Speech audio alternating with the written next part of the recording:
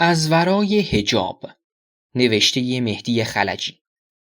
راوی نوای آزادی. تولید صوتی آوای بوف. avayaboof.com.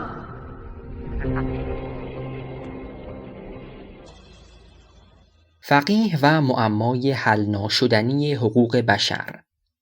نشر نخست مصاحبه با خبرگزاری هرانا، پاییز 1390 2011.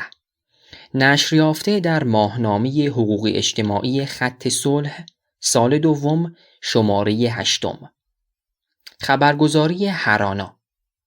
درک جایگاه حقوق بشر در انقلاب 57 بدون آگاهی از موضع روحانیت در برابر حقوق بشر و به طور کلی شناخت فقه و حقوق بشر دور از ذهن می نماید. به همین دلیل این بار در گفتگو با مهدی خلجی، پژوهشگر دینی، به کنکاش در رابطه روحانیت و حقوق بشر می پردازیم. واقعیت این است که تجددخواهان ایرانی در بزنگاه‌های تاریخی دست یاریخواهی به سوی روحانیت دراز کردند و از آنجا که مسئله محوری بخش عظیمی از تجدد طلبان مقوله حقوق بشر است، شناخت نسبت فقه و حقوق بشر میتواند برخی ابعاد کیفیت رابطه تجددخواهان و روحانیت را معلوم کرده و نیاز یا عدم نیاز به ادامه این انتظار دائمی را روشن سازد.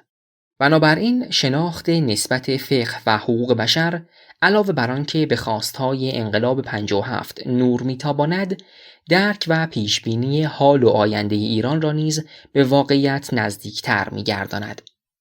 شرایط امکان و امتناع گفتمان حقوق بشر نه به عنوان یک شبهه یا موضوع شناخت، بلکه به عنوان یک رکن عقیدتی الزام آور در ساختار ذهنی روحانیت و به طور کلی فقه چیست؟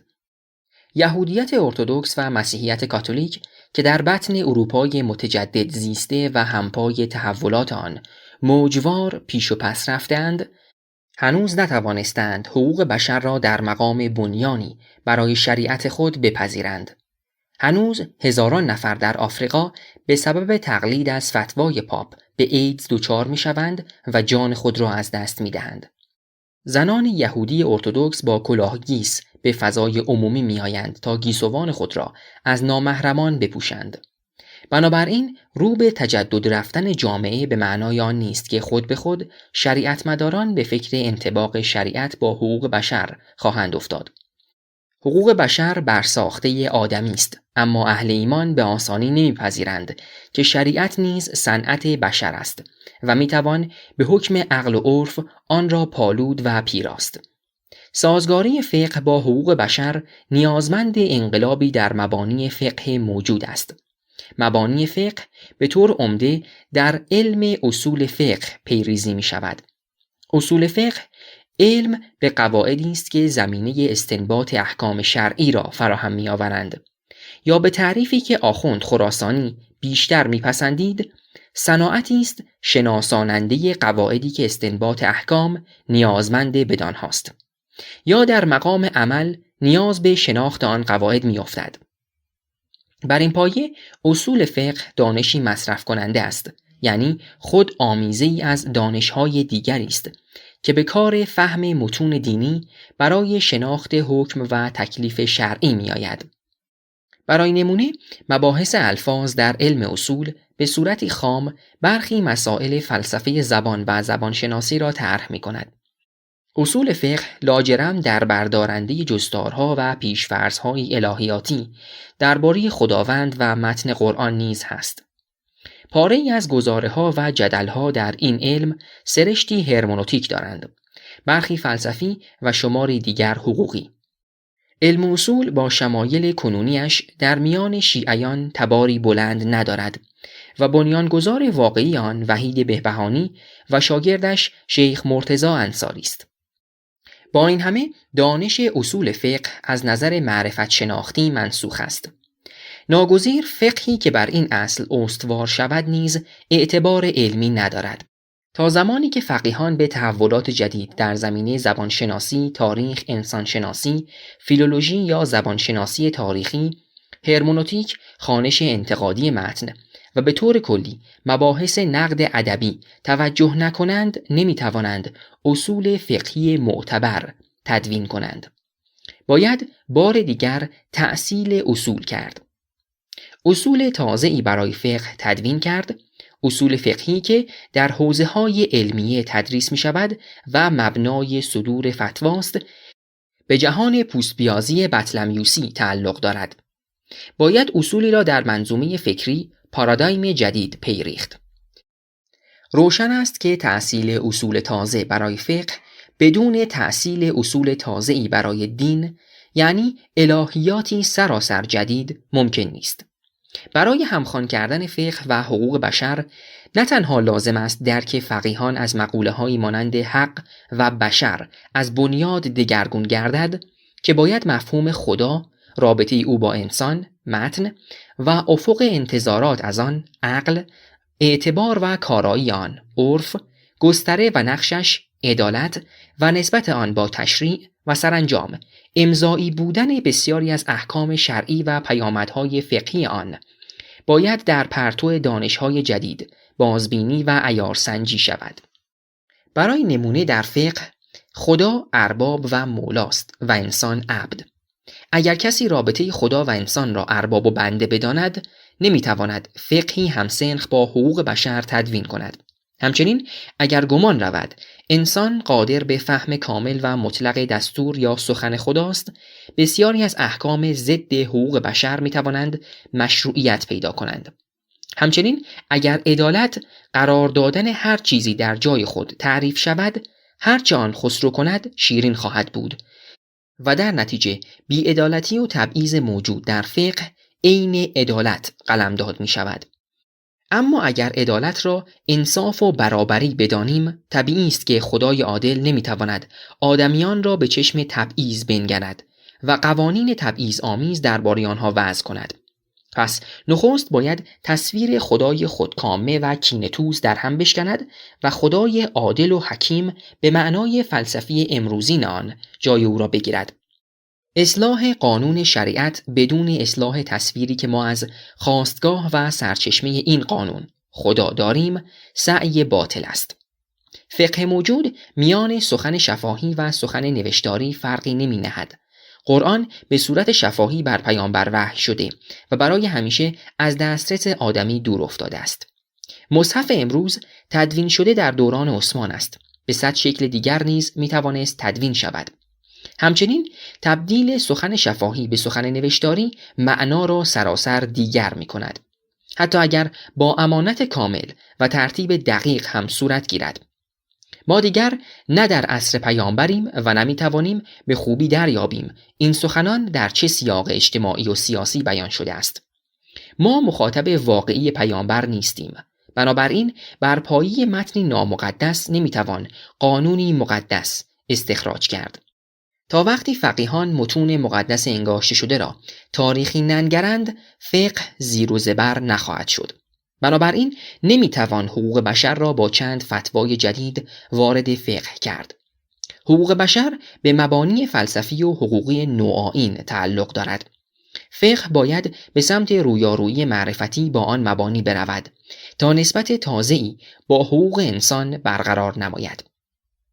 با در نظر گرفتن بینش‌های متفاوتی که اسلام را مستعد خشونت، عقلانیت، مدارا و غیره می‌دانند و با توجه به گفته‌های شما که انقلاب در مبانی فقه را لازمه سازگاری حقوق بشر و فقه دانستید و آن را به 2 بخش تحول در علم اصول و تحول در مبانی معرفتی روحانیت تقسیم کردید، آیا فقه می‌تواند لوازم این تحول، به خصوص تحول در مبانی معرفتی را در نص و سنت جستجو کند؟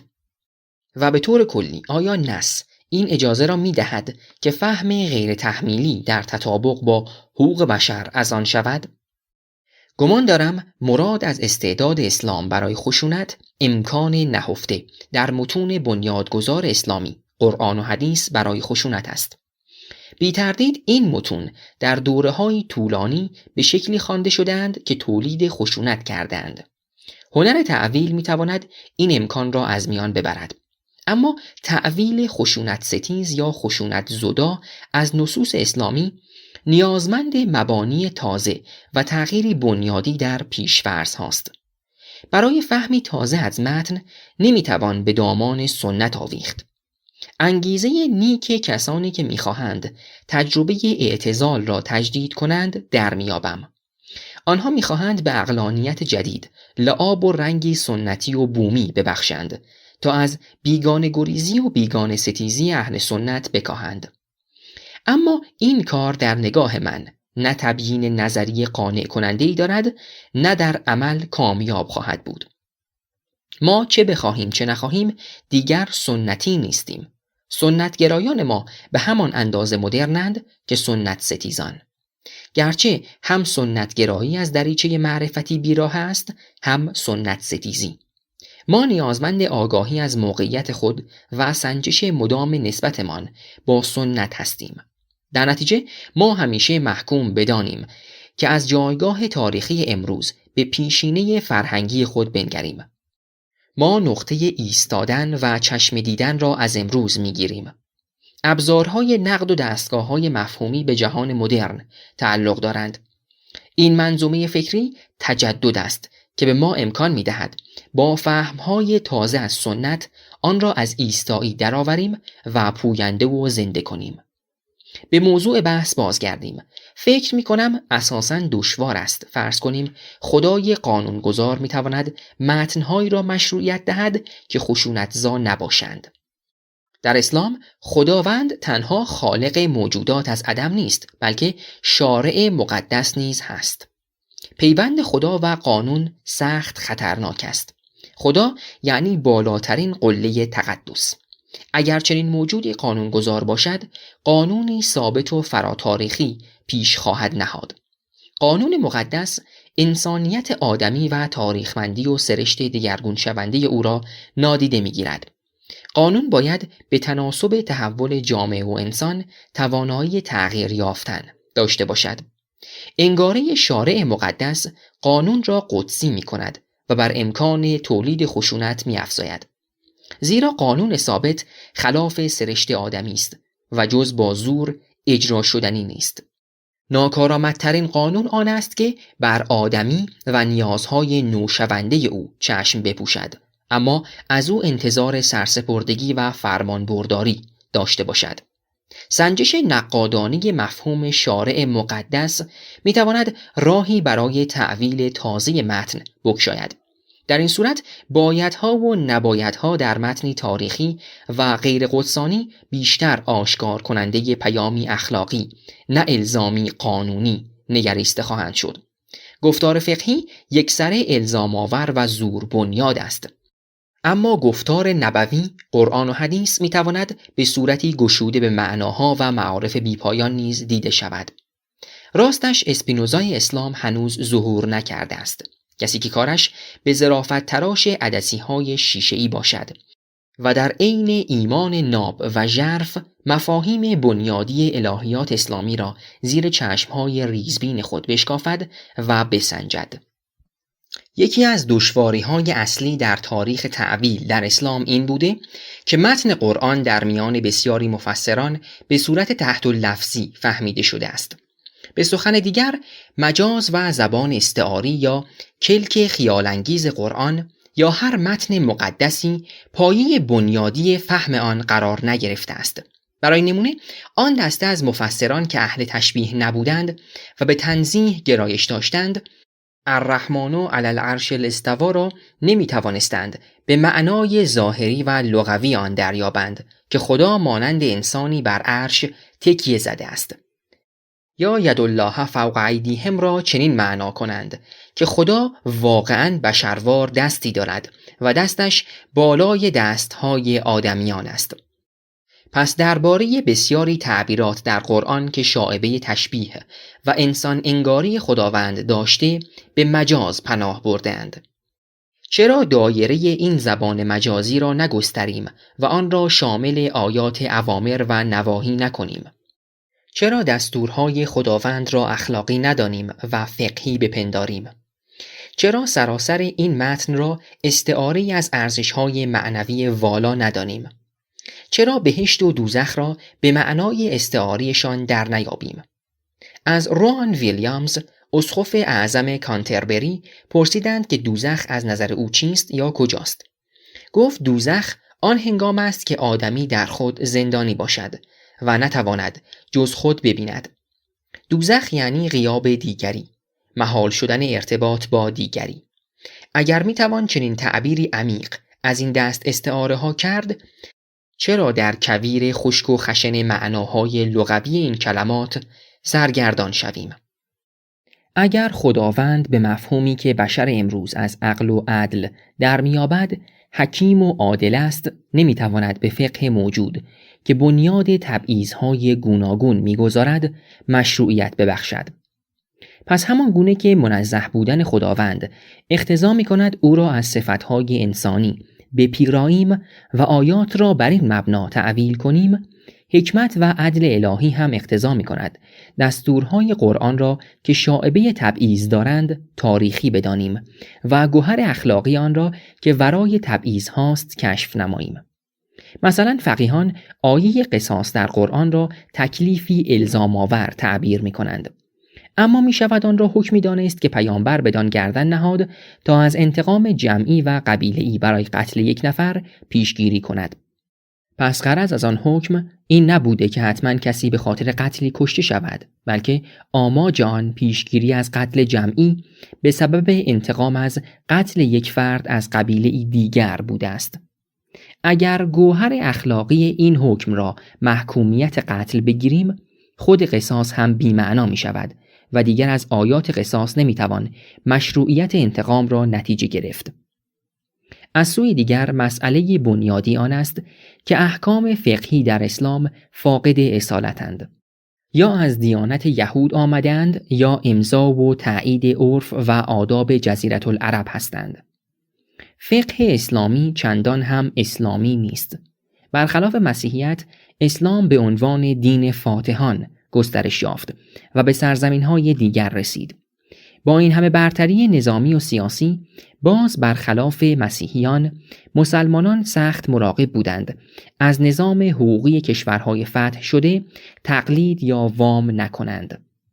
اسلام هرگز به نیازش برای وام کردن قانون اعتراف نکرد، اما بنا به ضرورت‌های اجتماعی احکام امضایی را برساخت. یعنی زیر پوشش اصالت بیشتر از زمانه و زمینه‌های تاریخی و اجتماعی خود قانون وام گرفت. در نتیجه دستگاه فقهی اسلامی سخت بسته به روی خود ماند.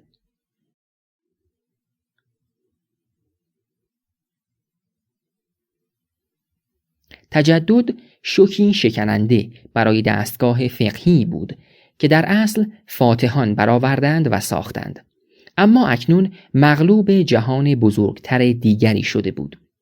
بیگانگی فقیهان با تاریخ درک فقهی آنان را تیره کرده است. فقیهان در روند فقه ورزیدن هرگز حتی به متون مقدس پیشین تورات و انجیل نمی نگرند و تصور روشنی از آن ندارند. اساساً برداشت فقیهان از گذشته تاریخی نیست. فهمشان از تاریخ اسلام و پیشا اسلام بیشتر سرشتی خیالی و اساطیری دارد تا تاریخی. مهم این است که در نظر بگیریم تعویل تازه نیاز به مبانی فلسفی الهیاتی نوین دارد و پیش‌فرض‌هایی که خود استوار بر مقولاتی چون آزادی، حقوق بشر و برابری آدمیان از حیث آدمیت با یکدیگر است. فلسفه حقوق مدرن که جای خود دارد، چگونه میتوان کانت، هگل، اسپینوزا، نیچه و مارکس را نادیده گرفت و از اصول معقولی برای فقه یا دین سخن گفت؟ البته مسئله تعویل صرفاً انتزاعی نیست و با تحولی معرفتی دگرگون نمی شود. تا فقیهان نمکگیر نظام سلطه جمهوری اسلامی هستند، تعویل تبعیض آمیز شکلی نهادی و سخت دارد. برای پدیدایی تعویل نو و اصول فقه تازه نیازمند فقیهانی هستیم که با نظام سلطه دینی اشتراک منافع نداشته باشند و بتوانند نهاد مستقلی از حکومت دینی بیافرینند. شما فرمودید خداوند در اسلام شارع مقدس نیز هست و انگاری شارع مقدس قانون را قدسی می کند. اجازه بدهید با توجه به این گزاره دو پرسش مطرح کنم.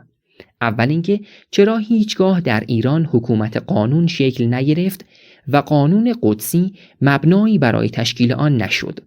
و دوم اینکه چرا به طور خاص پس از انقلاب که قدرت در اختیار روحانیت قرار داشت باز هم این قانون قدسی حکومت را در اختیار نگرفت و به جای فقیه قدرت مطلق را به دست آورد؟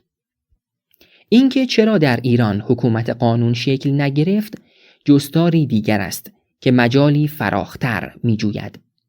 اما می توان پرسید چرا ایده حکومت قانون در فقه نیست؟ به سخن دیگر مفهوم حکومت قانون به آن معنا که ما حتی در اروپای سده‌های میانی می بینیم چرا در فقه پدید نیامد؟ این پرسش با پرسش دوم شما که چرا روحانیان نتوانستند قانون قدسی را مبنای حکومت قرار دهند همبسته و پیوسته است. قانون قدسی با قانون عرفی این تفاوت بنیادی را دارد که خود بنیاد نیست. مشروعیت آن ماورایی است. در نتیجه مفسر قانون قدسی نیز سرشتی متفاوت با مفسر قانون عرفی دارد. فقیه تنها قانونگذار نیست، خود مقامی الوهی دارد و بر فراز قانون می ایستد. با دعوی قانونگذاری می کند. سرشت انسانی قانون را پرده می پوشد. آنچه سراسر تاریخی و بشری است را ناتاریخی و فراانسانی وامی نماید. فقیهان امتداد سلسله راویان هستند. در زمان پیدایش متن‌های مقدس، قرآن و حدیث، نخست راویان شفاهی بودند که مرجع شناخت قانون قدسی به شمار می رفتند. یعنی قاریان و محدثان. به تدریج که از روزگار اولیه اسلام دور می شویم دیگر روایت به تنهایی بسنده نیست. مکتب‌های کلامی و فقهی پدید آمدند. راویان بدل شدند به فقیهان. در گذار از روایت به تفسیر اقتدار ربانی راوی به فقیه یا مفسر نیز منتقل شد. برای آنکه دیگران روایتی از پیامبر را بپذیرند راوی بر ایمان دینی و اخلاص و تقوای خود تکیه می کرد و نزدیکی خود با پیامبر را گواه راستی و امانت خود در نقل سخن او می گرفت. بنابراین راوی تنها روایتگر نبود، خود بخشی از روایت بود و به روایت اعتباری قدسی می داد. یا از صحابه بود یا از تابعین، یعنی کسانی که پیامبر را ندیدند اما یاران او را دیدند، یا شخصی عادل بود و ثقه. نویسندگان علم رجال در سلسله راویان و کیستی آنان کندوکاو می کنند. شخصیت و تاریخ و تبار راوی نقشی تعیین کننده در معنا و اعتبار روایت بازی می کند. از همین روست که راوی دارای اقتداری قدسی می شود، مقدس می شود. رشته‌ای معنوی و روحانی روایت کننده را با روایت شونده می پیوندد. سخن راوی باید قانع کننده و باورپذیر باشد. باید خطی مستقیم با سخن پیامبر و در نهایت سخن خدا برقرار کند. از این روست که در مبانی فقهی و تفسیری تأکید بر فردانیت است. کسی که چیزی را میگوید به چیزی که میگوید مشروعیت و معنا میبخشد. این تفاوت عمده تاریخ با حماسه نیز هست. راویان حماسه ناشناخته و بی اهمیتند، اما تاریخ به راوی جایگاه و مرجعیتی خاص میدهد. راوی حدیث نیز چون میخواهد خبر از واقعیتی دهد خود در گزارشش از واقعیت حضور پیدا میکند. راوی نه تنها متن که سیاق متن را هم تعیین میکند. اوست که میگوید در چه شرایط و احوالی پیامبر را دیده، از او چیزی پرسیده یا سخنی شنیده است. گاه راوی به صورت جمله‌ای معترضه میان روایت وارد می‌سازد و ساختار روایت را آنگونه که می‌خواهد شکل می‌دهد. اوست که کلمات را به یاد می آورد یا برمی‌گزیند و شکل عبارتها را می آفریند. هنگامی که به فقیه می رسیم می بینیم آن اقتدار قدسی راوی به او سرایت می کند. از هر کس نمی توان تقلید کرد. مرجع تقلید باید شیعه 12 امامی و عادل باشد. یعنی تنها تخصص در فقه و آگاهی از مبانی فقهی کافی نیست. ورای دانش فقیه باید دارای شخصیت الهی باشد. اینکه فقیهان را امروزه آیت الله یا در قدیم حجت الاسلام می‌خواندند از این روست. همچنین برای مراجع تقلید کرامات نقل می‌کنند تا مقام او را کمی پایین‌تر از پیامبر یا امام که معجزه می‌آورد قرار دهند. یعنی فقیه عادل کسی است که قدرت تصرف در هستی را هم دارد، چون برخوردار از نیروی ماوراءالطبیعی است. از دوران صفویه به این سو نظریه نیابت عامه فقیه از امام مرتبت الهی فقیه را تثبیت کرد.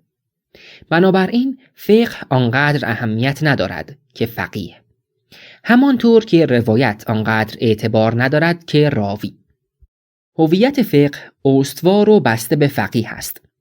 چنین است که وقتی پای پیاده کردن احکام به میان می آید، نقش فقیه این اندازه پررنگ می شود. غیر فقیه نمی تواند فقه را اجرا کند. باید فقیه مجریان باشد. ولایت فقیه از چنین انگاره‌ای سر بر می آورد. از سوی دیگر در فقه، به ویژه فقه شیعه، مفهوم دولت غایب است.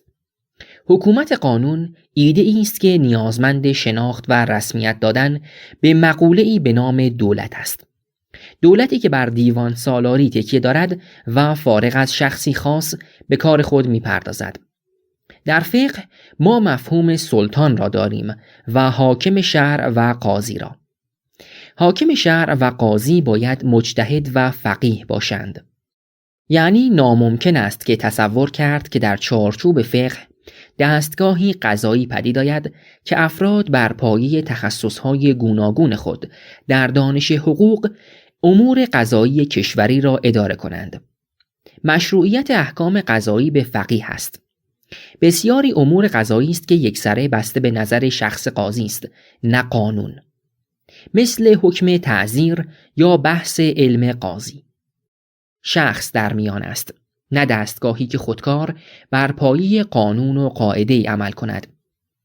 وقتی هم قرار می شود حکومتی اسلامی تشکیل شود، به جای فقه فقیه حاکم می شود.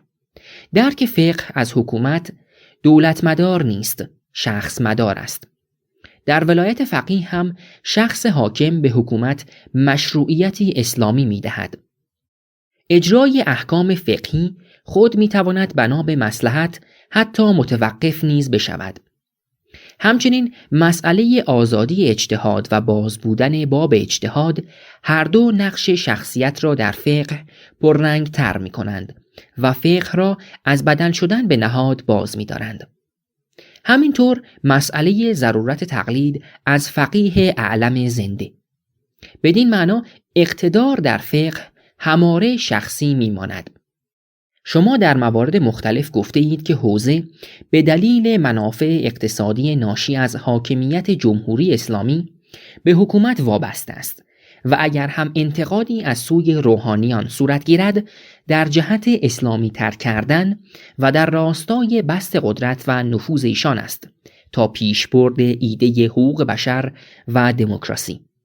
در این حال فرموده اید نهاد روحانیت بیش از هر چیز به بقای خود می‌اندیشد.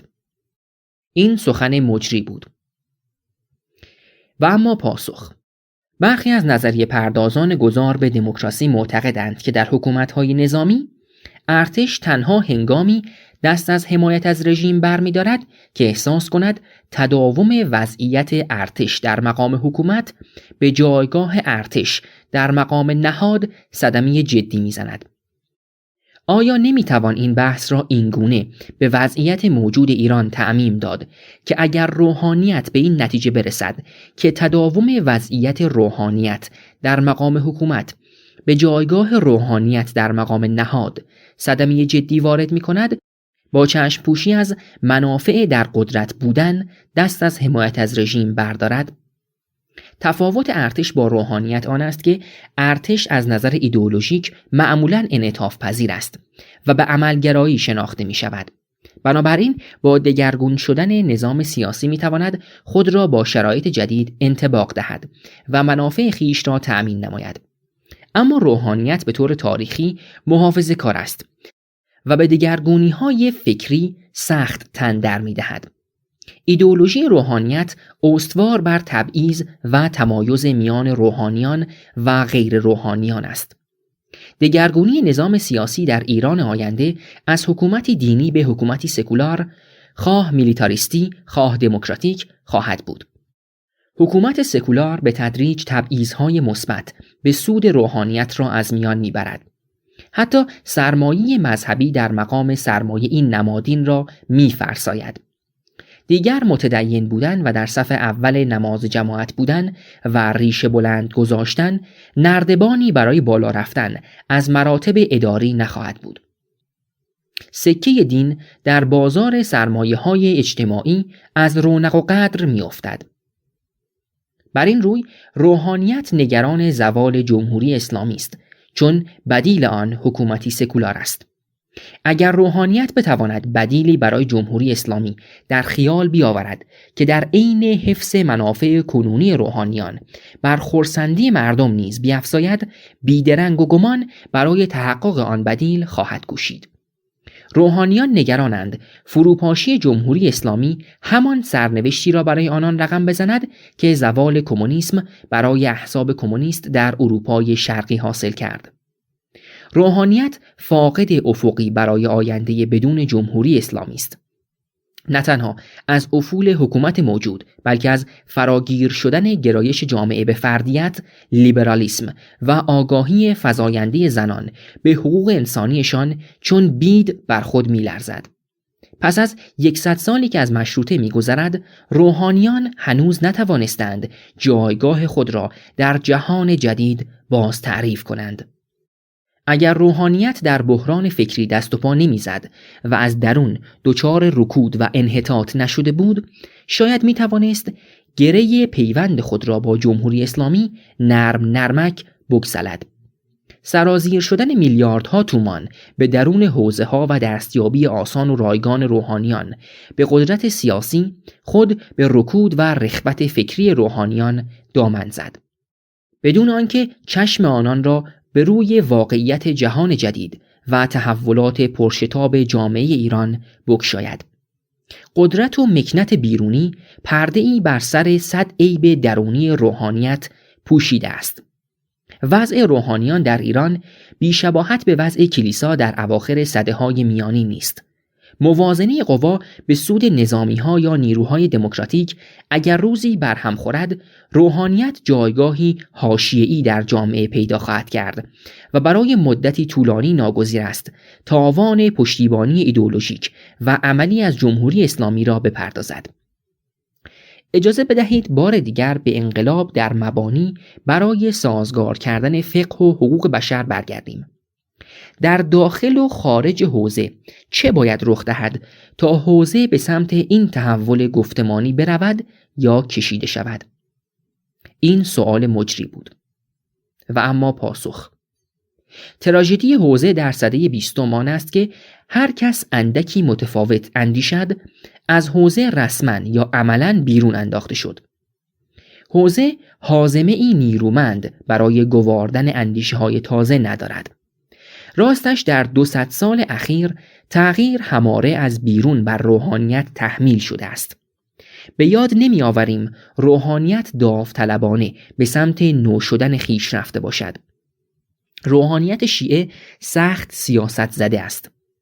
حتی آن دسته که فقیهان سنتی یا نامعتقد به ولایت فقیه شناخته می شوند سراپا سیاسی کارند و بی ملاحظات سیاسی قدم از قدم بر نمی دارند. ما نیازمند فقیهانی هستیم که رژیم لاغری سیاست بگیرند، پرهیز و پارسایی پیشه کنند، از قدرت سیاسی روی برتابند و به معرفت دینی قبله برگردانند. برای آنکه حوزه بتواند به علم دین بپردازد، آزادی اندیشه و بیان ضرورت دارد. به تجربه 30 ساله اخیر، آزادی اندیشه حوزویان تحت حکومت دینی ممکن نیست. بنابراین بدون نظامی دموکراتیک که قانون و مجریان قانون حافظ آزادی بیان برای همه شهروندان به طور برابر باشند، حوزویان نمیتوانند آزادانه در دین بپژوهند. اکنون علمی که آنان تولید می‌کنند سراپا در خدمت نظام حاکم دینی است. اگر این آزادی نباشد، روحانیت دشواری‌های فراوانی برای بازسازی فکری و نهادی خود خواهد داشت.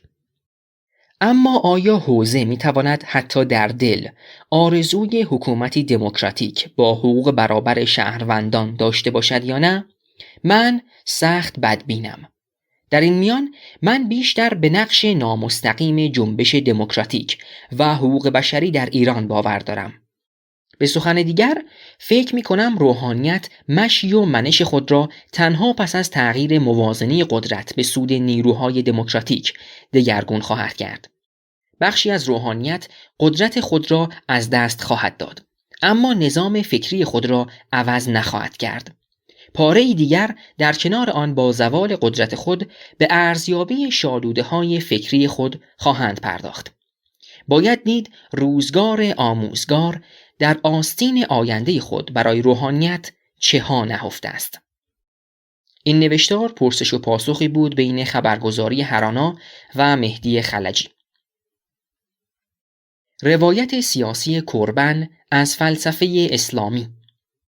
نشر نخست، فصل نامه ایران نامه، واشنگتن، پاییز 1383 2004 میلادی.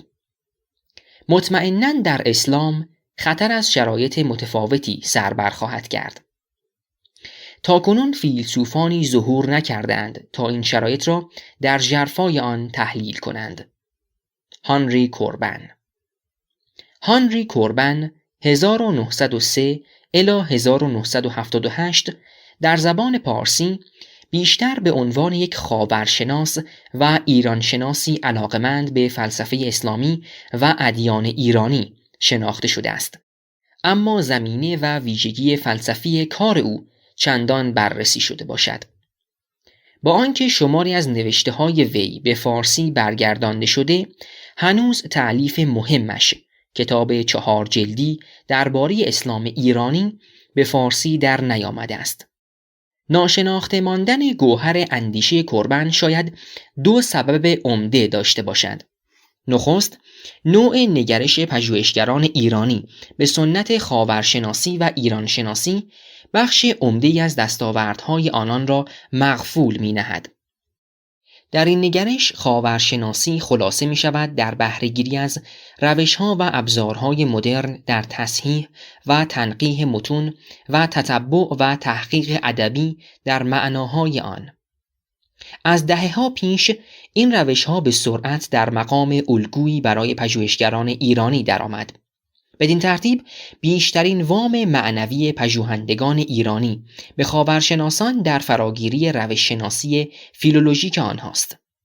شناخته شده ترین خاورشناسان در ایران اغلب کسانی هستند که نسخ خطی میراث فرهنگی ایرانی را جسته، تصحیح و چاپ کردند.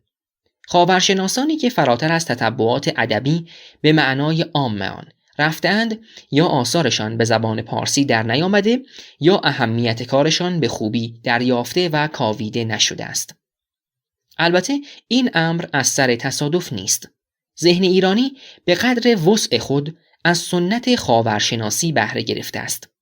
در فقدان چارچوبی نوین برای فهم میراث گذشته و در نتیجه رویارویی انتقادی با آن، اهمیت کوشش‌های فلسفی و معرفت شناختی دیگران نیز روشن نمی شود و به ضرورت آگاهی از سنت، تخته‌بند مرحله نخستین، یعنی چاپ انتقادی متون و کشف داشته‌های پیشین و رهاندن آنها از غبار کتابخانه‌ها و ظلمات دست‌نوشته‌ها می‌ماند.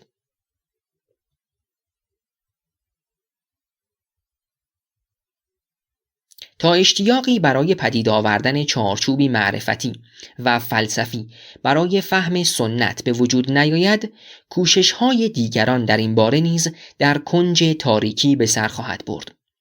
همچنین آگاهی درست از اهمیت کار خاورشناسان و فرارفتن از دستاورد فیلولوژیک آنها نیازمند آگاهی از مبانی فلسفی و معرفت شناختی مدرن خاورشناسی نیز هست.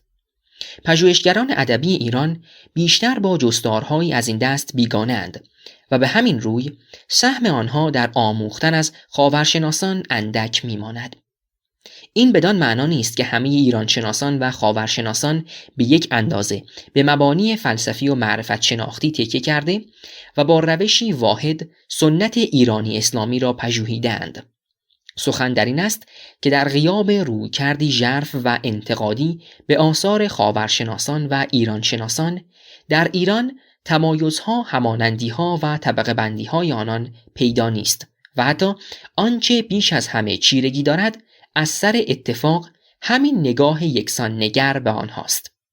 گویا عنوان خاورشناس و ایرانشناس برای همه آنها حجابی است بر تفاوت‌ها و حتی تباین‌هایشان. به سخن دیگر، ما برای فهم پروژه کلی خاورشناسی و ایرانشناسی با یک مانع معرفت شناختی روبرو هستیم. فهم خاورشناسی در مقام شناخت دیگری از خود که ما باشیم پیشاپیش نیازمند تصوری فلسفی از خود است و در غیاب این درک فلسفی نه تنها راه داد و ستد با شناخت دیگری از خود بسته است که حتی فهم دستاورد معرفتی دیگران درباره خود نیز اگر نه محال دشوار می نماید. شمار کتاب‌ها و مقالات تألیفی درباره میراث خاورشناسی و ایرانشناسی گواه ژرفا و پهنای درک ما از آن است. شاید نقد ذهنیت ایرانیان درباره سنت خاورشناسی که از پیچیدگی و ابهام تهی نیست، گام نخستین برای برون شد از مشکل و دستیابی به شناختی گسترده‌تر و غنی‌تر از فراورده خرد خاورشناختی و ایران شناختی باشد. دوم، هانری کوربن در ایران با تصحیح متون فلسفی و عرفانی ارج و قدر یافته و دست آخر به خاطر تأکیدش بر زنده بودن فلسفه ایرانی چونان زائر معنوی ایران یا شرق شناخته شده است. در این تصویر کوربن شیفته و شیدای ایران و حکمت اسماعیلی و شیعی نمایانده می شود.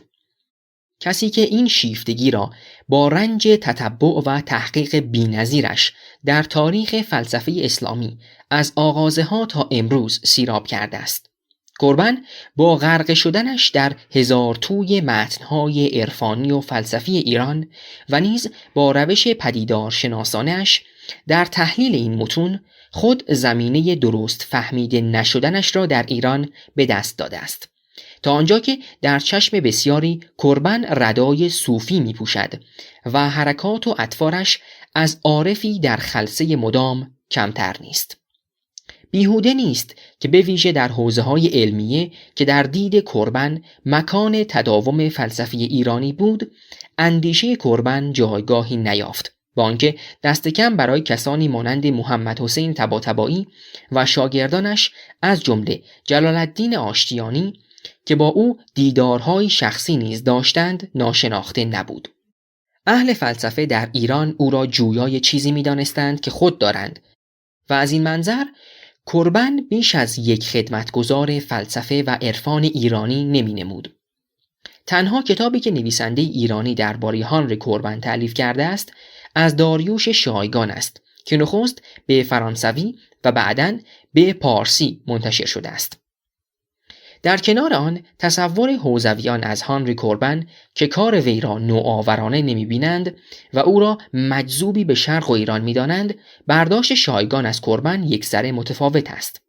داریوش شایگان در این کتاب باور دارد که وجود کوربن سرآغاز جنبشی معنوی بود که می‌خواست میان ایران سنتی و کهن و تجدد دوران جدید پلی برقرار کند. از دیدگاه نویسنده این کتاب، اندیشه هانری کوربن تأثیر گسترده بر روشنفکران ایرانی و از جمله بر خود نویسنده داشت و کوربن از چشم آنها فکرهای کهنه سنتی را در جامعه‌ای نوین و درخشان پدیدار می‌کرد و شگفتی‌های فکر پدران ما را به زبان فرانسوی به خود ما می‌آموخت. شایگان میگوید با کوربن و در کنار او ما خود را در منظومه بسته و زمین مدار عالمی ما قبل گالیله نمیدیدیم، بلکه درست در دل زمانه نوین و معاصر بودیم. این انگاره و دریافت از کوربن البته با آنچه خواننده امروزی از نوشته‌های کوربن میفهمد سازگاری کامل ندارد. آنچه که در این نوشتار باز خواهیم نمود، هانری کوربن اندیشگری است سنتگرا و ناخرسند از تجدد و پیامدهای معرفتی و سیاسی آن و از جمله ستیزی آشکار با فرایند این جهانی کردن دین دارد و در مطالعات ایران شناسی و در جغرافیای معنوی ایران به جستجوی قلمرو قدسانی فراموش شده یا گم شده است. دریافت شایگان از هانری کوربن که به گفته وی محصول 17 سال همکاری با اوست از این جهت بدی است که امروزه می‌دانیم از اندیشه‌های این فیلسوف فرانسوی هیچ راهی به آینده تجدد نمی‌توان گشود. با محافظه‌کاری فلسفی کسی چون هانری کوربن چگونه می‌توان کوشش وی را برقراری پلی میان سنت و تجدد دانست؟ جدا از این، آگاهی هایی که مثلا در کای دولورن از هانری کوربن و درباره وی آمده بسی بیشتر و احتمالاً دقیق تر از آن چیزی است که در کتاب شایگان در این باره هست.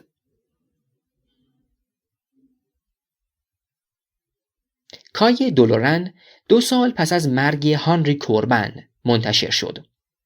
اما کتاب شایگان که سالها پس از آن به فرانسه‌ای درآمد به نظر می رسد تفسیر و تعبیر تازه‌ای از اندیشه کوربن پیش نمی کشد و به تکرار گفته ها و نوشته های دیگران بسنده می کند و دست کم خواننده فرانسوی زبان نیازی بدان احساس نمی کند. این کتاب که همچنان از افقی فرانسوی به هانری کوربن می نگرد می توانست از چشماندازی ایرانی به آثار و دستاوردهای وی نگاه کند. فقدان چشمانداز ایرانی در این نوشته شاید نشان دهنده ناتوانی ما در شناخت مستقل آثار خاورشناسان از جمله هانری کوربن است. گویی برای شناخت آنان هیچ راهی نیست جز یاری گرفتن از همان تفسیرهایی که خود غربیان در باب خاورشناسان نوشتند. به سخن دیگر گواه و گویای فقدان بصیرتی نسبت به موقعیت ایرانی در منظومه فکر جهانی یا اندیشه مدرن است. در نتیجه تا این خودآگاهی به موقعیت ایرانی پدید نیاید، فهم درست آفریده‌های ذهنی دیگران درباره خود نیز یا در بازگویی گفته‌های غربیان خلاصه می شود یا در سوء فهمی مضاعف. ترجمه فارسی کتاب نیز با آنکه زیر نظر نویسنده انجام یافته کامیاب نمی نماید و خود گرهی است بر گره. طرح فلسفی هانری کوربن، رویگردانی از سنت ایران شناسی. با آنکه اصطلاح ایران شناسی در دامان رشته مطالعات ادیان زاده شد و تبار آن از سده 19 فراتر نمی رود، هانری کوربن خود در مقاله‌ای با عنوان ایران شناسی و علم ادیان که 12 سال پس از مرگ او منتشر شد، دریافت خاص خود را از مطالعه دین و در نتیجه ایران شناسی به خوبی روشن کرده است. کوربن باور دارد که از هیچ موضوع دینی به نحو معقول و اقناع کننده‌ای نمیتوان سخن گفت مگر که آن را در درون وجدان دینی قرار داد و معیارهای مناسب و خاص آن را به کار برد. این فرض آشکارا به پدیدار شناسی دین راه میبرد. کوربن آنجا که از پدیده حضور و فهم سخن میگوید، مبانی پدیدار شناختی خود را در تبیین دین توضیح می‌دهد. امروزه علوم انسانی به زمینه و وضعیت مابعد الطبیعی یا ساده‌تر ترا طبیعی که پایه‌گذار ماهیت آنهاست خودآگاه شده‌اند. تراطبیعی یا ترانسنیچرال. این نکته آشکار شده است که من و جهان مراتب وجودی سوژه شخصی و قلمروهای وجودی که آن سوژه میکاود دو چیز متباین نیستند، بلکه آنچه هست حضور یکی است برای دیگری، یک رویارویی آنترپرزانس، یک تلازم ناگسستنی، یک ساختار یا همان استراکچر. این در مجموع چیزی است که میتوان آن را سمتیابی پدیدار شناختی علوم انسانی نامید. چیزی مانند این در علوم طبیعی نیز در جریان است. بنابراین آنچه روش پدیدار شناختی خوانده می شود، از نظر هانری کوربن شناخت و کشف حجاب وجدانی است که در موضوعی که آشکارش می کند خود آشکار می شود.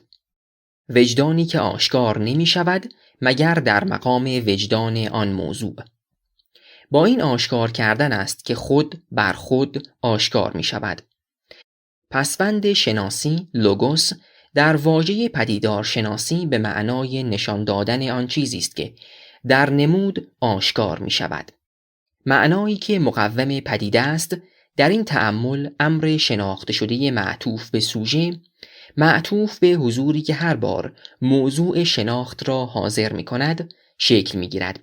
آن هم با حاضر کردنی که به تنهایی امر شناخت را ممکن می کند و بازشناسی این حضور را مجال می دهد. بدین ترتیب کوربن باور دارد که اگر رشته حضور میان ابژه و سوژه یا حضور هر یک برای دیگری بریده شود، چیزی جز داده‌های مادی در دست نخواهد بود که به لایه‌ها و سطوح گذشته در مقام گذشته تسلیم شدند و دیگر از حضور خود حکایت نمی کنند.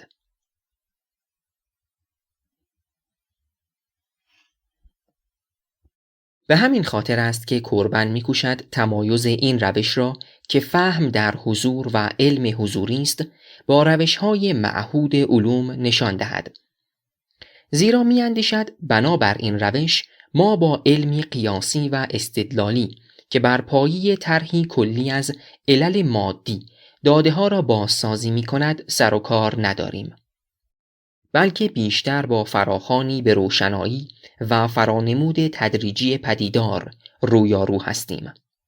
به این اعتبار است که کوربن اینگونه پدیدار شناسی یا دانشی را که بر پایه این روش قوام یافته باشد هرمنوتیک می‌خواند. اما به سرعت تأکید می‌کند که مرادش از هرمنوتیک با کاربرد رایج زمانی این واژه یعنی تأویل خودسرانه تفاوت دارد، بلکه مقصود از هرمنوتیک فهم است. این روش نه تنها با علمی ناهمگون با علوم معهود می انجامد که حتی با روش فلسفی نیز تفاوت دارد. در روش پدیدار شناختی نوع فهم مرتبه وجودی شخص را آشکار می کند و مرتبه وجودی شخص نیز به فرایند فهم تعین و تشخص می دهد. این دور هرمنوتیکی در روش متعارف فلسفی وجود ندارد، زیرا روش متعارف فلسفی پیوندی این چنین با موضوع شناخت خود برقرار نمی کند و هر موضوع ممکنی را بر پایه استدلال‌های منطقی می پژوهد. این علم بنیادی تفسیر اکگیس یعنی شرایط و زمینه‌های فهم در نظر کوربن تباری کهن دارد. آنچنان که در میان حکمای سده 14 در اروپا مانند توماس درفورد نیز همین صورتبندی را برای مسئله میتوان یافت. وام کوربن البته اندک نیست به کسانی که او خود آنها را هواداران گرایشی حاشیه‌ای در الهیات مسیحی می‌داند. در این زمینه کوربن میان شماری از مفردات اندیشه فلسفی ایرانی و به ویژه سهروردی و همچنین حکیمان اسماعیلی با مارتین لوتر خویشاوندی می‌بیند و می‌پندارد که آنها همان کوشش‌ها را در برابر همان مشکلات و به فرجام برای هموار کردن راه به سوی همان روشنایی انجام دادند. در واقع الهیات نظری تئولوژی اسپکولاتیوی که حاصل تلاش متألهان وابسته به گرایش راست هگلی در نیمه نخست سده 19 بود، از نظر کوربن همان راهی را می‌پیمود که حکیمان الهی در اسلام دنبال می‌کردند. با این تفاوت که این جریان در حاشیه ماند و سکولاریسم بر آن غلبه کرد. اما اندیشه حکیمان الهی سلطه خود را در اسلام حفظ نمود. اما چرا این روش رویگردانی از سنت ایران شناسی ارزیابی می شود؟ این پرسش را بدین گونه نیز می توان درانداخت. چرا کوربن برای شناخت ایران یا آنچه او اسلام ایرانی می خواند به این روش پناه می برد و از روش‌های رایج زمانه خود روی می گرداند؟ کوربن در همان مقاله ایران شناسی و علم ادیان روش پدیدارشناسی را از بن با دو رویکرد دیگر ناهمساز می داند. تبیین ناظر بر روانشناسی سایکولوژیزمی و تبیین تاریخ گرایانه هیستوریسیزم. وجه مشترک این دو رویکرد مبنای پوزیتیویستی آنهاست. مبنایی که در سده 19 و تا نیمه نخست سده 20 در مطالعات ادیان سرمشق مسلط پژوهش بوده است. کوربن در مواضع گوناگونی هر بار به اختصار مبنای پوزیتیویستی مطالعه ادیان را نقد کرده است، چون معتقد است فقر فلسفه پوزیتیویستی بیش از توسل به داده‌های پوزیتیو در این است که به همین داده‌ها بسنده می‌کند و به آنها محدود می‌ماند و در نتیجه از دریافت این نکته باز می‌ماند که منظومه‌های گوناگونی از واقعیت‌ها وجود دارند که منطبق با وجوه مختلفی از داده‌ها یا وجود عینی existence objective هستند. وجوهی که نه با یکدیگر در تضاد هستند و نه یکی به دیگری تقلیل پذیر است. کوربن معتقد است که بر پایه روش پدیدار شناختی میتوان به منطق خاص خود پدیده دست یافت، فارغ از نقادی‌های تاریخی که حقیقت آن را نادیده میگیرند.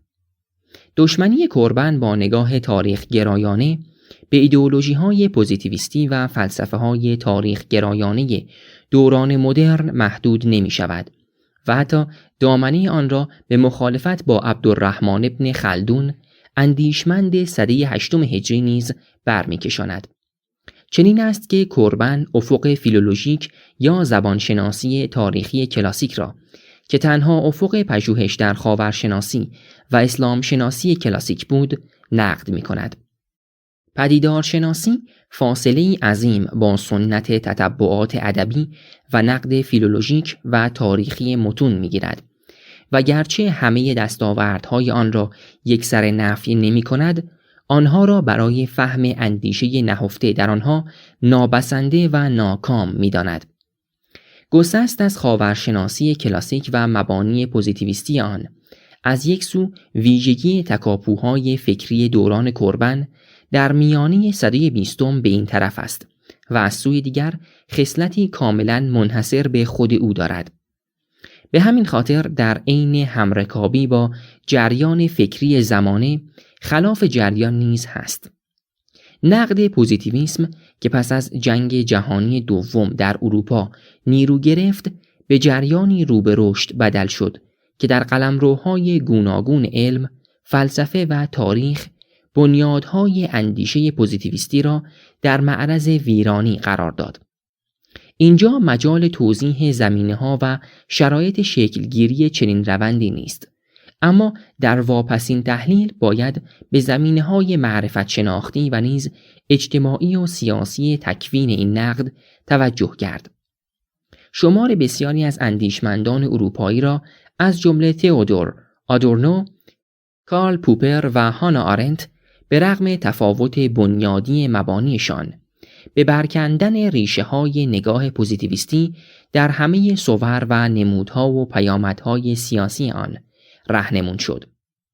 آنچه در این ایدئولوژی‌ها یکی از کانون‌های اصلی فکری به شمار می‌رفت، بیگمان نگاه پوزیتیویستی آنها به تاریخ بود. نقادی پوزیتیویسم تاریخی یا تاریخ نگاری پوزیتیویستی در کنار نقادی از پوزیتیویسم منطقی و فلسفی و راسیونالیسم راه خود را بیدرنگ باز کرد و با خروج از چارچوب بسته پوزیتیویسم گشایش افقهای گوناگون و گاه ناهمگون تازه‌ای در پژوهش ممکن شد. بر این بنیاد منطق مسلط اروپا محوری و عقل مدرن یا با بازگشت به ریشه‌های اندیشه دوران روشنگری و یا با گسست از آن به عیار نقد سنجیده شد.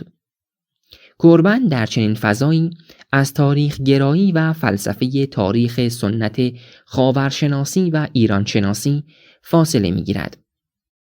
تأمل در کار کوربن نشان می‌دهد که برای او مدرنیسم برابر است با راسیونالیسم به معنای سده 19 آن و راسیونالیسم همان پوزیتیویسم است و این همه چیزی نیست جز سکولاریسم.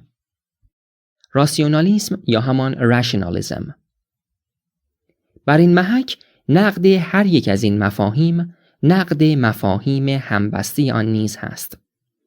هانری کوربن خود را نقاد این مفاهیم زنجیره‌ای می‌داند.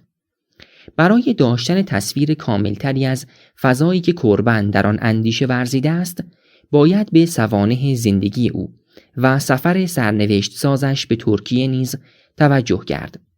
دیدار از ترکیه جدید، این کانون پیشین خلافت اسلامی و تنها کشور اسلامی آن دوران که به شکل رسمی حکومت را عرفی اعلام کرده بود، نمیتوانست کوربن جوان و دغدغه‌های اروپایی پس از جنگ جهانی دوم او را رنگ و شکل دیگر ندهد. بیگمان او با جریان‌های سلفیگری در جهان اسلام، به ویژه اندیشه‌های ایدئولوژیکی که در آن هنگام در مصر و تحت تأثیر سید جمال الدین اسدآبادی رو به رشد داشت و راه خود را به دیگر نقاط جهان اسلام باز می‌کرد، آشنا شده است. در آن هنگام تفسیر تازه‌ای از اسلام در حال شکلگیری بود که با اجتماعی کردن اسلام و زدودن آن از پیرایه‌های معنوی و صوفیانه تلاش می‌کرد نوزایشی نهضة العربیه در جهان اسلام پدید آورد و ابزار فعال شدن این دین را در میدان تکاپوی جهانی فراهم کند. این کوشش‌ها که در مرکز اسلام سنی، قاهره الازهر، صورت می‌بست، در خود نطفه هر گونه ایدئولوژی اسلامی آینده را می‌پرورد و شاید کوربن با خودآگاهی به وضعیت و همراه تقدیری که او را به ایران می‌کشاند، به اسلام شیعی ایرانی روی می‌کند و آن را آماج اصلی برنامه پژوهشی خود قرار می‌دهد. برای کوربن اسلام از طریق ایدئولوژیک شدن در حال عرفی شدن بود. کوربن عرفی شدن در اروپا را نیز فرایندی می‌دانست که از راه ایدئولوژیک کردن مفاهیم صورت گرفته است، به ویژه مفاهیم الهیات مسیحی. در نتیجه کوربن با قیاس اسلام با مسیحیت و میل به پرهیز از تکرار سرنوشت سری 20 اروپا در جهان اسلام تلاش تازه‌ای را آغاز می‌کند. قدسانی کردن اسلام و آنچه امروزه بدان desecularization و sacralization می‌گویند. در عین حال راهی که کوربن برای خروج از پوزیتیویسم حاکم بر مطالعات ادیان و ایران شناسی در پیش گرفت، اگر نگوییم یکی و یگانه است، دست کم در روزگار خود گرایشی پیرامونی است. شمار عظیمی از نقادی‌ها از پوزیتیویسم با گسترش معنای رویداد تاریخی و بسط روش‌ها برای مطالعه آن و تحول در معانی و مفاهیم و دستگاه معرفت تاریخی، طریقی معکوس با آنچه کوربن پیمود سپرد.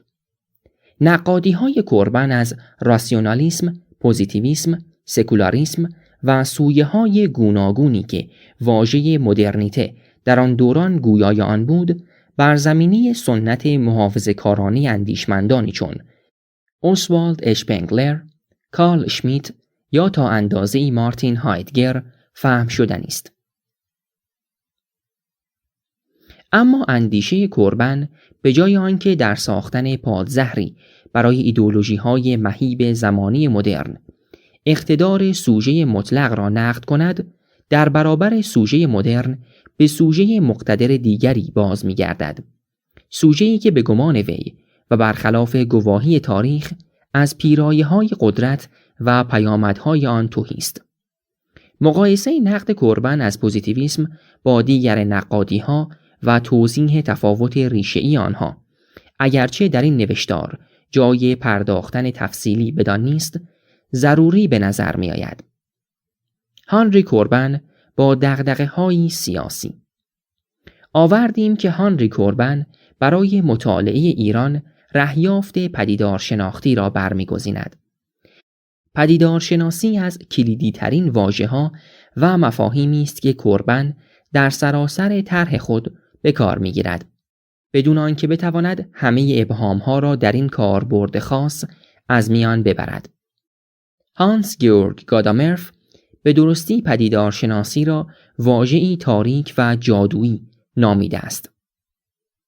سخنی در اثرپذیری کوربن از ادموند هوسرل و مارتین هایدگر نیست، اما درباره دریافت وی از پدیدارشناسی جای مناقشه البته هست. پدیدارشناسی در دیدگاه کوربن به فرجام صورت یکسر سوبژکتیویست به خود می‌گیرد و منشی دل بخواهی می‌یابد. اینکه پدیدارشناسی برای کوربن یک روش به کار می‌رفته، نیز کار تأمل را بر پژوهشگر آثار وی دشوارتر می‌کند. کوربن پدیدارشناسی را صرفاً رشته‌ای از توصیه‌ها نمی‌داند.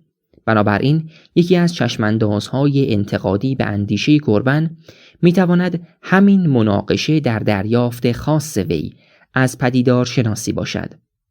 حتی اگر بخواهیم بر همسانی‌های درک وی از پدیدارشناسی با هوسرل تأکید کنیم، باز هم از منظر نقدهایی که پدیدارشناسی هوسرل را آماج گرفته است میتوان اندیشه کوربن را سنجید. برای نمونه، نیت مؤلف در کار تعویلی کوربن نقشی محوری بازی می کند. کوربن اعتراف می کند که حکمت ایرانی را به گونه‌ای می فهمد که در وجدان مؤمن بازتابیده است. یعنی همان درک تفهمی و همدلانه با نویسندگان و وارثان آنها. بدین روی و راه است که پژوهش‌های تاریخی را کنار می‌زند و بحث در فهم و درایت روایت‌های نبوی و سنت قرآنی را جایگزین مناقشه در سلسله اسناد راویان می‌کند. به همین دلیل است که تاریخ نگاری مفاهیم در طرح کوربن جایی ندارند، چون بر مبنای تداوم وی مفاهیم حکمت ایرانی تاریخ ندارند. او حکمت ایرانی را از بنیاد معاصر می‌فهمد. تمام کوشش وی معطوف به همین کشف نیت مؤلف است تا بدینجا که تمایزها را پوشش می‌نهد و نهایت کار ابن سینا را با بدایت کار سهروردی یکی می‌داند و منطق المشرقیین وی را از جنس حکمت الاشراق سهروردی می‌بیند. امری که نادرستی آن دست کم در کار تاریخ نگاران معاصر و با کشف نسخه‌ای از منطق المشرقیین آشکار شده است.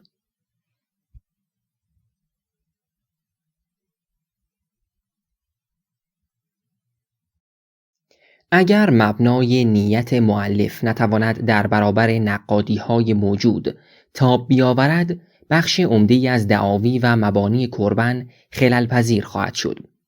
با این همه و برای پیشبرد بحث در سراسر این نوشتار من واژه پدیدارشناسی را با همان ابهام و سیالیتی به کار میبرم که هانری کوربن به کار میبرد. بیگمان انتخاب روش پدیدارشناسی خود مبتنی بر موضعی معرفت شناختی نیست، بلکه به یک اصل موضوعه و پیشا نقدی پری-کریتیک استوار است. اصلی که بیش از آن که سرشتی معرفت شناختی داشته باشد، یک موضع گیری هنجاری است.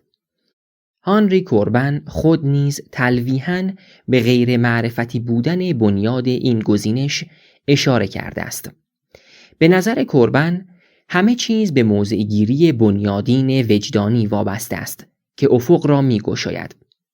با همه قوانینی که بر این چشمانداز حاکم است و از جمله این قوانین منطق درونی اندیشه است که در معنا و دامنه و گستره واقعیت و حقیقت تصرف می کند.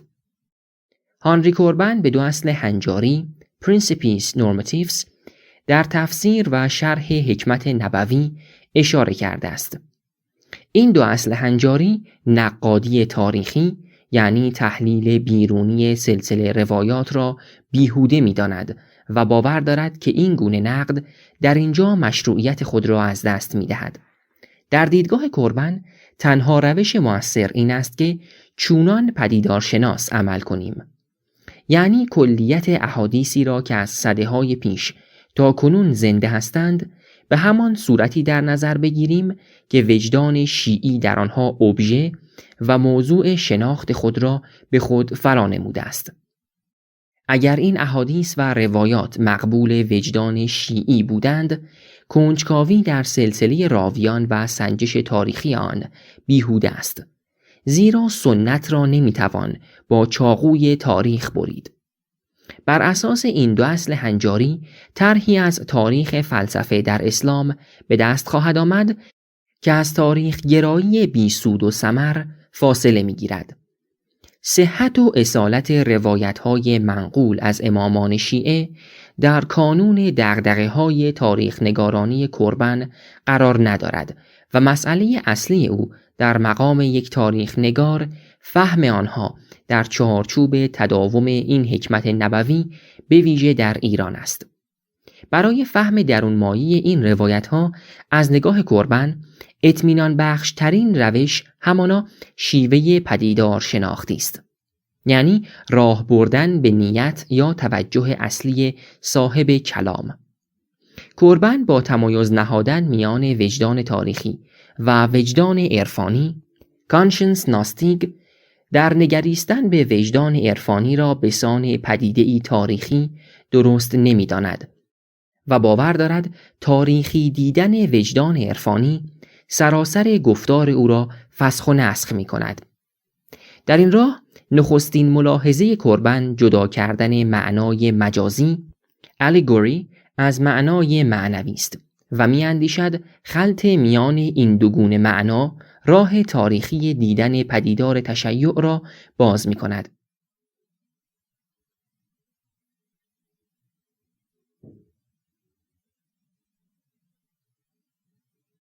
در این چشمانداز تاریخی کردن در برابر درونی و باطنی کردن interiorization قرار می‌گیرد. چنین است که کوربن الهیات تاریخ گرایی از جنس الهیات بولتمان و تلاش‌های آن برای اسطوره زدایی از مسیحیت و روایت‌های کتاب مقدس را ناتوان، تراژیک و در بنبست می‌خواند. زیرا از اساس این تاریخمندی مادی را مغایر با نیت کتاب مقدس می‌داند و در نتیجه سرانجام روش تاریخی را جز بیراهه نمی‌انگارد. پدیدارشناسی در چشم کوربن ارج پیدا می‌کند، چون مجال می‌دهد تا نیت‌ها خود را هویدا کنند و پدیده را چنان می‌نماید که آن خود را به وجدان مؤمن نموده و برای آن آشکار کرده است. به نظر او نقد تاریخی با قرار دادن امر دینی در تاریخ آغاز می‌شود. بدین روی نقد تاریخی را بر امر دینی تحمیل می‌کند که به آن تعلق ندارد، زمانی آفاقی که از آن او نیست، در حالی که امر دینی در ساحت فراتاریخی قرار دارد، ساحتی که پندارین نیست بل واقعی است. کوربن به این دریافت می‌رسد که حکمت در اندیشه فلسفی شیعی هم به معنای تاریخی است، هم به معنای گزارش و هم تکرار و تقلید imitation، چنان که گویی هنر تاریخ نگار هنر تقلیدگری است. چون در واقع سراسر تاریخی که در این جهان مشاهده پذیر در جریان است، رو گرفتی از رویدادهایی است که نخست در جان رخ می‌دهد، در آسمان. بر همین بنیاد است که عرصه پیشا تاریخ یعنی رویدادهای تاریخ قدسی با معناها در خیال نقش نمی‌بندد، چون دلالت آنها به جهانی دیگر ارجاع می‌دهد، جهانی فراسو و واقعی. یعنی نه با دلالت ظاهری و نه با دلالت مجازی نمیتوان به فهم تاریخ قدسی راه یافت، بلکه تنها ابزار فهم رمز و مثال است. این جهان همان عالم مثالی است که کشف آن در حکمت اشراق سهروردی را در چشم قربان عزیز می دارد. جهانی بیگانه با جهان مادی که نه محل وقوع رویدادهای سیاسی و اجتماعی و تاریخی است و نه به هیچ روی به آن تقلیل می‌پذیرد. پرسش مهم این است که آنچه قربان در نظام فکری خود پیش می‌کشد آیا به چارچوب پدیدار شناسی به معنای خاصی که خود وی به کار می‌گیرد وفادار می‌ماند یا از آن فرا می‌گذرد. اگر بتوان ثابت کرد که قربان در مرزهای پدیدار شناسی تشیع یا فلسفه ایرانی میماند، جز با نقد پدیدار شناختی نمیتوان با آن رویارو شد. چون قربان خود پیشاپیش هر گونه تاریخ نگری و تاریخ گرایی را ناقض چشمانداز پدیدار شناختی اعلام کرده و از آن پروا داشته و پرهیز داده است. در غیر این صورت نقد معرفت شناختی اندیشه قربان جز با فاصله گرفتن از مبنای پدیدار شناختی و کنار زدن بنیان کار او ممکن نیست. اما اگر معلوم شود که قربان در کنار پژوهش پدیدار شناختی خود به داوری‌های تاریخی نیز دست می‌زند، به واقع می‌توان بر اساس روش پدیدار شناختی خود او به تهافت deconstruction نظام فکریش پرداخت. قربان با کشف نیت فیلسوفان و حکمای اسلامی، نیت منطوی در قرآن و احادیث، آنچنان که بر وجدان عرفانی آشکار شده است، به این نتیجه میرسد که حقیقت اسلام یا تشیع نیز واقعاً چنین است و رویکرد عقل فقهی یا کلامی به دین در تاریخ اسلام انحراف از اصل و باطن دین بوده است. این داوری که در نهاد خود استوار بر ذات باوری اسنشیالیسم پوزیتیویستی است، در همان دامی می‌غلطد که خود از آن می‌هراسید و می‌پرهیزاند. همین نگاه ذات باور است که زنجیره از تقلیل‌ها ریداکشن را چنان که خواهیم آورد اقتضا می‌کند. ذات باوری از بنیاد محصول یک نگرش ناتاریخی است. فرض یک سرشت یگانه برای امری است که در گذار از چارچوب‌های تاریخی و اجتماعی و فرهنگی دست نخورده میماند و تداوم می‌یابد و به هیچ چیز نمی‌آلاید. گرایش‌های کلامی و الهیاتی کهن نمی‌توانستند ذات باور نباشند. با ذات باوری اصحاب هر دین یا فرقه‌ای دامان دین و فرقه خود را از هر ناخوشایندی پاک می‌کنند، چون آن ناخوشایندها را عوارض زدودنی و ناپایدار اعتقاد خود می‌دانند و عیبها را به مسلمانی خود می‌بندند تا ذات آن دین و اعتقاد را از هر گونه تردیدی پاسبانی کنند. بدین روست که می‌توانند از در مهاجه برآیند و ادیان و فرقه های دیگر را باطل و دین خود را صحیح و درست بخوانند. بدون ذات باوری طرد اعتقادات دیگر ممکن نیست و بدین ترتیب میتوان گفت که ذات باوری زاده یا زایاننده دوگماتیسم و ارتودکسی است.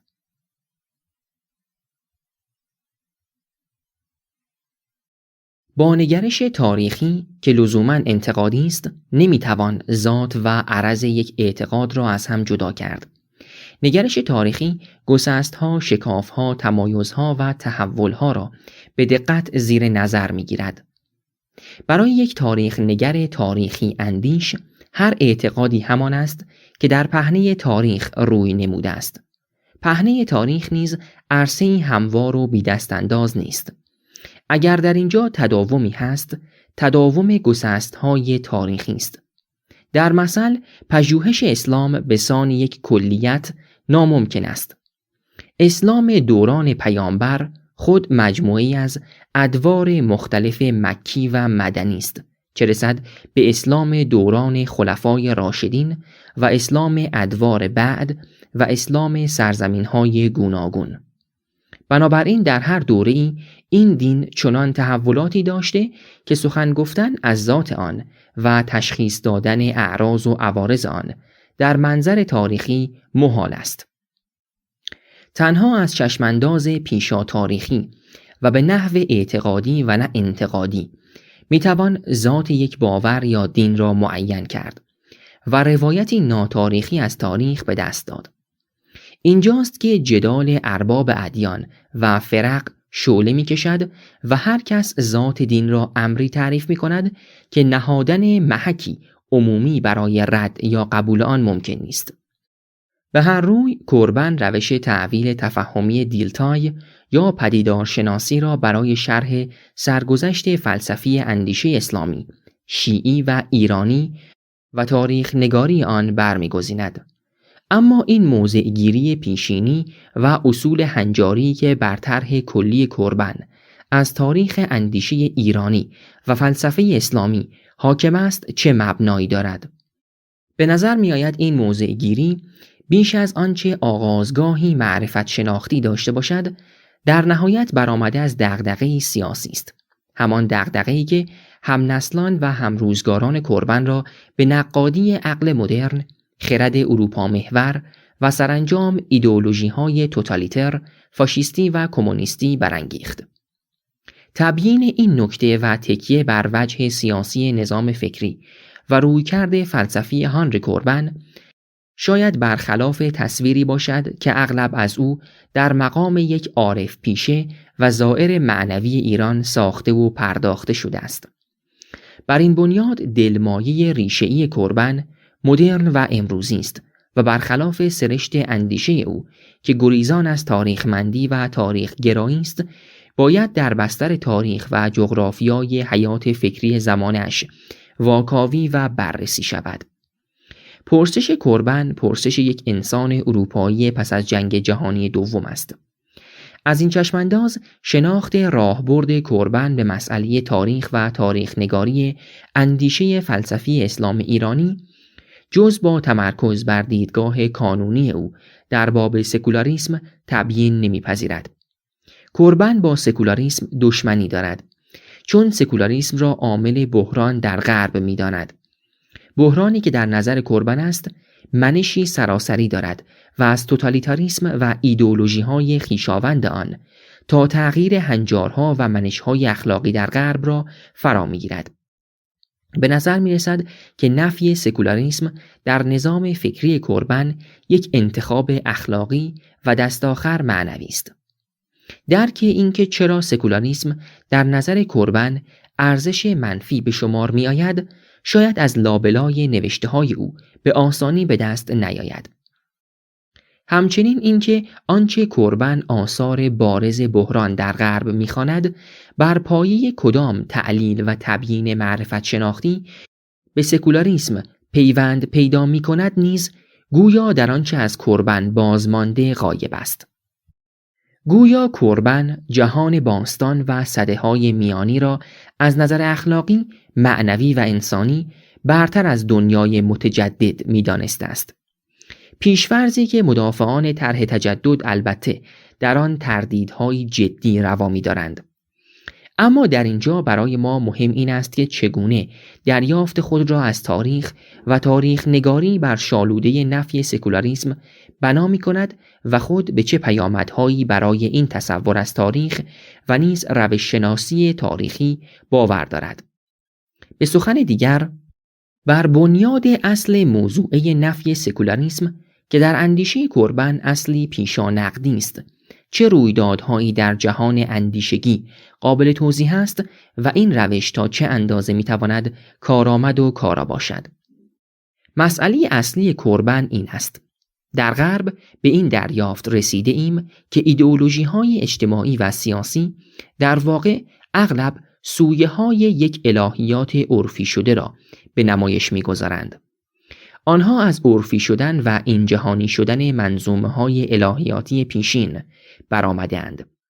این بدان معناست که این ایدئولوژی‌ها بازنمود جهان و انسانی هستند که در آن هر گونه پیامی از فراسوی این جهان حذف شده است.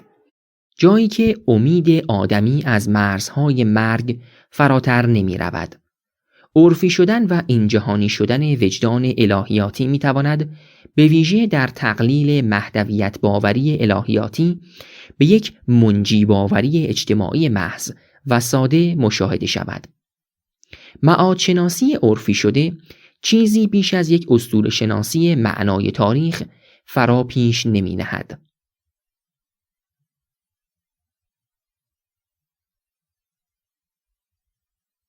در این نگاه خاستگاه بحران در غرب فلسفه تاریخی است که در دوران روشنگری پا گرفت و در سده 19 به نضج نهایی خود رسید. با این فلسفه تاریخ است که تمایز میان دوران باستان، سده‌های میانی و دوران جدید نهاده می شود. این فلسفه تاریخ بر فلسفه‌ای برای پیشرفت استوار است که خصلتی جهان روا دارد و طرحی برای سرگذشت انسان به طور کلی و آینده بهتر او پی می‌ریزد. طرحی که ناقدان آن را اروپا مدارانه توصیف کردند و در آن تصویری از اوتوپیای یکسانساز برای همه تاریخ‌ها و انسان‌ها دیدند. به نظر شماری از ناقدان از دل این فلسفه تاریخ اوتوپیایی است که نظام‌های سیاسی مطلق‌گرا در سده 20 برمی‌آیند تا جهان را بر الگوی یگانه خود بسازند. آنها باور دارند سده 19 و فلسفه تاریخ آن اتاق انتظار ایدئولوژی‌های مدرن در سده 20 بوده است و بدون نقد یا وانهادن آن رستن از دام ایدئولوژی‌ها ناممکن است. از این منظر این دوران به منزله دورانی که تاریخ را به یک فرایند تبدیل می کند و آن را در جایگاه محکمه عالی عقل می نشاند و الهیات، هنر، تاریخ، حقوق، دولت و سیاست را به عیار آن می سنجد، نقادی می شود.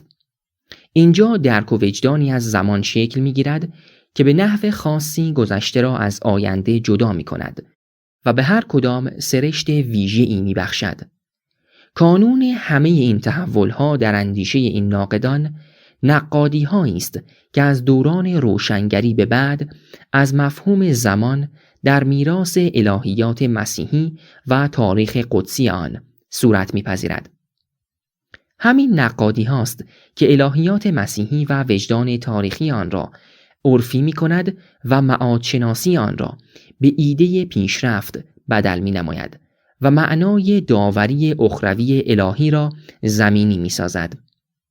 بدین سان طرح رستگاری انسان که خمیرمایه الهی دارد دیگر می شود و طرح آینده‌ای از نظر اخلاقی عادلانه و سازگار با خرد جای آن را می گیرد. چنین است که فرایند نقادی‌های دوران روشنگری و مشروعیت آن استوار بر عیارسنجی‌های اتوپیایی ارزیابی می شود. کوربن می انگارد که موضوع اصلی چالش باطنیگری با ظاهرگرایی یا اسلام معنوی با اسلام فقاهتی، پاسبانی از گوهر اسلام و امر معنوی در برابر همه خطرات برآمده از عرفی شدن و اجتماعی شدن است. بر پایه این تصور در باب سکولاریسم است که کوربن پرسش بنیادی خود را طرح می کند.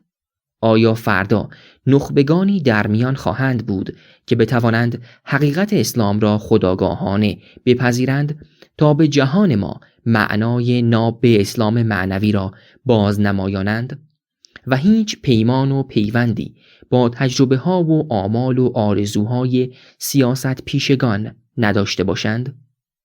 این پرسش به ویژه تشیع را مخاطب می گیرد. بدینسان جهان اسلام و به ویژه ایران برای کوربن سرزمین آرزوهایی است که او به تلخی دریافته که تحقق آنها در غرب اگر نه محال بسی دشوار است. آرزوی رهایی از چنگال سکولاریسم و ایدئولوژی‌های سیاسی ویرانگر برآمده از آن. کوربن علم جدید را علمی توصیف می کند که توانایی تصرف بیکران در جهان خارج را دارد، اما بهای آن بحران عظیمی در فلسفه و نابودی انسان و تسلیم به نیستی است و در نتیجه در برابر حکمت معنوی و نبوی ارج و قدری ندارد. اشاره کربن آشکارا به رویدادهای ناگوار سده 20 است که دستاورد ایدئولوژی ها به شمار می آیند.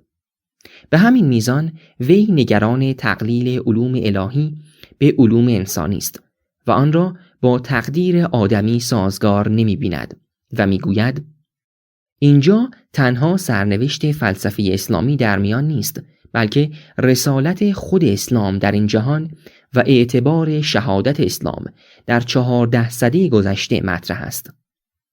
روشن است که این گونه داوری ها در اندیشه کربن که به نظر انگاره های بنیادین نظام فکری او به شمار می آیند خود به هیچ رو پدیدار شناختی نیستند. حتی چنان که در این نوشتار باز نمودیم معرفت شناختی نیز نیستند. زنجیره‌ای از ارزش داوری‌هایی در باب تجدد هستند که به منزله اصول موضوعه در نظام اندیشگی او به کار گرفته شدند.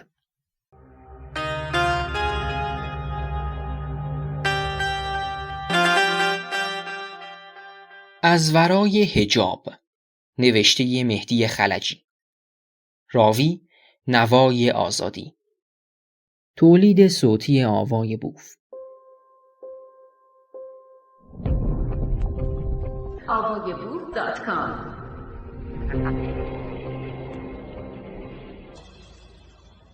کربن می‌کوشد ایران شناسی را از تاریخی نگری باز دارد. اما تاریخی نگری از یک نظر بزرگترین دستاورد معرفتی دوران مدرن است. کربن با نفی مدرنیته خواهان بازگشت حکمت ایرانی به سرچشمه‌های خود است، چرا که وی نگران از دست رفتن وجدان عرفانی و وجدان ایمانی و تبدیل آن به وجدان تاریخی است. اگر سکولاریسم سرچشمه زایش ایدئولوژی‌های دوران مدرن و یا فراورده آن است، برای گریز از چنگ ایدئولوژی در جهان اسلام چه چاره‌ای باز می‌ماند جز تأسیس مشروعیت اسلام معنوی یا مینوی که به عرفی شدن و این جهانی شدن تقلیل ناپذیر است، آن هم از مجرای به دست دادن تفسیری معنوی از تاریخ اندیشه در اسلام یا برجسته کردن تلقی معنوی از تاریخ و اندیشه در اسلام و تلاش برای حقیقی، ناب، اصیل و واقعی جلوه دادن آن. اکنون جای پرداختن به این پرسش است که هانری کربن مشروعیت اسلام معنوی را با چه سازوکاری تأسیس و تبیین می کند. اگر بخواهیم پاسخ به این پرسش را در یک کلام بجوییم، همانا تبیین خاص او از مفهوم تاریخ در اسلام خواهد بود. کربن به سبب دیدگاه ویژه‌ای که در باب سکولاریسم و پیوند معکوس آن با الهیات مسیحی دارد، شالوده فهم خود را از تاریخ در اسلام در مقایسه آشکار و نهان با سرگذشت این مفهوم در الهیات مسیحی پی می‌ریزد. با کاوش در نوشته‌های کربن شاید بتوان گفت که او مفاهیم کلیدی تاریخ نگاری خود را از اندیشه فلسفی اسلامی در تقابل مستقیم با الهیات مسیحی شکل می‌دهد. بدون درک نظریه او در باب سکولاریسم و نیز دریافت او از الهیات مسیحی، شناخت نظام اندیشگی او در باب اسلام ایرانی خالی از خلل نخواهد بود. تاریخ در اسلام از دیدگاه کربن. کربن بر مبنای پدیدارشناسی وجدان دینی اسلام به این باور می‌رسد که کانون این وجدان برخلاف مسیحیت واقعیت تاریخ نیست، بل چنان که پیشتر آوردیم واقعیتی ورای تاریخ و فراتاریخی است. خدای اسلام پیش از آغاز تاریخ تجربی با انسانها، پیش از آنکه آدمیان به این جهان گام بگذارند سخن گفته و با آنها میثاق بسته است و ارسال پیامبران هدفی ندارد جز یادآوری آن میثاق ازلی که به عهد الست تعبیر می شود.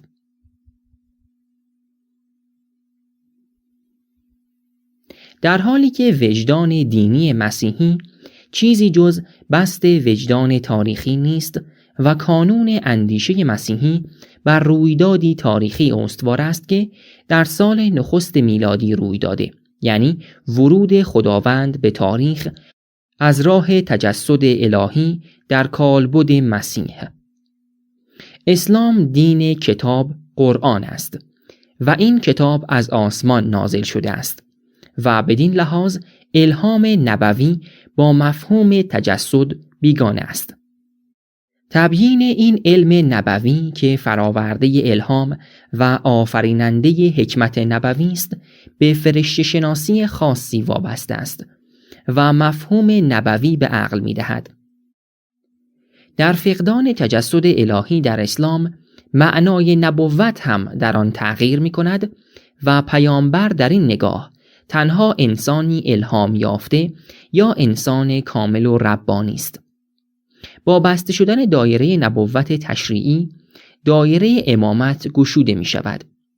امامت تداوم نبوت باطنی و تداوم تاریخ قدسی است و تاریخ قدسی تاریخ ظهور روح القدس است.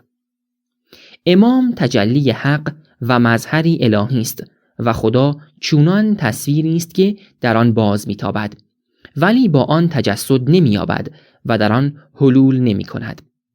این امام شناسی در تقابل آشکار با گرایش‌های غالب و مسلط در مسیح شناسی است که خود بر بنیان مفهوم تجسد استوارند. کوربن میان گرایشی حاشیه‌ای در مسیح شناسی با امام شناسی شیعی خویشاوندی‌های نزدیکی می‌بیند. در این گرایش‌های حاشیه‌ای بر اندیشه جسم لطیف مسیح، کارو اسپریچولیس کریستی، در برابر جسم کثیف، کورس سایکیک و در نتیجه تصور رایج مسیحی در باب تجسد تأکید می شود. از نظر وی امام شناسی قرینه نوعی از مسیح شناسی عرفانی و خنوسی است.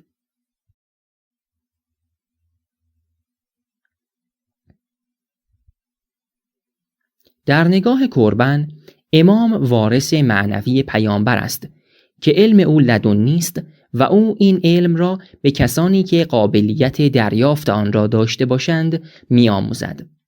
از آنجا که در اسلام مرجعیت کلیسا وجود ندارد، مفهوم امام نیز در تقابل با آن قرار می‌گیرد و حتی غیبت امام امر الهی را از تبدیل شدن به ابژه‌ای بیرونی و در نتیجه هر گونه اجتماعی شدن باز می‌دارد. چون انتظار فرج انتظار زمان حضوری ناشناخته است. انتظار امام غایب که در زمانی ورای زمان زمینی شکل می‌گیرد، از نگاه کوربن مانع تکوین ایدئولوژی دینی و ساختن اتوپیای این جهانی از دین است. همینطور فقدان مرجعیت کلیسا در اسلام طبقه روحانیت را در آن بی‌معنا و بی‌مبنا می‌کند. آنچه میماند یک گشودگی بیکران در افق زمانی فراتر از این جهان و ساحتی مثالی است که در هیچ کالبد زمینی نمی گنجد. بدینسان معرفت قدسی با تاریخ قدسی پیوند می خورد. تاریخی که مکان روی دادن واقعیت‌ها و وقایع معنوی و ورای واقعیت تجربی است و پیامبران و امامان تنها در مرتبه ظهور آنها در تاریخ قدسی فهم شدنی و دستیافتنی هستند و همین قلمرو تاریخ قدسی است که بالاتر از چنگ‌اندازی‌های روش‌های تاریخی قرار می‌گیرد، چون این روش‌ها تنها به کار شناخت رویدادهای تجربی در زمان مادی می‌آیند و این امر ورای تاریخ و معاد شناسی است که معنای گوهرین تاریخ را در اندیشه اسلامی شکل می‌دهد.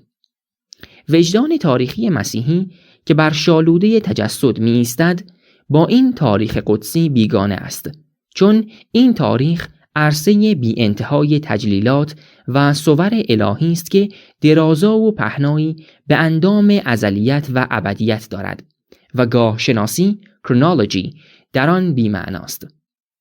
اما تجسد و ورود خداوند به گستره تاریخ در مسیحیت مانند هر رویداد تاریخی دیگر یک بار برای همیشه رخ داده است و در چارچوب گاه شناختی فهم می شود. از نظر کوربن تفاوت بنیادی اسلام و مسیحیت در نوع درک آنها از تاریخ است، چون با شریعت تجسد به منزله رویدادی در تاریخ میتوان فلسفه تاریخ پدید آورد، اما با تجلیلات و صور الهی که نشانی از تجسد و حلول ندارند و رویدادهای تمثیلی و در عین حال واقعی هستند، نمیتوان فلسفه تاریخ تدوین کرد و تنها در چارچوب این تجلیلات میتوان طرحی از حکمت تاریخ هیستوریوسوفی ریخت. در فلسفه تاریخ علیت درونی رویدادهایی که در جهان تجربی پدید میآیند تبیین می شود و بدین لحاظ فلسفه تاریخ عرفی شدن روح مطلق است، اما حکمت تاریخ در جستجوی درک رویدادها در مرتبه‌ای فراتر از جهان تجربی و در ملکوت است و اثرات نیروهای معنوی و عوالم متعالی را بر جهان می‌کاود، زیرا که داده‌های حکمت تاریخ در قلمرو تاریخ قدسی قرار می‌گیرند. در نظر کوربن حکمت تاریخ بر فرض مداخله نیروهای الهی عوالم نامحسوس در این جهان استوار است، در حالی که فلسفه تاریخ بر علیتی تکیه می کند که هر گونه استعلایی را ملغا می نماید و نادیده می گیرد. کوربن فلسفه تاریخ را بدین معنا پوزیتیویستی و سکولاریزاسیون رادیکال حکمت تاریخ ارزیابی می کند. گریز اسلام از اجتماعی شدن و عرفی شدن تا آنجاست که از نگاه کوربن در اسلام اندیشه اخلاقی وجود ندارد. اخلاق به قلمرو هنجارهای اجتماعی وابسته است و محصول توجه به سویه‌های ارضی زندگی انسانی در اجتماع و سیاست و مناسبات او با دیگران است. در حالی که در اسلام اندیشه کمال معنوی فرد و حیات او در مراتب استعلایی و تقدیر شخصیش در کانون توجه می نشیند. بر این زمینه است که کوربن تلاش می کند رویدادهای تجربی تاریخ اسلام را نیز در چارچوب پدیدارشناسی خود از امر دینی و قدسی در اسلام تبیین کند. این همان مرزی است که پیشتر گفتیم کوربن آن را در می نوردد، زیرا بر مبنای کوربن پدیدارشناسی به رخدادهایی که در جهان و زمان مادی رخ داده است نمی پردازد. اما از آنجا که اساس طرح کوربن بیان امتناع سکولاریسم در اسلام است، نمی تواند از چنین دغدغه‌ای فارغ باشد. شارحان کوربن گفتند که در نظر وی فلسفه و کلام اسلامی هیچگاه در خدمت قدرت یا پشتیبان گفتار رسمی نبوده است و فلسفه اسلامی تنها منطقی وجودی است که با نشستن در روح آدمی و در عشق تابناک فرشته تحول می‌یابد. این انگاری تنزه طلبانه و ناتاریخی از سرگذشت فلسفه و حکمت اسلامی و ایرانی آن را بریده از مناسبات اجتماعی و سیاسی و فرهنگی زمانه در نظر می‌گیرد. بر بنیاد تاریخ نگاری ذات باور، کوربن می‌اندیشد نزاع‌ها بر سر خلافت پیامبر پس از درگذشت او و حتی پیکارهای خونین معاویه و علی فراتر از چیزی است که در روزگار ما به منزله مبارزاتی سیاسی فهمیده می شود. کوربن می پرسد آیا نسب امام برحق که باید امت اسلامی با او بیعت کند و او در برابر آنها مسئول باشد امری صرفاً اجتماعی است یا اینکه منصب امام معنایی مابعد و طبیعی دارد و با تقدیر امت تا جهان دیگر پیوندی ژرف می‌خورد و نمی‌تواند به رأی اکثریت وابسته باشد. اینجا سخن از گوهر اسلام شیعی است. 3 نقطه سخن از یک نظریه نیست، بلکه مسئله واقعیتی وجودی و عینی در میان است. کوربن ظهور و پیروزی سیاسی سلسله فاطمیان در قاهره و به واقع سیاسی شدن اسماعیلیه را نیز امری تعارض‌آمیز می‌یابد و این تردید را در می‌افکند که یک گروه باطنی تا چه اندازه می‌تواند با سازمان رسمی دولتی سازگار باشد. در واقع چشماندازی که کوربن به اندیشه اسلامی یا شیعی ایرانی می‌نگرد ناسازه‌های تاریخی اندک نیستند. پدیدارشناسی به خود اجازه نمی‌دهد که جز به پدیده‌ها آنگونه که خود را در برابر وجدان دریابنده آن آشکار کرده اند بپردازد و در نتیجه از هر گونه اشاره به عوامل و زمینه‌های تاریخی و اجتماعی و سیاسی پیدایش، تحول و زوال آنها می‌پرهیزد. اما از آنجا که کوربن دغدغه‌ای از بنیاد سیاسی دارد، نمی‌تواند نتایج معکوس عملی یا بسط تاریخی این اندیشه‌ها را در ذهن خود نادیده بگیرد. از این روست که او برای گریز از درافتادن با تبیین‌های تاریخی ناگزیر است بسیاری از رخدادهای اندیشگی را نیز به امری دیگر تقلیل دهد تا نظام فکری او منسجم و معقول از کار درآید.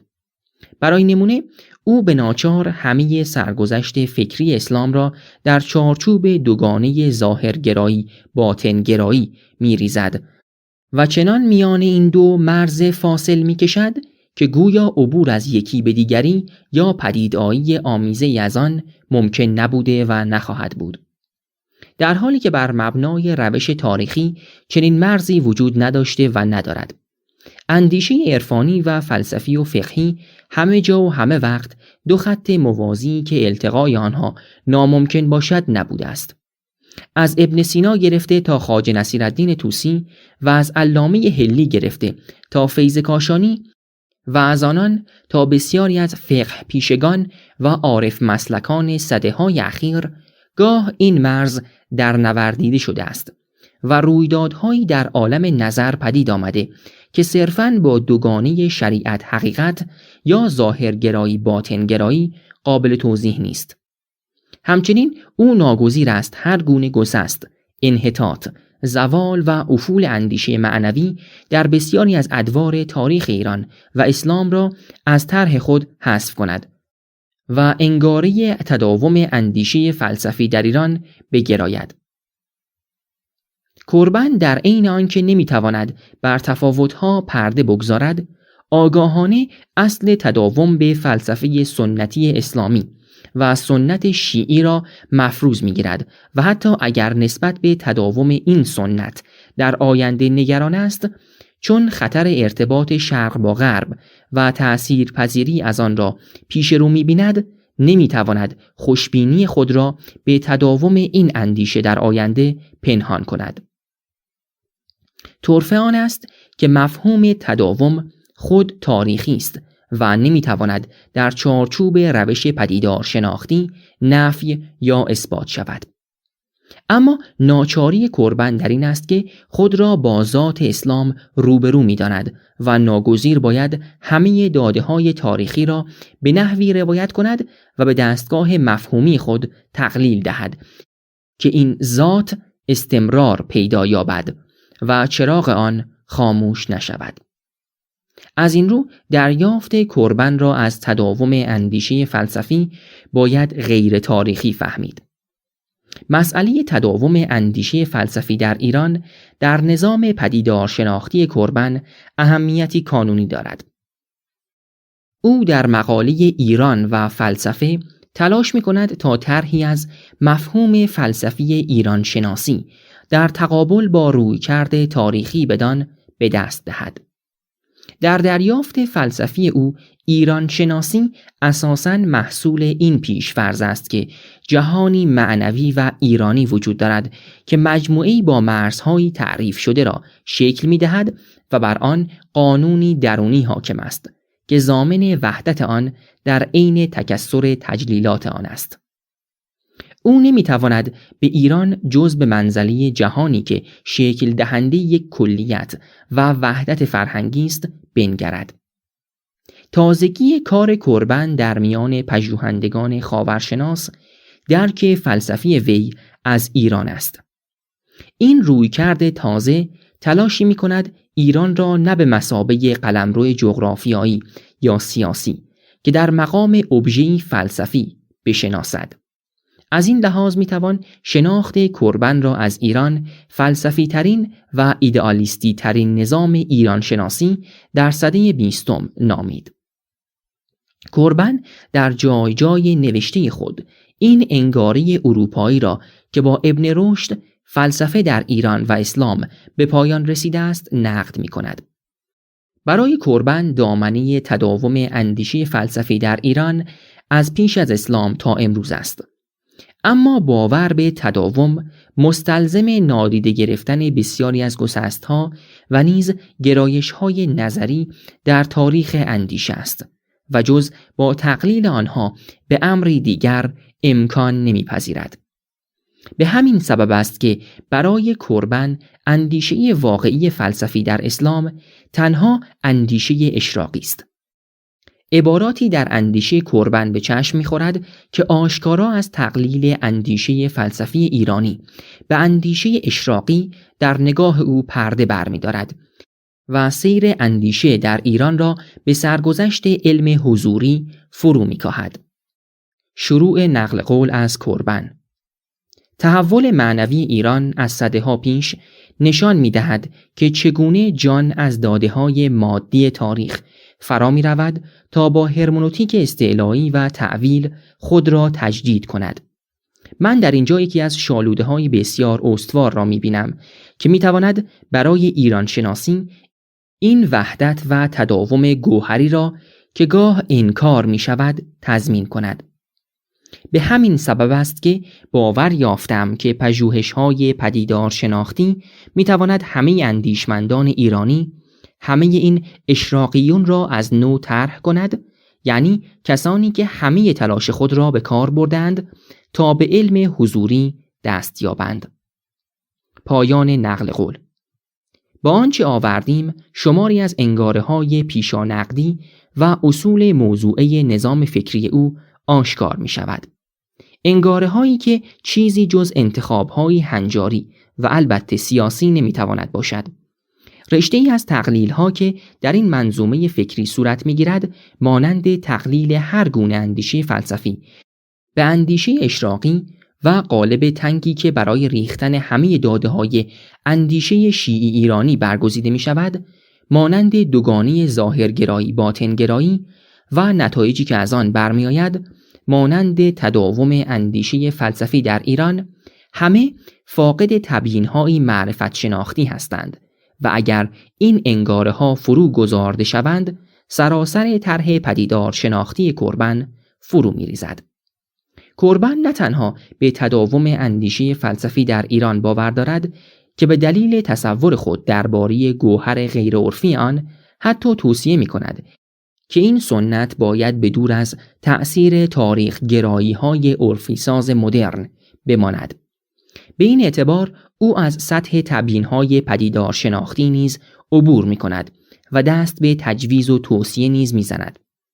محافظه‌کاری روش شناختی کوربن از همینجا آشکار می‌شود.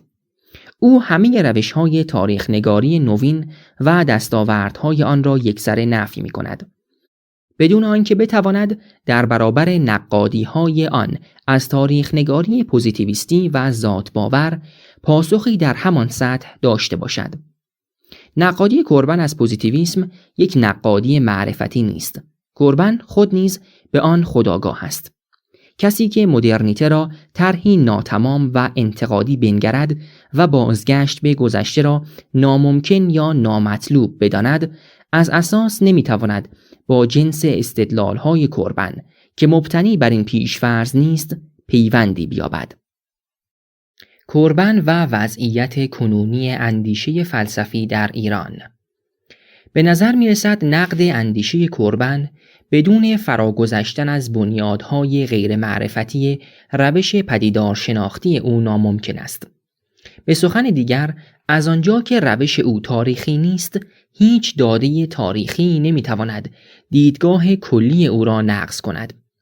اما در دوران اخیر رویدادهایی ظهور کرده که نه تنها با اندیشه کوربن قابل توضیح نیست که شاید اگر او خود زنده بود نمیتوانست با بی‌اعتنایی به این رویدادها صورتبندی کهن نظریاتش را از نو به کار گیرد و آن را بی‌نیاز از بازپرداختی نو بداند.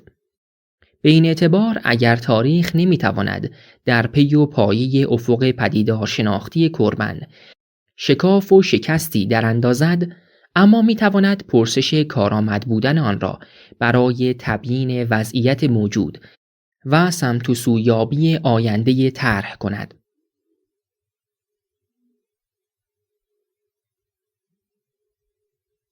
هانری کوربن 1 سال پیش از انقلاب 57 ایران درگذشت. شاید این بخشی از سرنوشت سرگذشت فکری او باشد. با انقلاب ایران نه تنها فلسفه سنتی مرگ خود را با بانگ بلند اعلام می کند و تصور آرمانی کوربن از تداوم گوهر معنوی اسلام و ایران در هم می ریزد که بسیاری از انگاره‌های او در باب دوگانه ظاهرگرایی باطنگرایی نیز نمی تواند وضعیت جدید را تبیین کند. در این نکته که سکولاریسم خوب است یا بد، یا اسلام اجتماعی و سیاسی خوب است یا بد، نمیتوان با کوربن درپیچید. اینها گزینش‌های غیر معرفتی هستند. اما اینقدر میتوان گفت که با انقلاب ایران، رؤیای کوربن از ایران و انتظارات و توقعات او از آن میپژمرد و میمیرد. کوربن آرزو میکرد که ایران پیشگام اسلام معنوی و مانع تبدیل آن به ایدئولوژی در جهان اسلام شود. از قضا کامیابترین ایدئولوژی اسلامی در ایران پدید آمد. تنها ایدئولوژی اسلامی که می توانست دولت تأسیس کند و دولتی عرفی را براندازد. انقلاب ایران و به سخن دقیق تر جمهوری اسلامی جدا از اثرپذیری‌هایش از ایدئولوژی‌های زمانه، فراورده تلفیق اسلام فقاهتی و اسلام باطنی بود. آیت الله خمینی، معمار جمهوری اسلامی، تربیت اصلی خود را در قلمرو عرفان یافته بود و بر همین بنیاد توانست فقه را با عرفان به گونه‌ای بیامیزد که به نظریه ولایت فقیه بیانجامد. نظریه ولایت فقیه به هیچ روی نظریه‌ای فقیهانه نیست و تنها از اسلام ظاهری و فقاهتی مایه نمی‌گیرد. همان گونه که کوربن در آثارش تأکید می‌کند، ولایت مفهوم مرکزی اندیشه عرفانی و اشراقی است. بی سبب نیست که فقیهان معاصر این نظریه را اگر نه بدعت که بدیع می‌دانند. به سخن دیگر، بدون آمیزش اسلام فقاهتی با آنچه کوربن اسلام معنوی می‌خواند، زمینه اصلی ایدئولوژیک کردن اسلام و تشیع فراهم نمی‌شد و روشن است که بدون فرض انحطاط و گسست اندیشه فلسفی در ایران، شرایطی برای این آمیزش نمی‌توانست پدید آید. فرایند شرعی کردن عقل و عرفانی فهمیدن شریعت و سرانجام تلفیق امر معنوی و قدسی با امر دنیوی اگر از سده‌ها پیش آغاز نمی‌شد، مقدمات وضعیت کنونی تفکر سنتی فراهم نمی‌آمد. شماری از شاگردان کوربن مانند کریستیان ژامبه که هنوز تلاش می‌کنند ظهور بنیادگرایی در جهان اسلام را به دستاویز دوگانه باطنگرایی، ظاهرگرایی و غلبه دومی بر اولی توضیح دهند، با دشواری‌های معرفت شناختی سختی رویارو هستند. زیرا دیری است که مرز میان این دو برداشته شده است. در عین حال مبانی تلفیق فقه و عرفان که به نام اجتهاد صورت گرفته است و پیامدهای معرفتی آن هنوز به گونه‌ای بنیادین پژوهش نشده است. اکنون کسی در فقدان آن نگاهداران سنت مشعل که کوربن رد پای آن را تا روزگار ما میدید نمیتواند تردید کند. نیم نگاهی به وضعیت کنونی حوزه‌های علمیه در ایران که کانون‌های اندیشه فلسفی به شمار می آمدند نشان می دهد که نه تنها دوران سراغ کردن خلاقیت فلسفی از آنها به سر رسیده، که سنت تعلیقه و تحشیه بر آثار فلسفی پیشینیان نیز افول کرده است. فلسفه پیشگان و عارف مشربان پیشین نیز اگر بازمانده باشند، اکنون بیشتر در قبای فقیه یا دقیق تر بگوییم در جامعه ایدئولوگ ظاهر می شوند. هانری کوربن، تاریخ نگار اندیشه ایرانی. به نظر می رسد بازنگری کارنامه هانری کوربن در مقام یک تاریخ نگار بتواند بر گوشه‌هایی از اهمیت اندیشه او روشنی بیفکند.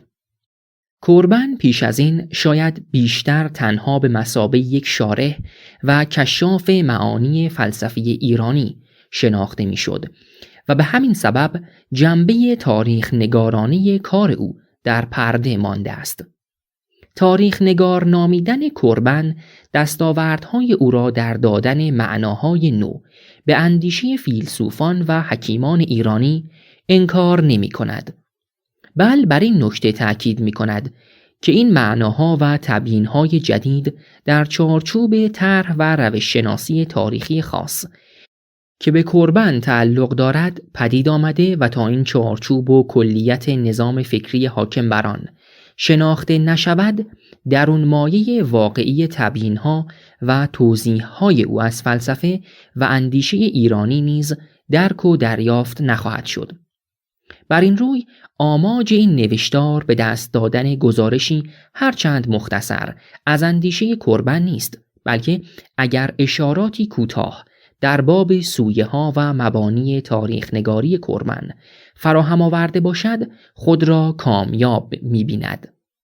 هایدن وایت در کتاب فراتاریخ، تخیل تاریخی در اروپای سده 19 تاریخ وجدان تاریخی سده 19 را بررسیده و مشکل معرفت تاریخی را پیش کشیده است.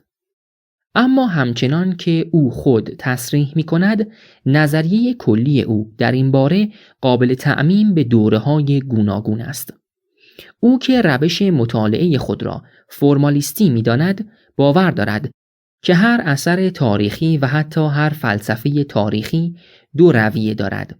یکی ساخت گفتاری verbal structure یا رویه ظاهری است که زنجیری از داده‌های تاریخی و مفاهیم نظری را به هم می‌بافد تا این داده‌ها را تبیین کند. برای این امر تاریخ نگار یا فیلسوف تاریخ داده‌ها را در ساختاری روایی و در قالب زبان نثر می‌چیند تا هماهنگی و انسجام آنها را به همان صورت که در گذشته اتفاق افتاده اند نشان دهد. به نظر وایت رویه دیگری نیز در میان است که او آن را ژرف ساخت یا دیپ استراکچر یا رویه نهانی هر اثر تاریخی مینامد. این ژرف ساخت سرشتی شعری و به ویژه زبانی لینگویستیک دارد و به مثابه پارادایم مفروض و اصول موضوعی هر گونه تبیین تاریخی در آن متن عمل می کند. تاریخ نگار در آنچه به منزله قلمرو تاریخی طراحی می کند اساساً کنشی شعری انجام می دهد و در این قلمروست که نظریه های خاص خود را پیش می کشد تا آنچه واقعاً روی داده را تبیین کند. وایت به فرجام به این نتیجه می رسد که هیچ تاریخی نیست که در عین حال فلسفه تاریخ نیز نباشد. وجوه ممکن تاریخ نگاری همان وجوه ممکن فلسفه نظری تاریخ است و این وجوه در واقع صورتبندی بصیرت‌ها و نگرش‌های شعری است که بنا به تحلیل مقدم بر آنها هستند و به نظریه‌های خاصی مجال و مشروعیت می‌دهد که به تبیین یک گزارش تاریخی می‌پردازد. بر این روی هیچ دلیل موجهی وجود ندارد که بر پایه آن بتوان مشروعیت اقتدار و مرجعیت یکی از این وجوه را بر دیگری بر حسب واقع نما بودن آن ادعا کرد. همچنین گزینش یک استراتژی برای تبیین تاریخی بیشتر بر شالوده نظامی اخلاقی و زیبا شناختی استوار است تا بر منظومه‌ای معرفت شناختی. در نهایت اثر تاریخی شکلی از فعالیت عقلانی و فکری است که هم هنگام ادبی، علمی و تاریخی است. این ملاحظات راه را برای کاوش در عوالم فراتاریخی هر اثر تاریخی که بیشتر مبتنی بر تخیل بلاغی و هنری است می‌گشاید. تأکید وایت بر سرشت هنجاری تاریخ نگاری که ورای افقها و گزینه‌های معرفتی آن نهفته است، رویه دیگر معنای هر اثر تاریخی را هویدا می‌کند. بدون آنکه در جزئیات نظریه وایت وارد شویم یا همه آن را بپذیریم، تنها می‌توان بر ایده کلی او تأکید کرد و آن را گواهی گرفت بر آنچه در برداشت خود از منش تاریخ نگارانه کوربن آوردم. بنابراین آنچه هنوز باب پژوهش در آن باز است، کوشش برای راهیابی به ژرف ساخت تاریخ نگاری کوربن از اندیشه ایرانی و کشف مقوله‌ها و مفاهیم بنیادی نیست که او در آن سوی گزارش و تبیین تاریخی خود از رویدادهای فلسفی و فکری تاریخ ایران به کار گرفته است.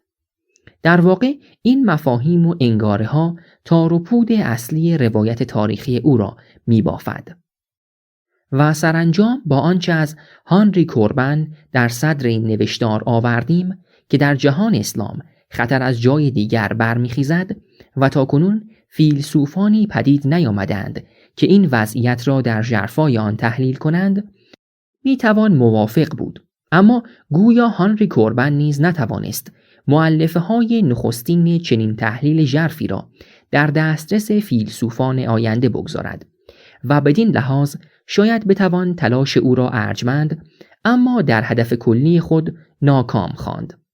بر این پایه به نظر می آید با تمام اهمیتی که کارنامه هانری کوربن دارد و بسیاری از یافته‌ها و دستاوردهای ایران شناختی و اسلام شناختی او همچنان می تواند معتبر باشد، اکنون هنگام وداع با افق نگاه پدیدار شناختی او از راه سنجش فلسفی آثار اوست، کاری که هنوز به درستی در ایران آغاز نشده است.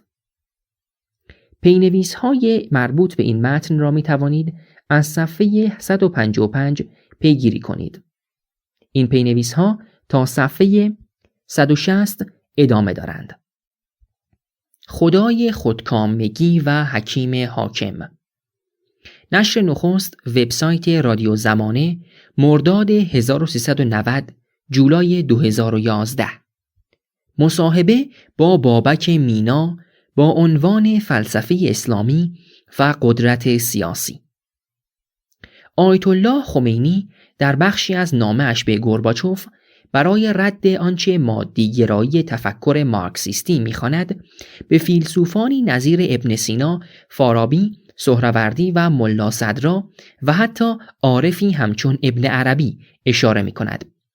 دهه‌ها قبل علامه محمد حسین طباطبایی شاید نخستین کسی است که از درون حوزه‌های علمیه در مواجهه با مارکسیسم حکمت متعالیه را به خدمت می‌گیرد. تقریراتی که بعداً با پاورقی‌های مرتضی مطهری با عنوان اصول فلسفه و روش رئالیسم منتشر شد. از کنار هم قرار دادن این دو متن می توانیم نتیجه بگیریم که آنچه فلسفه اسلامی خوانده می شود، خواسته یا ناخواسته، در قرن ما مفهومی سیاسی پیدا کرده است. فلسفه اسلامی روزگاری سلاحی بوده است برای رد مارکسیسم و امروزه سلاحی است برای رد لیبرالیسم و تمام آنچه انحطاط فکری و معنوی غرب خوانده می شود. شماری از مهمترین نظریه پردازان جمهوری اسلامی، متخصصان سنتی فلسفه اسلامی یا دست کم تحت تأثیر آن هستند. کسانی همچون مرتضی مطهری، محمد تقی مصباح یزدی و عبدالله جوادی آملی. و عجیب این که این افراد کم و بیش همگی شاگردان مکتب ملا صدرا هستند. آیا این نکته تصادفی است؟ سوال اینجاست: آیا می توان محتوای فلسفی اسلامی به طور عام و حکمت متعالیه به طور خاص و کاربرد ابزاری و سیاسیش رابطه‌ای هست؟ آیا در فلسفه اسلامی نوعی محتوای سیاسی پنهان و بالقوه وجود داشته است که تحت شرایط خاص سیاسی و اجتماعی توانسته خود را محقق کند؟ و یا اینکه بهره‌گیری از این سنت فلسفی در کشمکش‌های سیاسی عصر ما صرفاً یکی دیگر از نمونه‌های استفاده ابزاری از فلسفه در سیاست است؟ پایان سؤال مجری. پاسخ: مابعدالطبیعه، هر مابعدالطبیعه‌ای اساساً سیاسی است. بنابراین فلسفه اسلامی نمیتواند پشتوانه‌ای برای شکل خاصی از سیاست نباشد.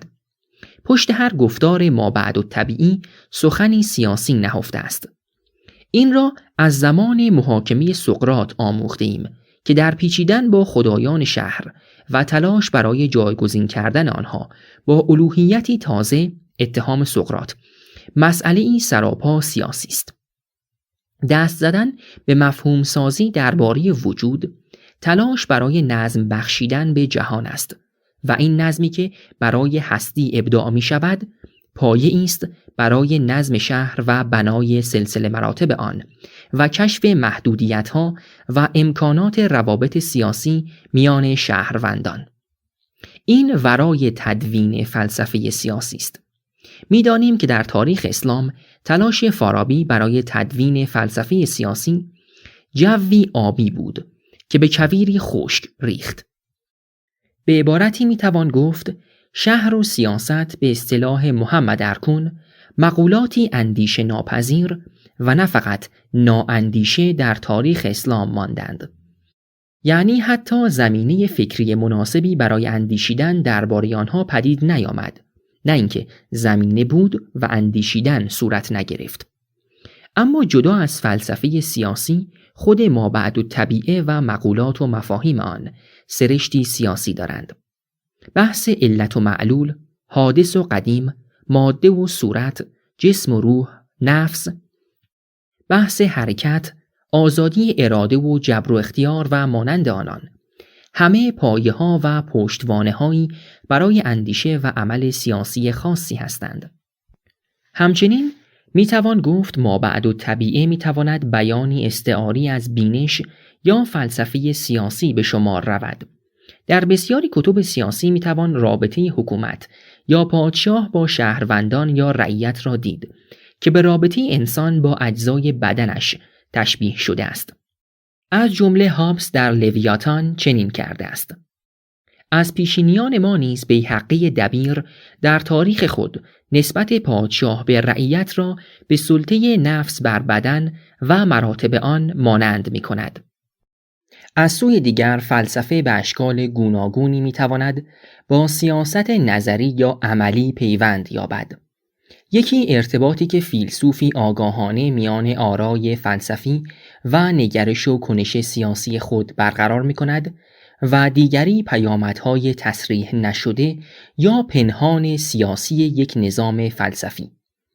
گاهی فیلسوفی به الزامات سیاسی سخن فلسفی خود آگاه است و می‌کوشد نظر و عمل سیاسی را بر آن بنا نهد. این معمولاً در شکل پرداختن فلسفه‌ای سیاسی یا رساله‌های سیاسی آن فیلسوف جلوه می‌کند. گاهی نیز فیلسوفی در آثار خود کمتر اشاره روشنی به سیاست می‌کند، اما می‌توان میان فلسفه او و منش سیاسیش پیوندهای منطقی و موجه برقرار کرد. بحث درباره ارتباط میان مبانی فلسفی یک فیلسوف و دیدگاه‌ها یا رفتارهای سیاسیش یکسره مشروع است. این پرسش را درباره فیلسوفان قدیم و جدید در غرب طرح کردند، از جمله کسانی چون هگل، نیچه و مارتین هایدگر و میشل فوکو. این پرسش درباره فیلسوفان اسلامی به ندرت درافکنده شده است. مثلا درباره ابن سینا که مدتی وزیر نیز بوده یا مانند میرداماد در عصر صفوی. یک دلیل عمده شاید آن است که ما تاریخ اندیشه، تاریخ ایده ها یا تاریخ فلسفه به معنای دقیق آن هنوز نداریم. تاریخی که بتواند پیدایش و تطور آرای فلسفی را در سیاق تحولات سیاسی اجتماعی و در همکنشی با آنها باز نماید.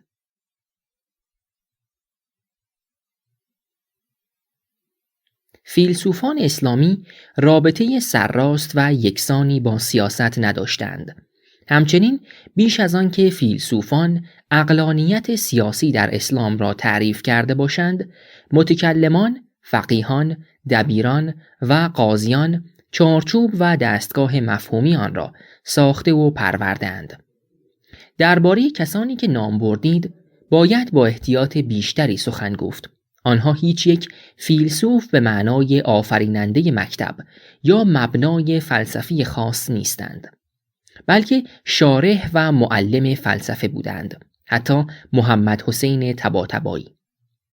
همه اینها پیروان صدرالمتعلهین و هواداران حکمت متعالی اند. البته تفاوت‌های باریکی میان آنها هست. یکی مثل آقای خمینی و آقای جوادی از هم درآمیختن استدلال و نقل قرآنی و حدیثی و عرفان باکی ندارند. دیگری مانند آقای طباطبایی و آقای مصباح ذهن استدلالی تری دارند و در بیان فلسفی خود نیز به برهان ملتزم میمانند. اما این فرقها آنها را از خانواده فلسفی ملا صدرا بیرون نمیبرد. جز آقای خمینی که به او باز خواهم گشت گمان نمی کنم مدرسانی که نام بردید هیچ یک به اقتضاعات و الزامات سیاسی مابعدالطبیعه صدرایی آگاهی داشته باشند یا تلاشی برای برقراری ارتباط میان فلسفه و سیاست انجام داده باشند. آقای جوادی مدرس فلسفه و عرفان و آقای مصباح مدرس فلسفه بودند. هر دو اکنون درس فلسفه را ترک گفتند. آقای جوادی خارج فقه تدریس می کند و آقای مصباح به سیاست و مدیریت روی آورده است. به ویژه این دو تصور نمی کنم هنگام سخن گفتن در باب سیاست چندان ارتباطی آگاهانه میان حکمت متعالیه که بدان باور دارند و دفاع پرشورشان از ولایت فقیه برقرار کنند. حتی تبیین آنان از ولایت فقیه نیز تابعانه و شارحانه است و از نوآوری تهی است. آنها از پرستیژ فیلسوف سنتی برای پیشبرد موقعیت و مقام سیاسی خود بهره می‌گیرند، نه از دانش فلسفی خود. به سخن دیگر گفتار سیاسی آنان فاقد درونمایی فلسفی و حتی فکری به معنای عام است. پس بهتر است به جای سخن گفتن از فلسفه این مدرسان که همان فلسفه صدرایی است، از فلسفه اسلامی به شکلی عامتر بپرسیم. بر این بنیاد پرسش شما را میتوان دو نیم کرد. نخست، چه نوع فلسفه سیاسی از فلسفه اسلامی قابل استنتاج است؟ به سخن دیگر گفتار فلسفی آنگونه که در تاریخ اسلام بست یافته در بردارنده چه گفتار سیاسی است یا پیامدهای سیاسی آن چیست؟ دوم آنکه آیت الله خمینی که فلسفه و عرفان اسلامی آموخته بود در تولید و تنقیح نظریه ولایت فقیه چه تأثیرهایی از مقولات و مفاهیم فلسفه و عرفان سنتی پذیرفته بود؟ چه تأثیرهایی که بدان آگاه بود، چه تأثیرهای پنهان؟ در کنار فلسفه در تاریخ اسلام عرفان نظری به دست محی الدین ابن عربی پرورده و بالیده شد که فیلسوفان بعدی به ویژه ملا صدرا در ساختن گفتار فلسفی خود از آن بهره بسیار گرفتند.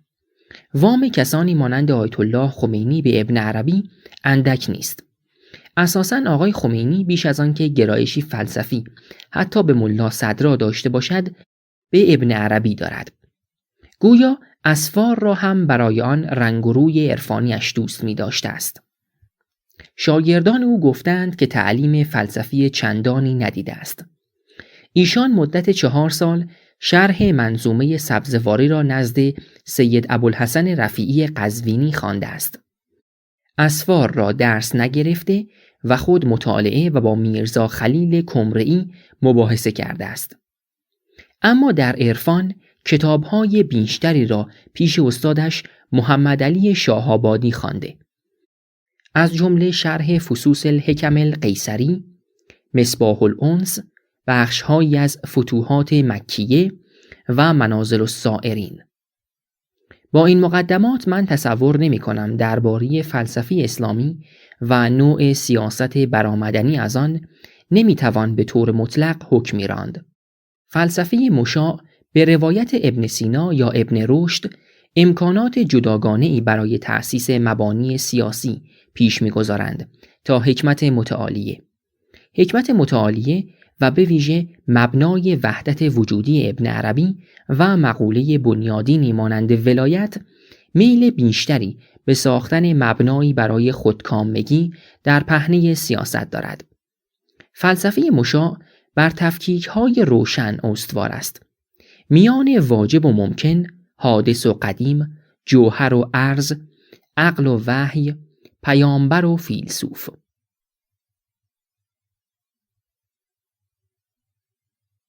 این تفکیک‌ها در عرفان ابن عربی و نیز حکمت متعالیه بیشتر رنگ می‌بازد و به سمت وحدت می‌روند. اگر کتاب مصباح الهدایه الی الخلافة و الولایه از آقای خمینی که در دهه سوم عمرش نوشته با درس گفتارهای ولایت فقیهش در نجف مقایسه شود، پیوند میان آرای سیاسی و مشرب عرفانی فلسفیش بیشتر آشکار خواهد شد. اساساً تصور میکنم آقای خمینی اصطلاح ولایت در ولایت فقیه را به معنای عرفانی آن به کار میبرد، نه به معنای فقهی. همین بود که تفسیر او از ولایت فقیه در حازمه فقیهان، حتی فقیهی سیاسی مانند حسین علی منتظری، گوارده نمیشد. میدانید که ابن عربی دعاوی سهمگینی درباره خود داشت و خود را خاتم ولایت محمدی می‌خواند. همچنین او در فص موسی و فرعون الفصوص الحکم از سر باور به وحدت وجود به فرعون حق می‌دهد که دعوی خدایی کند.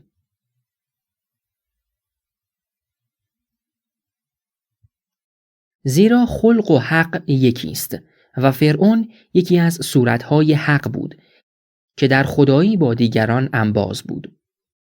آقای خمینی مقاماتی برای ولی فقیه قائل بود که جز در چارچوب عرفان ابن عربی به دشواری قابل فهم یا توجیه است.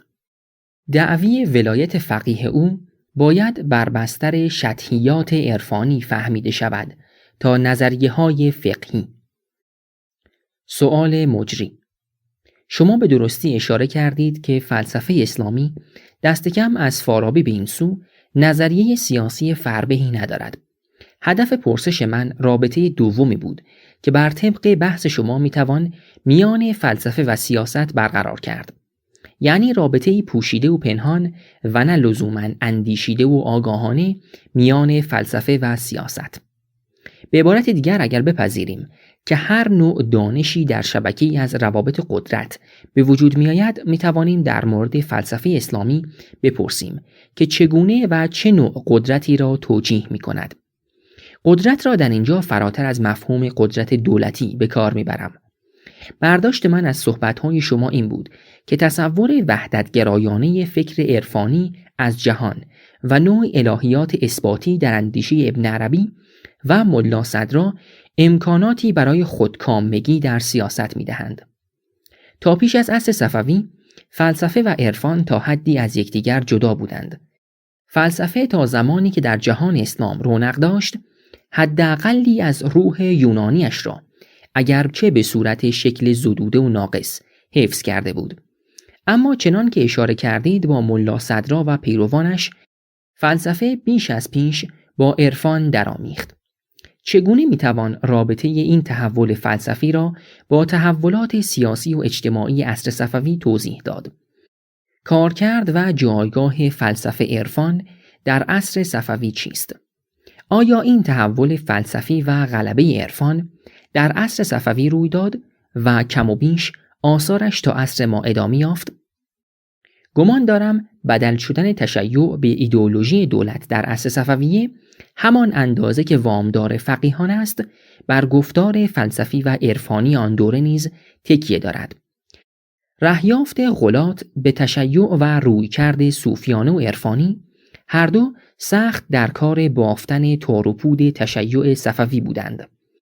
نگرش غلات و صوفیه به رابطه ماده و روح، دنیا و آخرت و حلول امر الوهی در بدن انسان، همه در نسج دریافت مذهبی از سیاست در عهد صفویان نقشی پررنگ بازی کردند. پایان پرسش مجری.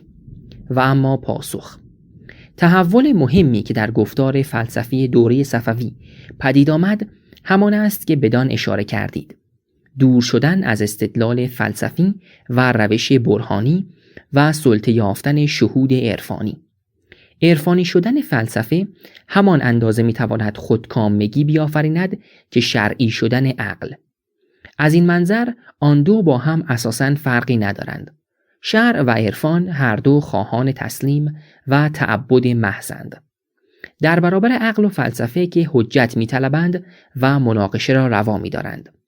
از سوی دیگر به قول منجی الاسود در کتاب اسلام الفلاسفه، درست است که اسلام فیلسوفان با تفسیر فقیهان و متکلمان و محدثان از اسلام تفاوت دارد، اما در نهایت آنان نیز نتوانستند از منطق چالش‌های فکری در جامعه اسلامی بیرون روند و در نتیجه مدعی برتری معرفتی بر رقیبان و در دست داشتن حقیقت مطلق بودند. فقیهان و فیلسوفان به طور متقابل به یکدیگر به چشم خاری می‌نگریستند و هر یک خود را فرقه ناجیه می‌پنداشتند. به ملا صدرا بنگرید که چه اندازه درباره کسانی که حتی با او اختلاف نظر فلسفی داشتند درشت می‌گوید. او درباره صوفیان کلماتی می‌نویسد که فقیهان را سخت خوش می‌آید. کتاب او درباره صوفیان، شکستن بتان جاهلیت، درباره کفر جماعت صوفیه، کسر اصنام الجاهلیه فی کفر الجماعت الصوفیه نام دارد.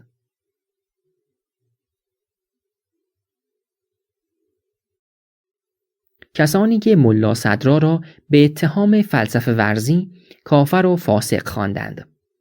او نیز کسان دیگری را که به راه تصوف می رفتند چنین خواند: منطق فکری در دایره دوگانه‌های ایمان کفر، حق و باطل، یقین و شک سرگردان بود.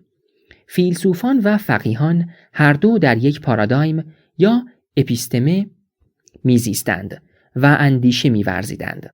حاصل عرفانی شدن فلسفه هم پیدایی دو تیپ یا گونه فیلسوف بود که در روزگار ما نیز نمونه داشته است. یکی محمد حسین طباطبایی، عارف فیلسوف تارک دنیا و سیاست گریز، و دیگری روح الله خمینی که سیاست را غایت نظر و عمل خود کرد. هر دو رویکرد را میتوان به ریشه های فلسفی آنها در حکمت متعالیه بازگرداند. اینکه چرا یکی بر خشت اصول حکمت متعالیه بنای ولایت فقیه را برمی‌افرازد و دیگری از آن سپری در برابر شر زمانه میسازد و به کنج تنزه میخزد، باید دلایلی بیرون از منطق فلسفی داشته باشد. اما سخن در این است که حکمت متعالیه نه تنها امکان پیدایش مفهوم سیاست به معنای یونانی را پیش نمی‌گذارد، بلکه از آن سو می‌تواند بالقوه دستگاه فلسفی نوعی خودکامگی دینی را فراهم کند. تنزه طلبی سیاسی هم روی دیگر خودکامگی است. فلسفه اسلامی در ایستگاه آخر خود، حکمت متعالیه، سخت انسان ستیز می شود. یعنی انسان در مقام موجودی تا اندازه‌ای مستقل از میان می رود. نگاه وحدت وجودی ابن عربی بر درک رابطه میان انسان و خدا سایه می افکند. انسان در مقام موجودی بسته زمان و مکان تنها مرتبه‌ای از ذات الهی است. وحدت وجود وحدت آن مطلقی است که به خود و از خود و برای خود وجود دارد. غایت حیات و هستی آدمی فنای در خداوند و حتی فنای در فناست، یعنی ناهوشیاری از فانی بودن. آگاهی ذهن و اراده انسان یکسره باخته و سوخته می شود. اگر بپذیریم که نظم هستی شناختی و کیهان شناختی صورت بالایی نظم سیاسی است، در فلسفه مانند حکمت متعالیه امر سیاست مستقل از امر قدسی بی‌معناست. همان گونه که جهان بدون سراسر بستگی به خداوند عدم محض خواهد بود. ملا صدرا در سفر اول اسفار اربعه در بحث علت و معلول به شرح می نویسد که از نگاه او رابطه میان خدا و جهان چگونه است. او سخن کسانی را که نسبت خدا با جهان را نسبت علت فاعلی به معلول می دانند رد می کند. یعنی کسانی که این نسبت را شبیه رابطه پدر و فرزند، سازنده و ساختمان، آتش و آب جوش می پندارند. او حتی منکر آن می شود که اینها اساساً علت فاعلی واقعی باشند، یعنی توانایی ایجاد داشته باشند. از نگاه او هستی جهان خود بنیاد نیست و دائم بسته و نیازمند فیض باری است در حدوث و بقا. در همان سفر او رابطه خدا و جهان را به خورشید و نور یا دریا و موج تشبیه می کند. جهان یک کرشمه از نگاه خداوند است که اگر نازی کند در هم فرو ریزند قالب‌ها. می توانید تصور کنید که اقتدار و مشروعیت سیاسی بر پایه این تصویر از جهان چه معنایی می تواند داشته باشد. جهان ناپایدار و سراسر وابسته به مبدأ قدسی است. در نتیجه یا سیاست امر یکسره بیهوده است و باید آن را به اهلش، یعنی اهل دنیا، فریفتگان سراب، واگذاشت، یا اگر سیاستی مشروع قرار است شکل بگیرد باید به نوعی با امر قدسی طبیعتاً از طریق ولی پیوند یابد. از درون این منظومه فکری یا راهبی چون آقای طباطبایی را باید انتظار داشت یا قدرت ستایی چون آقای خمینی را. مهم آن است که در این دریافت از انسان و فلسفه سیاست غایب است.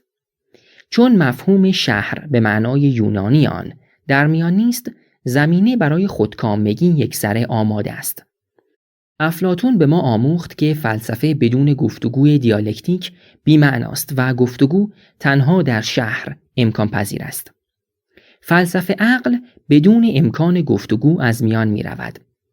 چنین است که هرچه بر اندیشه عقلانی ما شهود عرفانی یا تعبد شرعی سیطره یافته، ما از امکان پدید آوردن سیاست دورتر افتاده ایم. به این ترتیب نه شهر نه دولت به مفهوم دقیق کلمه نتوانست در سیاق اجتماعی سیاسی ایران شکل بگیرد تا وقتی که در اثر برخورد با تجدد مقولات و مفاهیم اروپایی وارد کشور شدند. اما کسانی چون آقای خمینی همچنان بیگانه با این مفاهیم هستند. ولایت فقیه در مقام اندیشه عرفانی برآورنده خودکامگی است. از این رو سراسر با مفهوم شهر و دولت بیگانه است. آقای خمینی وقتی از حکومت اسلامی سخن میگوید، مراد او حاکم شرع ولی فقیه است. همانطور که کلمه نظام در ادبیات جمهوری اسلامی اراده رهبری است. چیزی به نام دولت حتی در فقه شیعه موضوع تأمل و اندیشیدن نبوده است. همچنین مفهوم ولی در سنت عرفانی با ایده انسان کامل پیوسته است. انسان کامل یعنی استثنای قریب به اتفاق آدمیان، یعنی ایده‌ای که بیشمار آدمی را نادیده می‌گیرد و در آنها به چشم خاری فرو می‌نگرد. این ایده بنیادین خطرناک در سنت فلسفی عرفانی ما پشتوانه‌ای مهم برای خودکامگی است. ایده است تمایز بخش میان حق یک انسان و حقوق دیگر انسانها و اگر به سیاست گام بگذارد حاصل آن خشونت و خون است. این در تقابل با مفهوم شهروند است که رابطه میان انسانها را به شکل افقی تعریف می کند و برابر می شمارد. در یک نگاه کل سنت عرفانی و فلسفی ما نفی دنیاست. خارداشت زندگی این جهانی، زندگی روزمره، آدمهای معمولی، جریان فرهنگ. آن رومانتیسیسم عرفانی که مدام از می و عشق میگوید وقتی به پهنه جامعه میرسد جز به خودکامگی نمیتواند مجال بخشد. در این سنت هرگز کرامت انسان به حقوق شهروند بدل نمی شود. پایان پاسخ. یکی از منابع ملا صدرا برای درآمیختن فلسفه با عرفان حکمت اشراق است. اجازه بدهید باز هم چند قرن عقب‌تر برویم، به زمانی که شهاب الدین سهروردی به شیوه خاص خود علیه مشاعیون شورید. در ایران تفسیری رسمی از فلسفه اسلامی وجود دارد که گویا تحت تأثیر هانری کوربن به وجود آمده است. سهروردی میراث معنوی مزدایی را با وحی قرآنی درآمیخت و آن را به جهان اسلام انتقال داد. کوربن خطی می کشد از منطق المشرقین ابن سینا تا ملا صدرا و احتمالاً حکمای معاصر. می دانم که با این برداشت موافق نیستید و در مقاله‌ای مفصلاً آن را شرح دادید. پرسش من البته محدود است به رابطه سیاست و قدرت با سنت اشراقی. آیا بحثی که درباره عرفان و ملا صدرا کردید درباره سنت اشراق هم موجه است؟ آیا تفاوتی میان سنت اشراقی و عرفانی در نسبتشان با قدرت می‌بینید؟ این سوال را از این رو می‌پرسم که می‌دانیم که شیخ اشراق برعکس بقیه فلاسفه اسلامی تحت تأثیر اسطوره‌شناسی مزدایی و فرهنگ پیشا اسلامی نیز بود و در ایران پیش از انقلاب کسانی چون سید حسین نصر کوشیدند بر همین پایه نوعی فلسفه شاهنشاهی از سهروردی استخراج کنند. آیا میان حکمت اشراق و شاهنشاهی پیش از اسلام و تلقیشان از رابطه امر قدسی و شاه رابطه ای هست؟ پایان پرسش. حال پاسخ. سخن فلسفی سهروردی مایه‌ای از نوستالژی دارد، یعنی حکومت آرمانی را دسترس ناپذیر می‌بیند و به آسمان‌ها پر می‌کشد. حسرت دوران شاهنشاهی پیش از اسلام در او هست، اما امید تجدید آن نیست. همه حکومت‌های پس از اسلام حکومت‌های با زور بودند و به مفهومی که در اندیشه ایران شهری پیش از اسلام می‌شناسیم پادشاهی مشروع نبودند.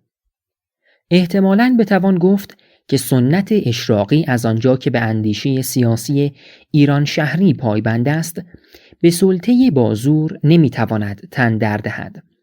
سهروردی در آغاز حکمت الاشراق این نکته را آشکارا می‌گوید که تنها حکیم الهی شایسته ریاست و جانشینی خداوند است. حکیم الهی کسی را می‌خواند که متوکل در تعلح و بحث، یعنی کشف، اشراق، ذوق و استدلال عقلی با هم است.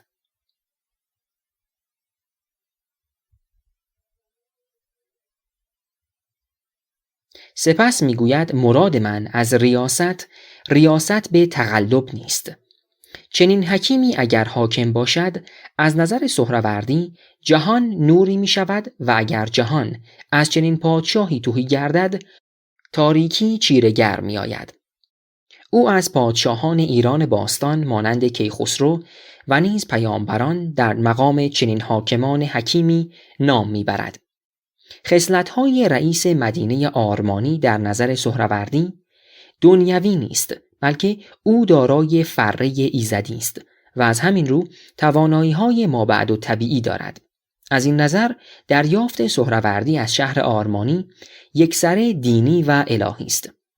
اما باز در قیاس با عارفان مسئله مشروعیت در اندیشه او جای خود را دارد. عارفان بیشتر مشرب جبری داشته و تسلیم و رضا را فضیلت دانستند. در نتیجه حاکمانی که با زور به قدرت رسیده بودند مانند حاکمان مابعد اسلام در ایران دارای وجاهت بودند و مظهر قدرت الهی. در جهانبینی عارفان حتی حمله مغول نیز طرحی از نقشه مشیت الهی است و از خواست خدا بیرون نیست. این تفاوت باریک هست که عرفان یکسره از اندیشه سیاسی ایران شهری گسسته است و در نتیجه مفهوم عدالت پادشاه به معنایی که در آن اندیشه هست نیز در منظومه عرفانی غایب است.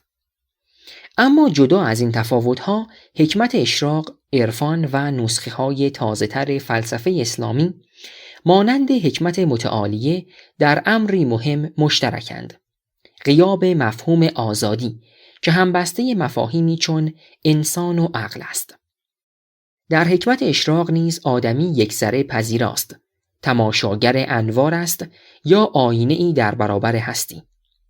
درک جهان چه به شیوه شهود چه به شکل استدلال ورای زمان و مکان است. در نتیجه تاریخ و تاریخمندی در آن غایب است.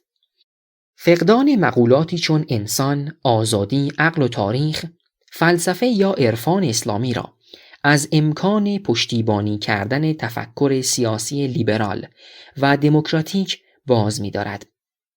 هر نسخه ای از فلسفه یا عرفان اسلامی را بگیرید، بر مبنای آن تنها حکومت فردی میتوان برافراشت، چه با مشروعیت آرمانی پیشا اسلامی، چه با تقلب پس از اسلام. چنین است که فلسفه اسلامی این اندازه در روزگار ما منسوخ به نظر می آید. اگر کسانی هم کوشیدند بر پایه فلسفه سهروردی پشتوانه‌ای برای پادشاهی بسازند، انقلاب و پایان سلطنت در ایران خود گواه باطل بودن سعی آنان است. شاید بتوان به آوردن این سخن خطر کرد که برای ما نسخه معاصر حکمت اشراق بوفکور است. هدایت حکایت نسخ آن فلسفه را از راه تصویر کردن مسخ آن باز می‌گوید. آن حکیم الهی سهروردی به پیرمرد خنزرپنزری راوی بدل می شود. عالم فرشتگان به جهان سایه های لرزان. صور مثالی به نقش های روی قلمدان، شهرهای ناکجا آبادی جابلقا و جابلسا به ری و بالاخره آن مرتبت یقین در پیوستن به عالم انوار دگردیسه می شود، به زیستن با تردید و ترس در تاریک جایی آشوبناک به نام روزگار مدرن. بوفکور باژگونه جهان پرامن و اطمینان سنت فلسفی و عرفانی ماست که غایت آن لقا یا دیدار خداوند است، چه از راه ذوق عرفانی چه از راه بحث فلسفی. پایان پاسخ. پس به نظر شما در مجموع فلسفه اسلامی بیانی است فلسفی عرفانی از عصری از دست رفته که نمیتوان اکنونیتی در آن یافت. و اما پاسخ. اساساً اکنونیت مفهومی غیر اسلامی است. این مفهوم در فلسفه و عرفان سنتی ما غایب است. اکنونیت یکی اندیشه یا نظام فلسفی در برانگیختگی آن از یک رویداد مایه می‌گیرد.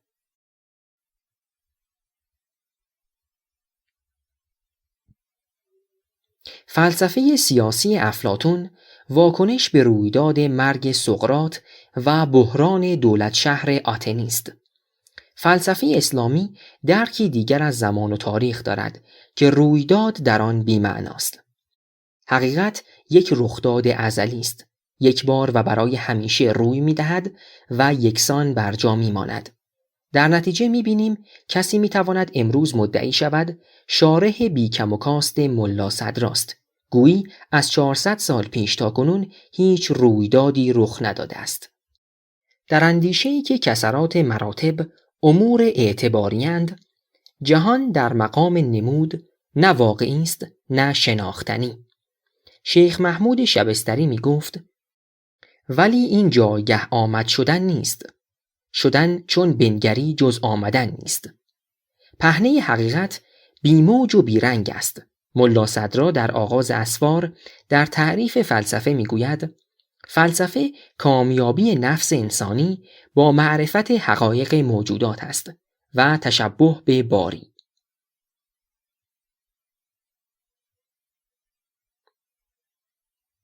یعنی تلاش برای مانند شدن به خدا. او میگوید این همان چیزی است که رسول از خدا میخواست. رب و ارنا الاشیاء کما هی. خدایا چیزها را چنان که هستند به ما بنمایان. این فلسفه ثبات و وحدت را ویژگی بود می‌انگارد و تغییر و کثرت را ویژگی نمود. نمودها را نیز هیچ میگیرد. یکی از سنتگرایان معاصر گفته است نباید از وضع کنونی فلسفه اسلامی به رکود که توصیفی تحقیرآمیز است تعبیر کرد، بلکه باید گفت ثبات فلسفه اسلامی. زیرا فلسفه اسلامی با حقایق اشیا سر و کار دارد و قرار نیست این حقایق هر روز یا با دگرگشت عصری تغییر یابند. دلیل آنکه اهل فلسفه سنتی در ایران انقلاب علمی و صنعتی را در اروپا جدی نگرفتند و با آن درگیری عقلانی پیدا نکردند همین بود. آنها از نگاه خود به حقیقت فلسفی دسترسی داشتند و هیچ تحولی در طبیعیات هرچند بنیادی نمیتوانست یقین آنها به معرفت به حقایق اشیاء را مخدوش کند. فلسفه اسلامی روزگاری در درون پارادایم خاصی معنادار بوده است. با طبیعیات، ریاضیات، نظم اجتماعی و حکمت سیاسی دورانی سازگاری داشته است. امروزه آن طبیعت شناسی، کیهان شناسی، نظم اجتماعی، سیاسی و اخلاقی همه سپری شده است. فلسفه اسلامی به برگی بریده از دفتری گم شده میماند. اکنونیتی که شما به کار میبرید محصول فلسفه هایی است که امور سیال و ناپایدار و در یک کلام نمودها را جدی میگیرند. هگل میگفت فلسفه باید فرزند زمان خیشتن باشد.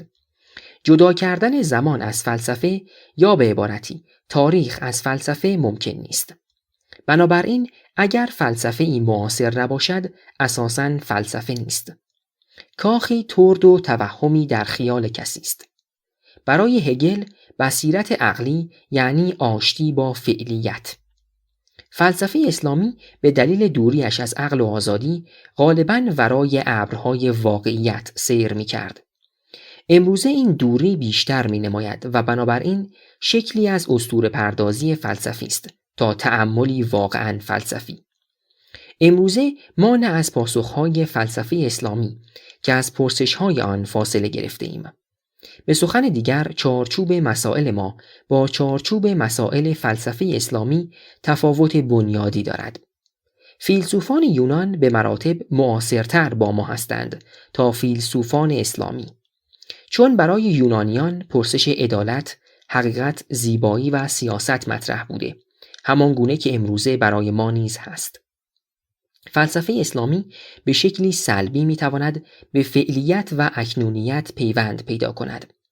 به عبارت دیگر، تأمل فلسفی کنونی میتواند وضع ما را در گسست با نظام فلسفی اسلامی و با نقادی مقولات و مفاهیم آن توضیح دهد. البته من از سودمندی این کار هم چندان مطمئن نیستم.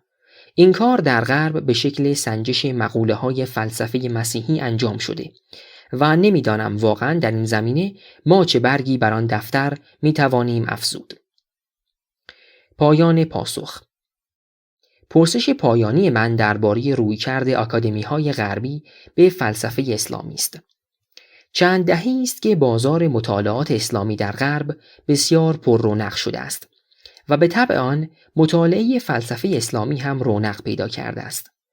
منتها هستند اسلام شناسان غربی که علاقهشان به این سنت فلسفی از کنجکاوی فرهنگ شناسانه فراتر می رود و کسانی حتی مدافع فلسفه اسلامی هستند و آن را گزینه‌ای در برابر فلسفه مدرن می دانند. می خواستم بپرسم موقعیت کنونی فلسفه اسلامی در آکادمی‌های غربی آیا معنا یا پیامدی سیاسی هم دارد؟ نقش فلسفه اسلامی در زمینه فرهنگی دانشگاهی غربی چیست؟ پایان پرسش. و اما پاسخ.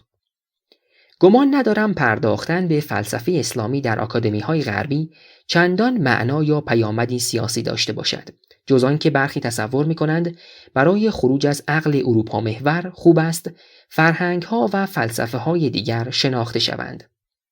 واقعیت آن است که فلسفه اسلامی در آکادمی‌های غربی جایگاه چندانی ندارد.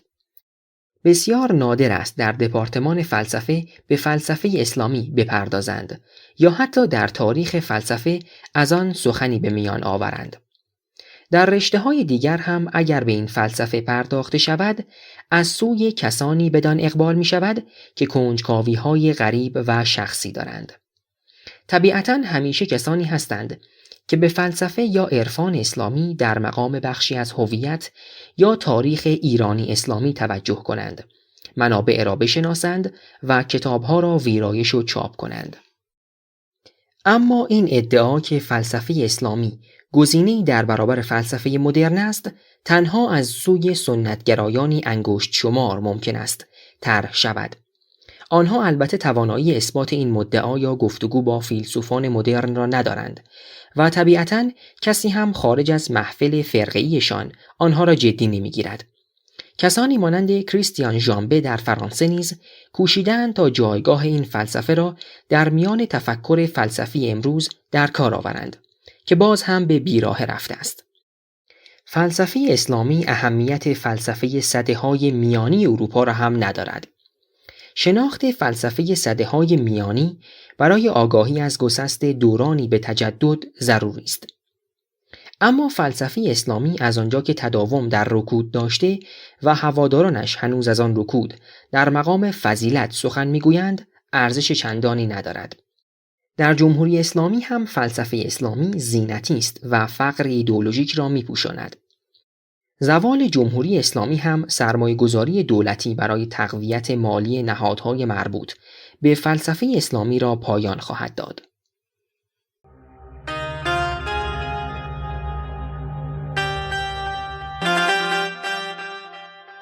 از ورای حجاب، نوشته مهدی خلجی. راوی نوای آزادی. تولید صوتی آوای بوف. avayaboof.com.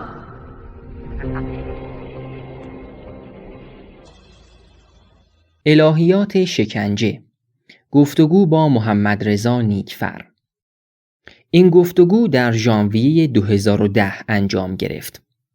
درآمد: انتشار مقاله الهیات شکنجه به قلم محمدرضا نیکفر نقدهایی برانگیخت که شماری از آنها بازتاب ناخرسندی مؤمنان از طرح این بحث بود. به نظرم رسید که برنهادی الهیات شکنجه به بسط و شرح بیشتری نیاز دارد تا هم مبانی پدیدار شناختی آن آشکار شود، هم به دایره گسترده تری از مسائلی که بدان پیوند دارند پرداخته شود. با محمدرضا نیکفر قرار گذاشتیم برای او پرسش از پی پرسش بفرستم و او یکی بعد دیگری پاسخ دهد. روند و آیند پرسش ها حدود 2 ماهی به طول انجامید و حاصل آن پیش روی شماست. گمان دارم محمدرضا نیکفر با من در این باور انباز باشد که تأملات آمده در این سخنان کوششی است در آغاز راه برای فهم حکومت دینی با روشی تازه. اما به هیچ روی این تأملات دعوی کمال ندارند. بیشتر فراخوانی هستند برای مشارکت بیشتر دیگران به اندیشیدن فلسفی در موضوع. مهدی خلجی. روان ویلیامز، اسقف اعظم کانتربری، پس از حادثه سونامی در جنوب آسیا در سال 2004 گفت: پس از این فاجعه اگر در وجود خدا تردید کنیم رواست. اگر پاره‌ای از متعلهان مسیحی کنونی می‌کوشند خداوند را حتی در برابر حوادث و بلایای طبیعی مسئول کنند، متعلهان اسلامی همچنان ساحت الهی را از هر گونه مسئولیتی بری می‌دانند، چه در قبال حوادث طبیعی، چه در برابر رنجی که از جانب خود انسان به هم نوعانش می‌رسد. به واقع متعلهان اسلامی همچنان در منظومه فکری قدیم می‌زیند که شر امری عدمی است و برای نمونه صفت رزاقیت برای خداوند با مرگ سالانه میلیون‌ها انسان از گرسنگی هیچ خش و خدشه‌ای بر نمی‌دارد. به طریق اولا درباره ستم و ظلمی که آدمیان به یکدیگر می‌کنند مسئولیت ندارد. در سوره نساء آیه 79 آمده است: ما اصابک من حسنة فمن الله و ما اصابک من سیئة فمن نفسک. سوره نساء آیه 79. درست در آیه قبل آمده است: و ان تصبهم حسنة یقولوا هذه من عند الله و ان تصبهم سیئة یقولوا هذه من عندک قل کل من عند الله. گرچه هیچ خیر و شری از دایره تدبیر حکمت و علم الهی بیرون نیست، خدا عین و خواستگاه خیر محض است. هرچه بدی است پژواک رفتار آدمی است.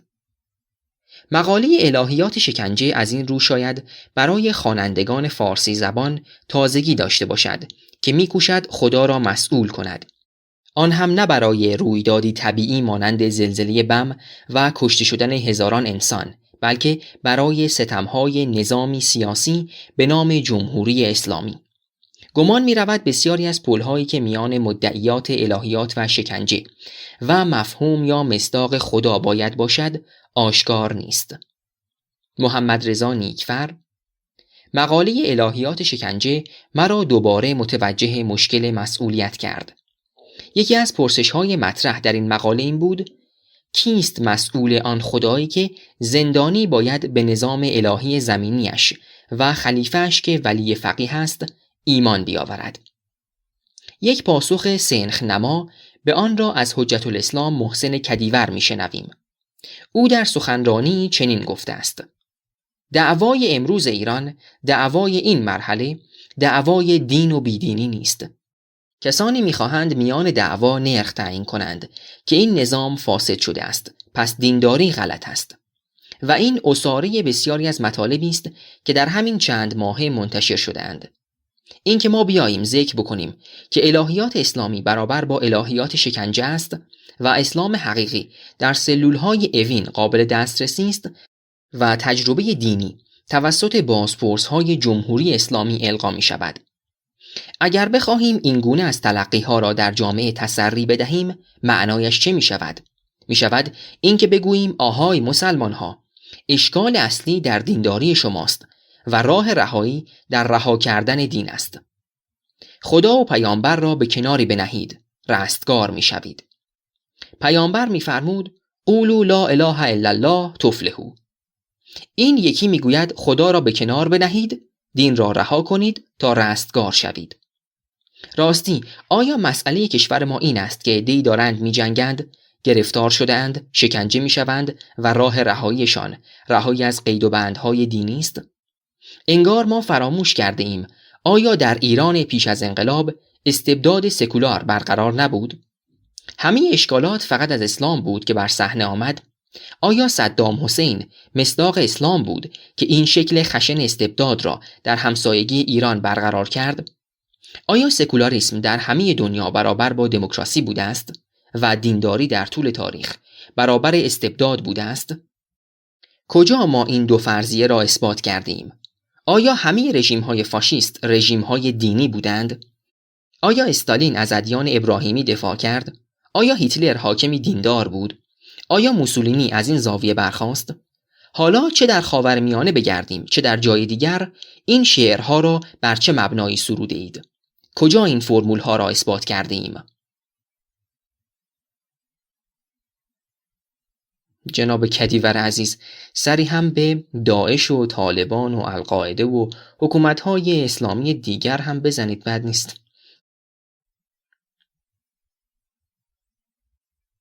موضوع در اینجا کاملا عوض شده است. محسن کدیور میگوید آنچه در زندانهای حکومت اسلامی میگذرد ربطی به اسلام ندارد و من بیهوده دارم اشکالی را در دیانت تجلی یافته در کهریزک و اوین برجسته میکنم. کدیور توانایی بسیار جالب دین را به نمایش میگذارد، توانایی انکار را. حقانیت دین پیشین انکار می شود و هر کاری را که دیگر نتوان پلیدی آن را انکار کرد ادعا می شود که بی ربط به دین فعلی است. همه چیز را به فهم بد دین نسبت می دهند. تاریخ دین تبدیل به تاریخ سوء تفاهم می شود. اگر قاعده در تاریخ دین برداشت غلط از آن است، من نمیدانم چرا بایستی باور کنم که مثلا حجت الاسلام کدیور حجت واقعی دین را عرضه می کند. من در سطح سیاسی محض و استراتژی که برای ادامه یک پیشه یعنی دین پیشگی وجود دارد، حرفهای آقای کدیور را میفهمم و میفهمم چرا وی به بیانهای جدلی سخیفی چون آیا هیتلر حاکمی دیندار بود متوسل می شود. این حرفها فقط یک چیز را ثابت می کنند: گویا کسی حاضر به پذیرفتن مسئولیت نیست. داستانی که من در مقاله الهیات شکنجه شرحش دادم از این قرار است: کسی به زندان می افتد، در زندان با شلاق به حقانیت جمهوری اسلامی اعتراف می کند و می پذیرد که این رژیم حقانیتی دینی دارد. ما نمی دانیم که او به راستی می پذیرد یا نه. موضوع این است که درد چنان شدتی یافته که دیگر تمیز راست و ناراست ممکن نیست و فرد حتی نمی داند که آیا دارد نقش بازی می کند. به هر حال زندانی در پایان به وساطت شکنجه به وصال الهی می رسد. طبعاً می توان دچار همان شکی شد که دکارت در تأملاتش به آن دچار شده و شک این است که آیا این خدا که اینک ما با آن مواجه شده ایم خدایی راستین است یا دروغین؟ البته این شک دکارتی آنگاه میسر است که درد قطع شود و امکان تأمل پدید آید. تا زمانی که درد برقرار است آن خدا خدایی حقیقی است. من این جمله را گسترش می دهم و می گویم تا این رژیم الهی برقرار است حقیقت الهی همین است که وی بر ما پدیدار می سازد. هر مؤمنی که جز این بگوید باید به فکر رژیمی دیگر باشد. در میان مؤمنان سرشناس، در میان امامان وقت، هنوز کسان اندکی به فکر یک خدای بدیل هستند. به هر حال ما نباید این حقیقت بزرگ را فراموش کنیم که رژیم مستقر رژیم آیات عظام است. چون چنین است شکنجه‌گری را که کارزار مهم نظام است و زندانی را با حقیقت الهی آشنا می کند آیت مقدم الهی نامیدم. ولی الهیات شکنجه در این یقین نمی ماند و این چیزی است که داریوش محمدپور و محسن کدیور و دیگران به آن توجه نکردند. من میپذیرم که ممکن است شکنجهگر ما را در برابر خدای ناراست به سجده واداشته باشد. ولی این خدا خلق الساعه نیست و ما نمیتوانیم از مسئولیت خدایی که میگویند راستین است در قبال پدیداری این خدای ناراست درگذریم. اصطلاح سپلیمنت را از ژاک دریدا غصب می‌کنیم و این خدایی را که رژیم بر ما می‌نمایاند به عنوان چنین چیزی در نظر می‌گیریم. یعنی یک چیز اضافه شده، درافزوده، تکمیل کننده. این درافزوده شاید حاصل اجتهاد باشد، چنان که حکومت اسلامی کنونی ایران حاصل اجتهادی توسط آیت الله خمینی بود که معنای تازه ای را بر ولایت فقیه افزود و حتی ادعا کرد که این سپلیمنت اصل است و اصل قضیه است. بر درافزوده می توانیم به پیروی از عبدالکریم سروش عرض هم نام نهیم. در این حال خدای ناراست چیزی می شود عارض شده و بار شده بر معنای خدای اصیل حقیقی. من در الهیات شکنجه امکان سپلیمنت های دیگر را در نظر گرفتم، از جمله از راه تعالی، یعنی تجلی خدایی که از خدای حاکمان فعلی برتر و بهتر باشد و بتواند قدرت این خدای کهتر را به لحاظ اخلاقی در هم بشکند. این شکل‌های مختلف همه درافزوده به هم هستند، یکدیگر را تکمیل می کنند و تاریخ کامل دین تاریخ همه آنهاست. دریدا در هنگام استفاده از واژه سپلیمنت آن را به معنای واژه‌نامه‌ای دیگرش نیز در نظر می‌گیرد. جانشین. می توانیم بگوییم که معناهای مختلف خدایی که موضوع صحبت ماست هم به یکدیگر درافزوده می‌شوند و یکدیگر را تکمیل می‌کنند و هم جانشین یکدیگر می‌شوند. دین ذاتی فراسوی اعراضش ندارد و آنچه هست وجودی سفت و ثابت نیست، اما تا حدودی منطق زنجیره سپلیمنت های آن ثابت است، دست کم در هر دوره تاریخی. هویت آن در همین است که چه چیزهایی همدیگر را تکمیل می کنند و جانشین یکدیگر می شوند. شرایط هم مهم است و ما برای اینکه به خدای بعدی به عنوان سپلیمنت آتی کمک کنیم که پدیداریش در زندان نباشد، بایستی شرایطی فراهم کنیم که از کانون قدرت سیاسی دور شود. در این حال این شانس وجود دارد که درافزوده بعدی اخلاقی تر از درافزوده های پیشین باشد. من چنین نگرشی و خواستی را مسئولانه می دانم. من به مسئولیت نه همچون یک مسئله الهی محض، بلکه موضوعی نگریستم که زمینه طرح آن همین شبکه تاریخی و زمینی پدیدارهایی است که یکدیگر را تکمیل می کنند و به جای یکدیگر می نشینند. مسئله می تواند یک مسئله الهیاتی نیز باشد، ولی مسئولان امر از جمله آنانی که رسما حجج اسلام هستند به آن اصولاً به عنوان مسئله نمی نگرند و بهتر است بگوییم از آن فرار می کنند. چیزی که برای من موضوع سؤال است الهیات سیاسی است، از جمله در آن شکل مشخصی که آن را الهیات شکنجه نام نهاده‌ام. سؤال این است: این درافزوده دینی حاصل چه اجتهادی است؟ یعنی از کجا آمده است؟ چرا در تاریخ اسلام حضور پایداری دارد؟ چرا منطق درافزایی‌های دینی اسلامی گرایش مؤثری به تولید درافزوده‌های بدیل خشونت ندارند؟ ممکن است همه چیز به شرایط تاریخی و اجتماعی و فرهنگی برگردانده شود.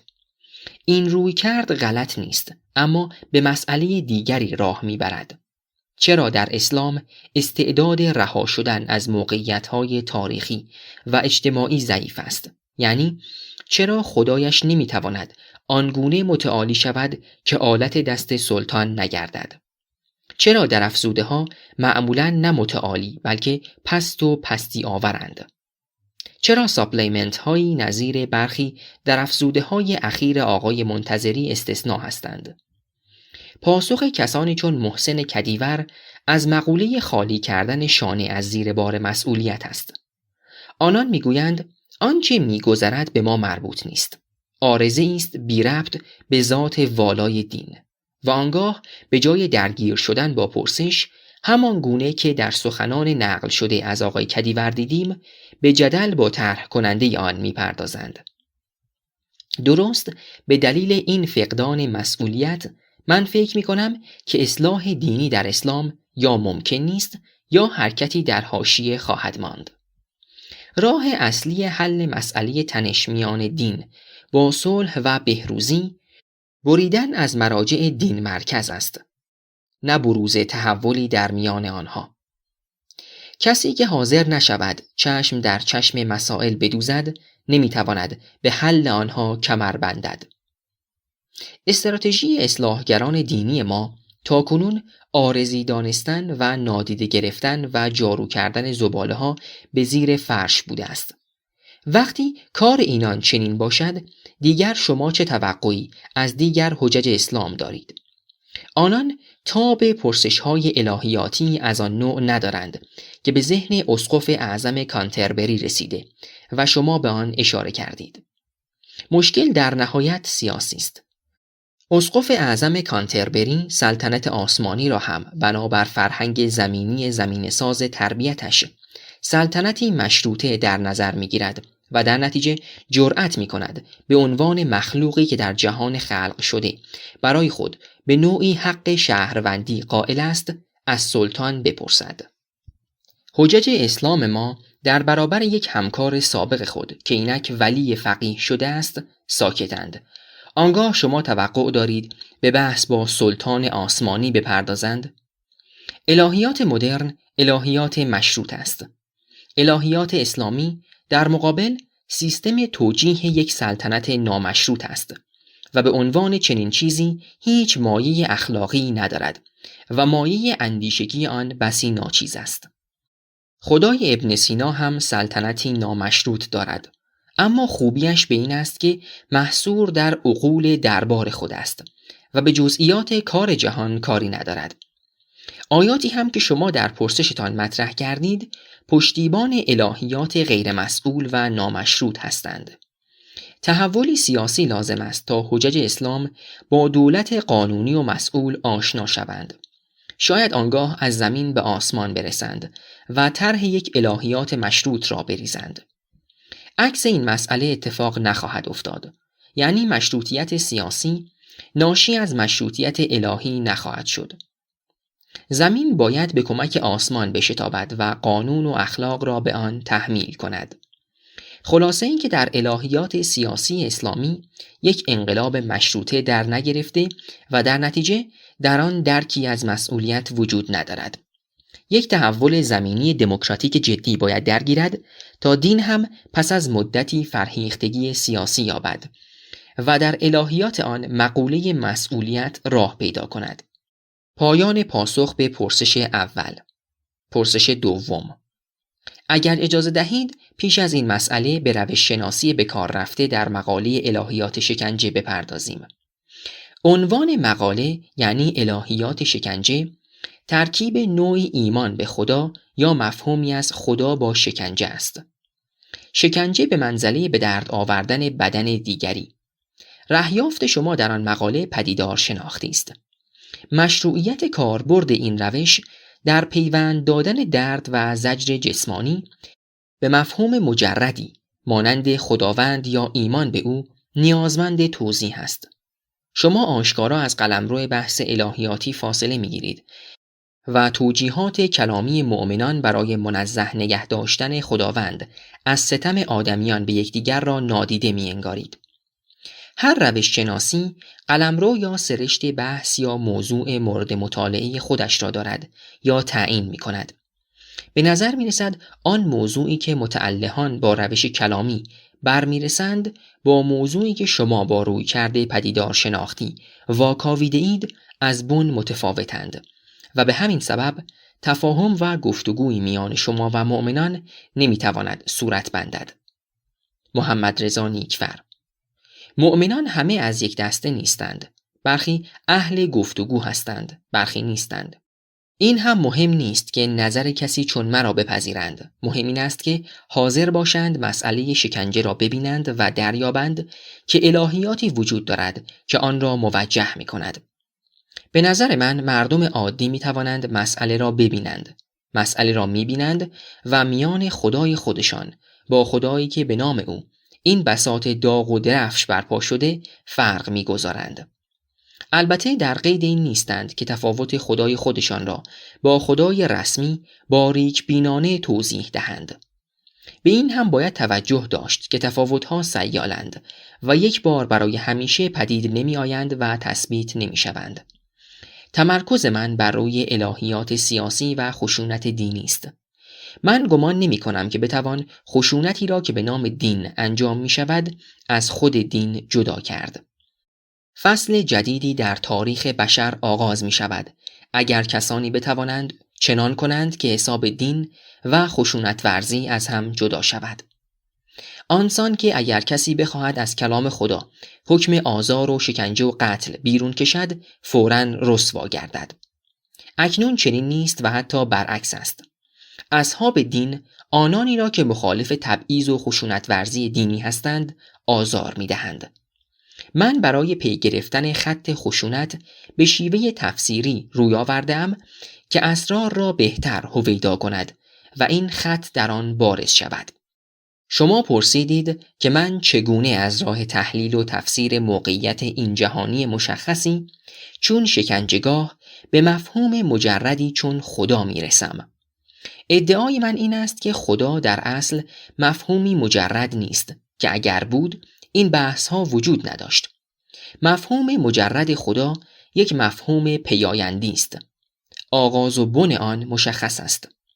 خدا در موقعیت‌های مشخص پیکار که گویا او در آنها به صورت یک طرف ستیز در می آید و به گروهی در برابر گروهی دیگر یاری می رساند از حالت احیانا مجردی که دارد خارج می شود و به عنوان یک نیروی مشخص این جهانی پا در میدان می گذارد. حالت مجرد خدا نشان دهنده آرامشی نسبی در جامعه است. سلسله مراتبی وجود دارد و به خدا نیز مرتبه‌ای اختصاص داده شده است. جامعه‌ای را تصور کنید مدام درگیر مشکل بقا. در این جامعه الهیات فیلسوفانه پا نمی‌گیرد. وقتی ما آرامش داریم، خدا نیز آرام می‌گیرد. خدا در یک جامعه آرام در مورد یکی از آفریدگانش همچون نمونه المسد یک نمی‌گوید که بریده باد دستانش و مرگ بر او باد. درباره ابولهب گفته شده است. داخل پرانتز. اگر بگوید مردم آرام از او دل می‌کنند. الهیاتی که خدایش مطلقاً مجرد باشد الهیات منفی است. الهیاتی که تنها میگوید خدا چه نیست.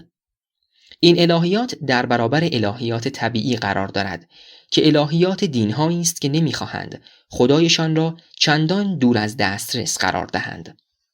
وقتی این تقابل را بشناسیم و در الهیات طبیعی دقت کنیم، شاید به این فکر بیفتیم که ایده دور از دسترس نبودن را در جهتی سوق دهیم که نزدیکی خاصی حاصل شود. شبیه کاری که عارفان با ذوقی ویژه نقشه آن را ریختند. من هم در الهیات شکنجه با توجیهاتی چنین کردم. در آن به گشودن بابی برای معرفت فکر کردم. معرفت به باب دیگران، گشودن بابی به باب دیگران، تا بنمایم در آن پشت چه می‌گذرد. می‌دانیم که در سنت رسمی تعلیمی اسلامی باب اصلی معرفت الله کتاب خداست.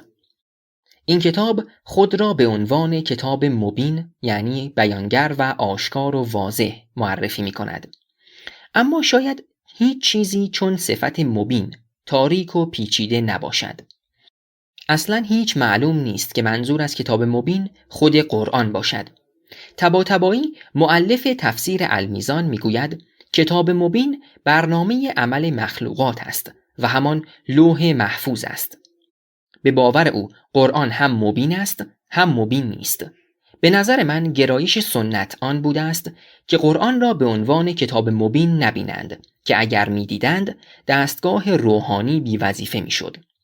اما روحانیان آنجایی که می‌خواهند بگویند حجت الاسلام هستند، ناچارند بگویند اسلام را فهمیدند. کتاب اسلام برای آنان مبین است. آنان معتقدند که کتاب خدا بر روی آنان گشوده است، به روی عوام نه. در مورد مبین بودن قرآن بسیار میتوان بحث کرد و این بحث چنان مهم است که غلو نمی‌کنیم اگر بگوییم صفت مبین در درک کتابی که خود و زبانش بدان متصف شده است الحجر 1 النحل 103 نقش کلیدی دارد. از صفت مبین در قرآن به شکل‌های مختلفی استفاده شده است. افزون بر مورد کتاب و ابلاغ پیغمبر، از جمله در موردهایی که انتظار می رود تا فرد به آنها برخورد، وجود یا تهدید و یا خوبیشان را دریابد. من موردی مبین را که بسی دردناک و وحشت‌آور است در الهیات شکنجه تشریح کردم.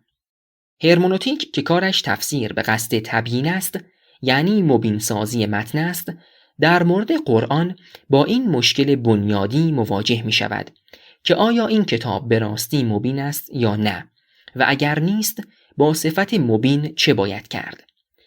و اگر نظر بر این است که کتاب هم مبین است هم نیست، به چه معنایی و در کجا مبین است و چگونه میتوان نقب زد از آنجایی که مبین است به آنجایی که غامض است؟ بحث به قرآن محدود نمی شود، بلکه کل سنت رسول را هم در بر می گیرد. زیرا در قرآن آمده است که ابلاغ او نیز مبین است. ابلاغ را می توان چیزی جاری در کل صیغه پیغمبر تلقی کرد.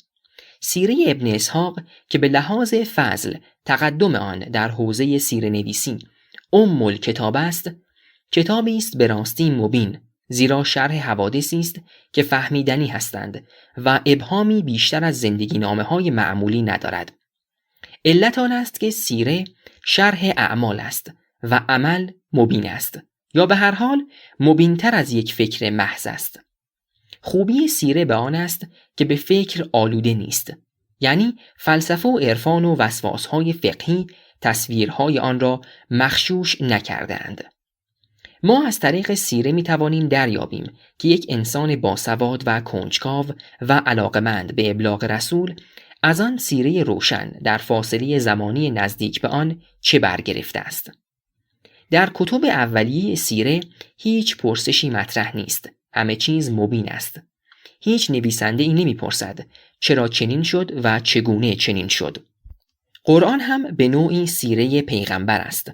از آن اطلاعات بسیاری درباره پیغمبر می‌گیریم. این کتاب مجموعه‌ای از ابلاغ هاست. در آغاز هر آیه‌ای می‌توانیم بیفزاییم من ابلاغ می‌کنم که، یا من اراده می‌کنم که. آیه‌ها نازل شدند و سنت به درستی درباره شأن نزول آنها بحث کرده است. سنت تفسیری در دوره آغازین سمانتیک آیات را به پراگماتیک آنها برگردانده است، یعنی موقعیت عملی را کلید درک معنا قرار داده است. عرفان و فلسفه نگرش پراگماتیک آغازین را زایل می کنند و در نتیجه کتاب آن حالت مبین آغازین خود را از دست می دهد. مردم معاصر پیغمبر معنای ابلاغ او را در سیره عملی زندگی او می‌دیدند. الهیات اسلامی را می‌توانیم در آغاز تکوین آن الهیاتی به شدت پراگماتیک بدانیم. مردم به این اعتبار آن را به خوبی فهم می‌کردند. گویا آنان هیچ پرسش مفهومی، الهیاتی و سیاسی عمده‌ای نداشتند. مؤمنان منش رسول و نزدیکان او را در برابر خود داشتند و آنها را همچون تفسیر عملی پیام خدا درک می‌کردند. تفسیر نظری مطرح نبود و سنتی وجود نداشت که آن را برانگیزد. حکمت عرب حکمت عملی بود. درک عرب از تاریخ این بود که کی پسر کیست و آن زید از چه قبیله است و آن قبیله با قبایل دیگر چه کرده و خود چه کشیده است. عرب جهان را همچون مجموعی از حادثه ها می دید. محمد هم یک حادثه بود. زندگیش مجموعی از حوادث بود. کلامش هم حادثه بود و هر سخنش در متن حادثه ای بود و شأن نزولی داشت. یک الگوی ثابت در ثبت عقیده اسلامی این بود: A پسر B از طایفه C به نقل از D که خود او میگوید که پیغمبر و یا در نزد شیعیان امام در برخورد به پرسش پدیده یا حادثه E گفت یا انجام داد F را. F یک گزاره‌ای اخباری نیست، یک ماجراست. F را که بیان می کردند به تأثیری که برانگیخت و اینک نیز باید برانگیزد، یعنی کلاً پیامدهای عملی آن که تا آن زمان نقل موضوع ادامه دارد توجه داشتند. این شیوه ثبت نشان دهنده ذهنی پراگماتیک و سخت متوجه موقعیت پراگماتیک قول و نتایج آن است. بعداً البته توجه به معناشناسی پراگماتیک رنگ باخت و معناشناسی شکل گرفت که موقعیت پراگماتیک را یا نادیده می گرفت یا آن را تنها به عنوان استناد متن شناسانه و قول شناسانه به یاد می آورد. جلوه جالبی از آن روح پراگماتیک را در لغت حدیث می توان دید که قول مقدس را به حادثه پیوند می زند. از این نکته که این روح پراگماتیک چگونه و تا چه حدی زوال یافت می گذرم و به اصل موضوع می پردازم. اینکه بایستی به گونه‌ای پراگماتیک نازل شده ها و حدوث یافته های اسلامی را درک کرد.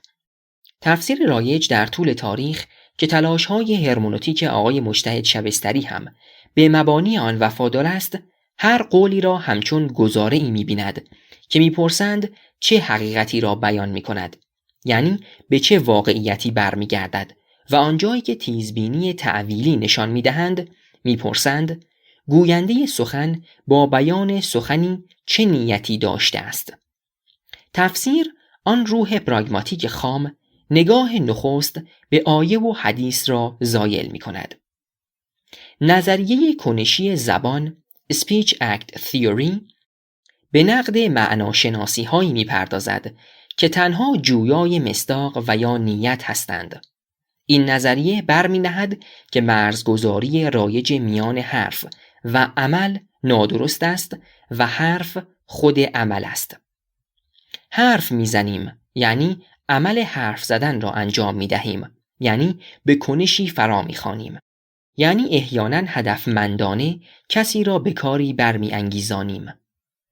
من آنگاه که از دید نظریه کنشی زبان قول مقدسی را تحلیل می کنم، در درجه اول می پرسم که با این سخن چه کاری در جهان انجام می شود و جهان چگونه با این کار تغییر می کند. از این زاویه تأثیر عملی مدعای حقیقتمندی منتسب به آن را بررسی می کنم. کتاب و سنت اسلامی گشادگی بی‌نظیری به روی نظریه کنشی زبان دارند. همه قولها حکم هستند، همه امر و نهیند.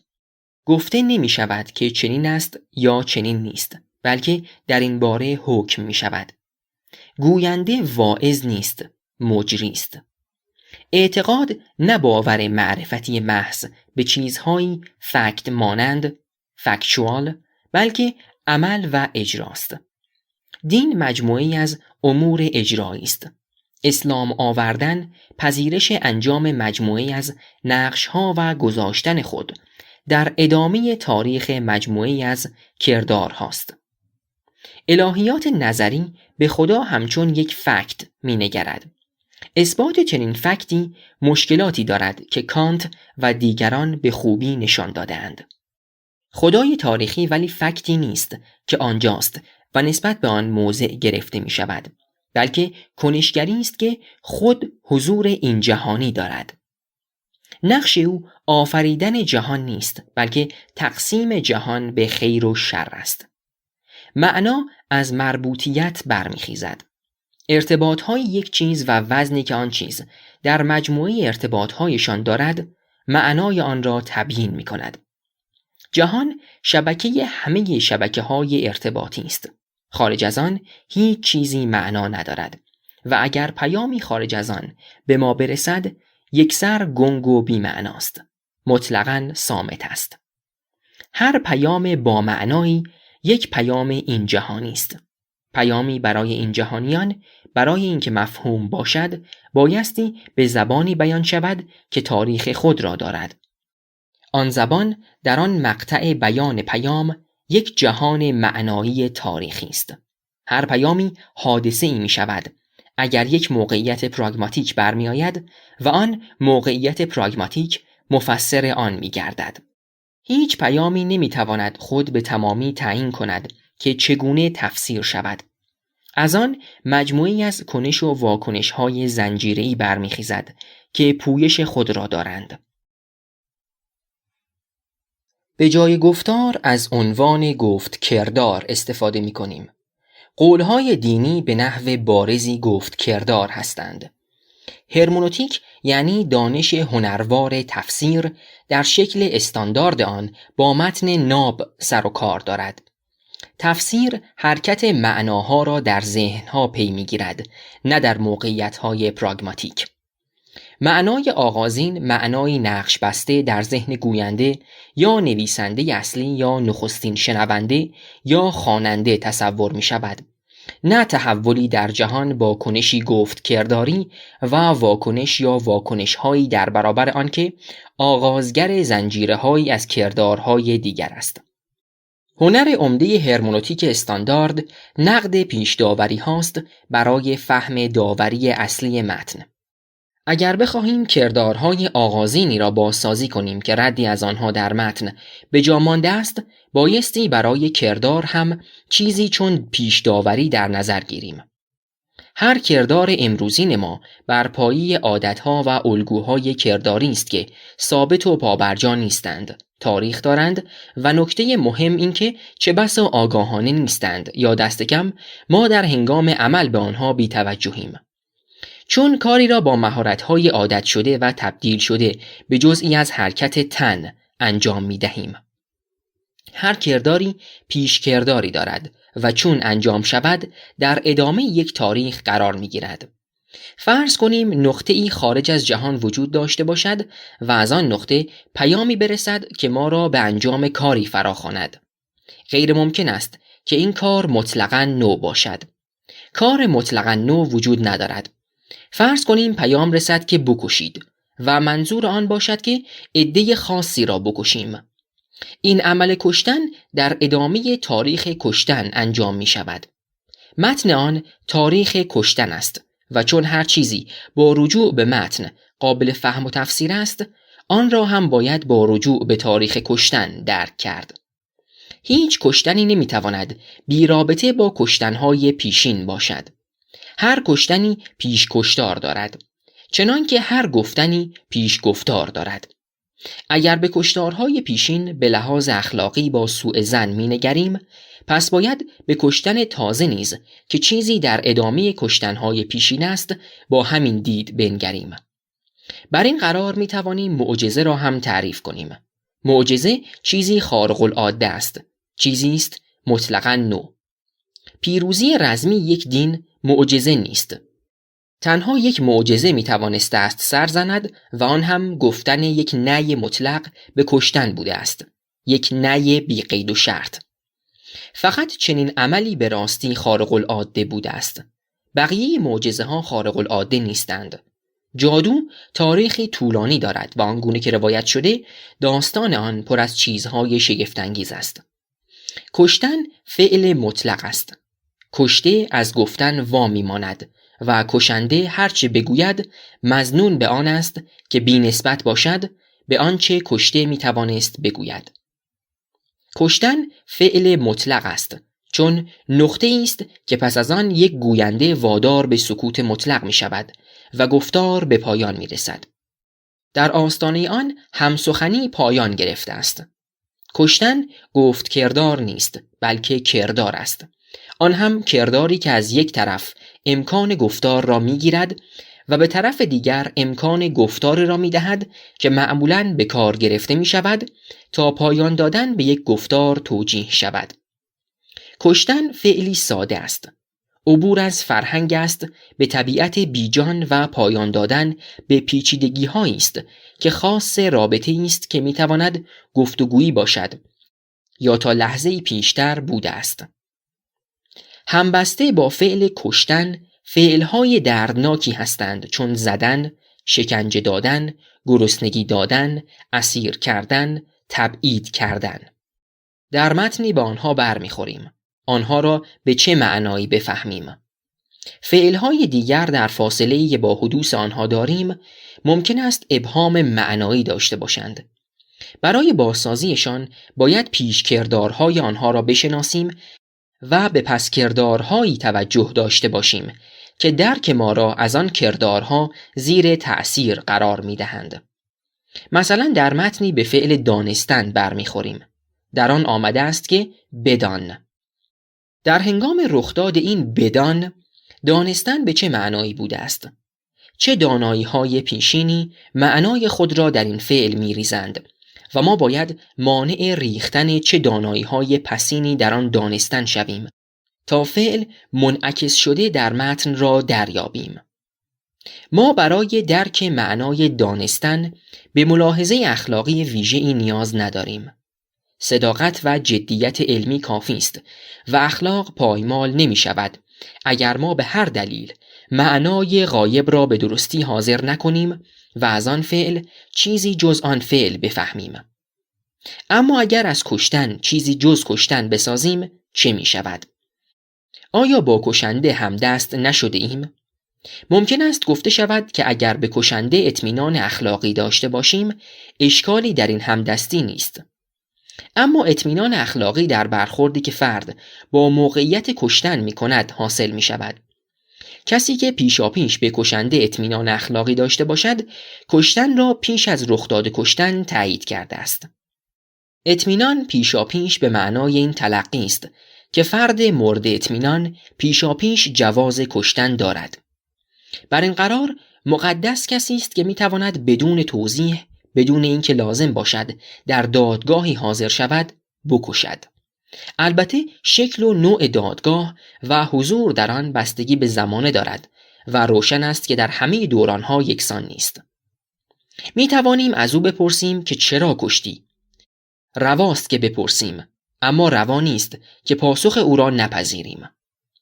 به عنوان مؤمن در واقع نمی پرسیم چرا کشتی، بلکه می پرسیم چرا آن ملعون می بایست کشته می شد.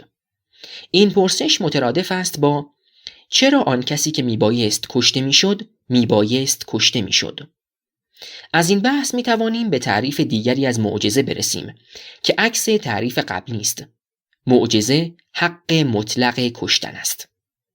من کشتن را در کانون این تأملات قرار می دهم، زیرا همچنان که پیشتر گفتم فعل مطلق است. هیچ فعلی با آن همتراز نیست. واقعیت جهان در مقاومت دردآور آن است و در فشاری که بر ما وارد می کند. منتهای واقعیت همان جایی است که به پایان می رسد و آنجا مرگ است. کشتن راندن به سمت آن منتهاست و این منتها همیشه یکسان است. در او مرد هیچ ابهامی وجود ندارد. هر کس اراده به کشتن دارد می‌داند که آن منتها کجاست. ما نیز می‌توانیم به عنوان ناظر پدیدارشناس همواره درک روشنی از عمل کشتن داشته باشیم. اگر معجزه به نوعی به کشتن برگردد که به نظر من برمیگردد، با اندیشه بر کشتن میتوان دری را به سوی آن گشود. در رابطه با کشتن چیزی معجزه است که خارق العاده باشد. منع مطلق کشتن معجزه بوده است. دوران نو زمانی آغاز شد که فکر توانست به سطح منع مطلق کشتن برسد و چون فکر به اینجا رسید دیگر منع آن را چیزی فوق‌العاده درک نکرد. فکر جدید به صورتی سکولار این موضوع را تقریر کرد. وقتی کل تاریخ را در نظر گیریم می‌بینیم که معجزه آسای حقیقی یعنی چیزی خارق العاده اندیشه سکولار دموکراتیک است. من می‌کشم اما تو نباید بکشی یادآور انحصار قدرت در دست دولت در عصر جدید است. در مورد خاستگاه دینی آن بحث ها شده است. اما واقعیت این است که هیچ دینی به چنین اصلی پایبند نیست. دست کم دینهایی که در بحث الهیات سیاسی مورد نظرند. در جمله من میکشم اما تو نباید بکشی، آن اما دیواری میان خطابگر مقدس و مخاطب نامقدس میکشد که ارتباط آنان را میگسلد و مانع جاری شدن امر قدسی در میان نامقدسان میشود. در مقابل جمله من میکشم تو هم در شرایطی میتوانی بکشی تفاهم‌آمیز است. جمله به هر دو طرف حق میدهد. این دو حق چند و چون یکسانی ندارند، اما هسته روشن یکسانی دارند که روشن بودن آن به عمل مبین کشتن برمیگردد. به این اعتبار این جمله مبین است اما نامبین است، چون مخاطب آن نمیداند که چرا خطابگر میکشد. آگاهی ندارد اما ایمان دارد. ایمان نداشته باشد خودش کشته می شود. ضرورتی انفسی و نه یک آگاهی آفاقی گفت کردار را مبین می کند. من میکشم در این بحث به عنوان بیان رادیکالی از اعمال تبعیض و خشونت در نظر است. موقعیت هایی وجود دارند که همه به سمت این موقعیت رادیکال اشاره می کنند. در تفسیر لازم است این اشاره را پی بگیریم، آن هم به این صورت: اگر در این موقعیت در برابر حکم مقدس مقاومتی صورت گیرد چه می شود؟ در این مورد که چه می شود به اندازه کافی حکم مقدس وجود دارد. من می کشم صحنه نخستین است. نمایش اینجا پایان نمی یابد. اما اگر من می کشم شیوه تداوم خود را تعیین نکند، فوراً یک من می کشم دیگر جای آن را می گیرد. این گرایش به طور جدی وجود داشته است و جلوه آن را می توان در داستان پیامبرانی دید که دروغین خوانده می شوند. من می کشم خود را همزمان تقلید پذیر و تقلید ناپذیر، مبین و نامبین می کند و بدین سان نمایش ادامه می یابد. جامعه این نحوه نمایش را به نفع خود می بیند و تلاش فرهنگی عظیمی صورت می گیرد تا کشتن تقلید ناپذیر شود. موقعیتی که به دست می آید نسبی است. نمایش این است: من می کشم تو هم در شرایطی می توانی بکشی. شریعت این شرایط است. ما از کشتن نخستین طبق شرایط شریعت تقلید می کنیم و این تقلید تا زمانی که در گروه خود هستیم رقابت نیست و در نتیجه خشونت را تقلیل می دهد. این نقش مهم و مثبت شریعت است. نقش تمدن ساز آن است. اما خشونت ادامه می یابد در تقلیدی مثبت و مشروط. آنگاه که یک گروه دینی با گروهی که باور دیگری دارد برخورد می کند، حد مشروطیت کاهش می یابد. آنچنان که در تاریخ دیده ایم، چه بسا دو گروه از یکدیگر در خشونت ورزی تقلید می کنند و آنسان که رنه ژرار تشریح کرده، با پا نهادن در چنبره خشونت مدام به مدام بالاتری می جهند. آنان در این حال به یاد آن صحنه نخستین می افتند، به یاد آن من می کشم بنیادگذار و تا حد تقلید نامشروط به آن نزدیک می شوند. الهیات در یک معنای پدیدار شناسانه تلاشی برای بازسازی صحنه نخستین پدیداری بارقه الهی است. آن بحث‌های کلامی که بعدها در نهاد جا افتاده دینی در دوران‌های آرامش نسبی در می‌گیرند، بیشتر پوشاننده حقایق الهی هستند. آنها موقعیت‌های پراگماتیک حضور الهی را پنهان می‌کنند و به گفتار یا نوشتار تنها چون رساننده حقیقت می‌نگرند، نه چون کردار و برانگیزاننده کردار. با آنها می‌توان همانقدر خدا را شناخت که مثلا از راه مطالعه زیباشناسی فلسفی به رموز نقاشی پی برد. ما برای بازسازی صحنه نخستین می‌توانیم از این نکته عزیمت کنیم که صحنه‌های پیایند صحنه نخستین تقلیدی از آن هستند، در عین حال نسخه‌ای برابر اصل نیستند. موقعیت رادیکال صحنه تالی را به صحنه اول شبیه می‌کند و آن موقعیتی است که به مؤمن این احساس دست می‌دهد که بایستی با اقدام رادیکال دین را نجات دهد. فعل رادیکال مطلق کشتن است. دو انتخاب رادیکال وجود دارد: خودداری مطلق از کشتن، گرایش رادیکال به کشتن. سنت ممکن ساز معجزه دوم است. اعجاز دین را در آن می‌بینیم و در چنین اعجازی است که صحنه نخست تکرار می‌شود. من در الهیات شکنجه کوشش کردم به درک این اعجاز نزدیک شوم. این را هم بیفزایم که من دین را به صحنه نخستین نمی‌کاهم. من فقط نشان می‌دهم که آن موتیو وجود دارد و در دوره‌های بحرانی در گروهی میل به بازگشت به آن و تکرار آن قوی است. این انگیزه یک ساپلیمنت اتفاقی نیست. دست گذاشتن بر آن اصلاح طلبان دینی را برآشفته می کند، چون برنامه فکری آنان فراموش کردن این موتیو است. من این را میپذیرم که دین را نمیتوان به چنین موتیوی تقلیل داد، به این دلیل که تاریخ دین تاریخ دوری از خداست. گمان میکنم عارفان این نکته را دریافتند. البته چیزی که آنان به یاد می آورند صحنه‌ای خلاف صحنه نخستین است. از این نظر عرفان یک فریب بزرگ است. فرهنگ چنین نیرنگی را در کل در کار می آورد و این نیرنگ به تعبیر هگلی نیرنگ عقل است. من هم این نیرنگ را تحسین می کنم، به این جهت به روشنفکران دینی علاقه‌مندم، هم روشنگری در مورد آن را لازم می دانم، به این جهت منتقد مصلحان هستم. نکته دیگر این است که در دین موتیو مظلومیت هم وجود دارد. این موتیو اما آنقدر تعالی نیافته است که به منع مطلق کشتن برسد. بر مظلوم که می‌گریند چنین گمان می‌کنند که حق بود دشمن او کشته می‌شد. پاسخ طولانی شد و شاید لازم باشد خطوط اصلی را تکرار کنم. خدای دین خدای تاریخی است. خدای تاریخی مجرد نیست. او حضور عملی داشته و دارد. بایستی موقعیت‌های پراگماتیک ظهور امر قدسی را بازیافت. نظریه کنشی زبان امکان می‌دهد که بار پراگماتیک آیه و حدیث قدسی را درک کنیم، یعنی آنان را چون حادثه دریابیم و سرآغاز سلسله‌ای از حوادث که تاکنون ادامه دارند. به کنش توجه می‌کنیم. اما کنش داریم تا کنش. کنش مطلق کشتن است. کنش هایی که دردآور باشند در رابطه نزدیک با آن قرار دارند.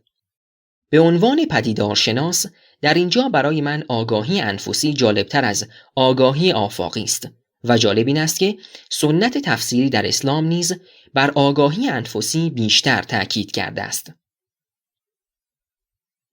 در الهیات شکنجه یک تجربه انفسی بازگو شده است، تجربه‌ای که نمیتوان منکر شد که یک ساپلیمنت دینی است. من در این ساپلیمنت ردی از یک حادثه آغازین میبینم، حادثه‌ای که در سرآغاز دین قرار دارد.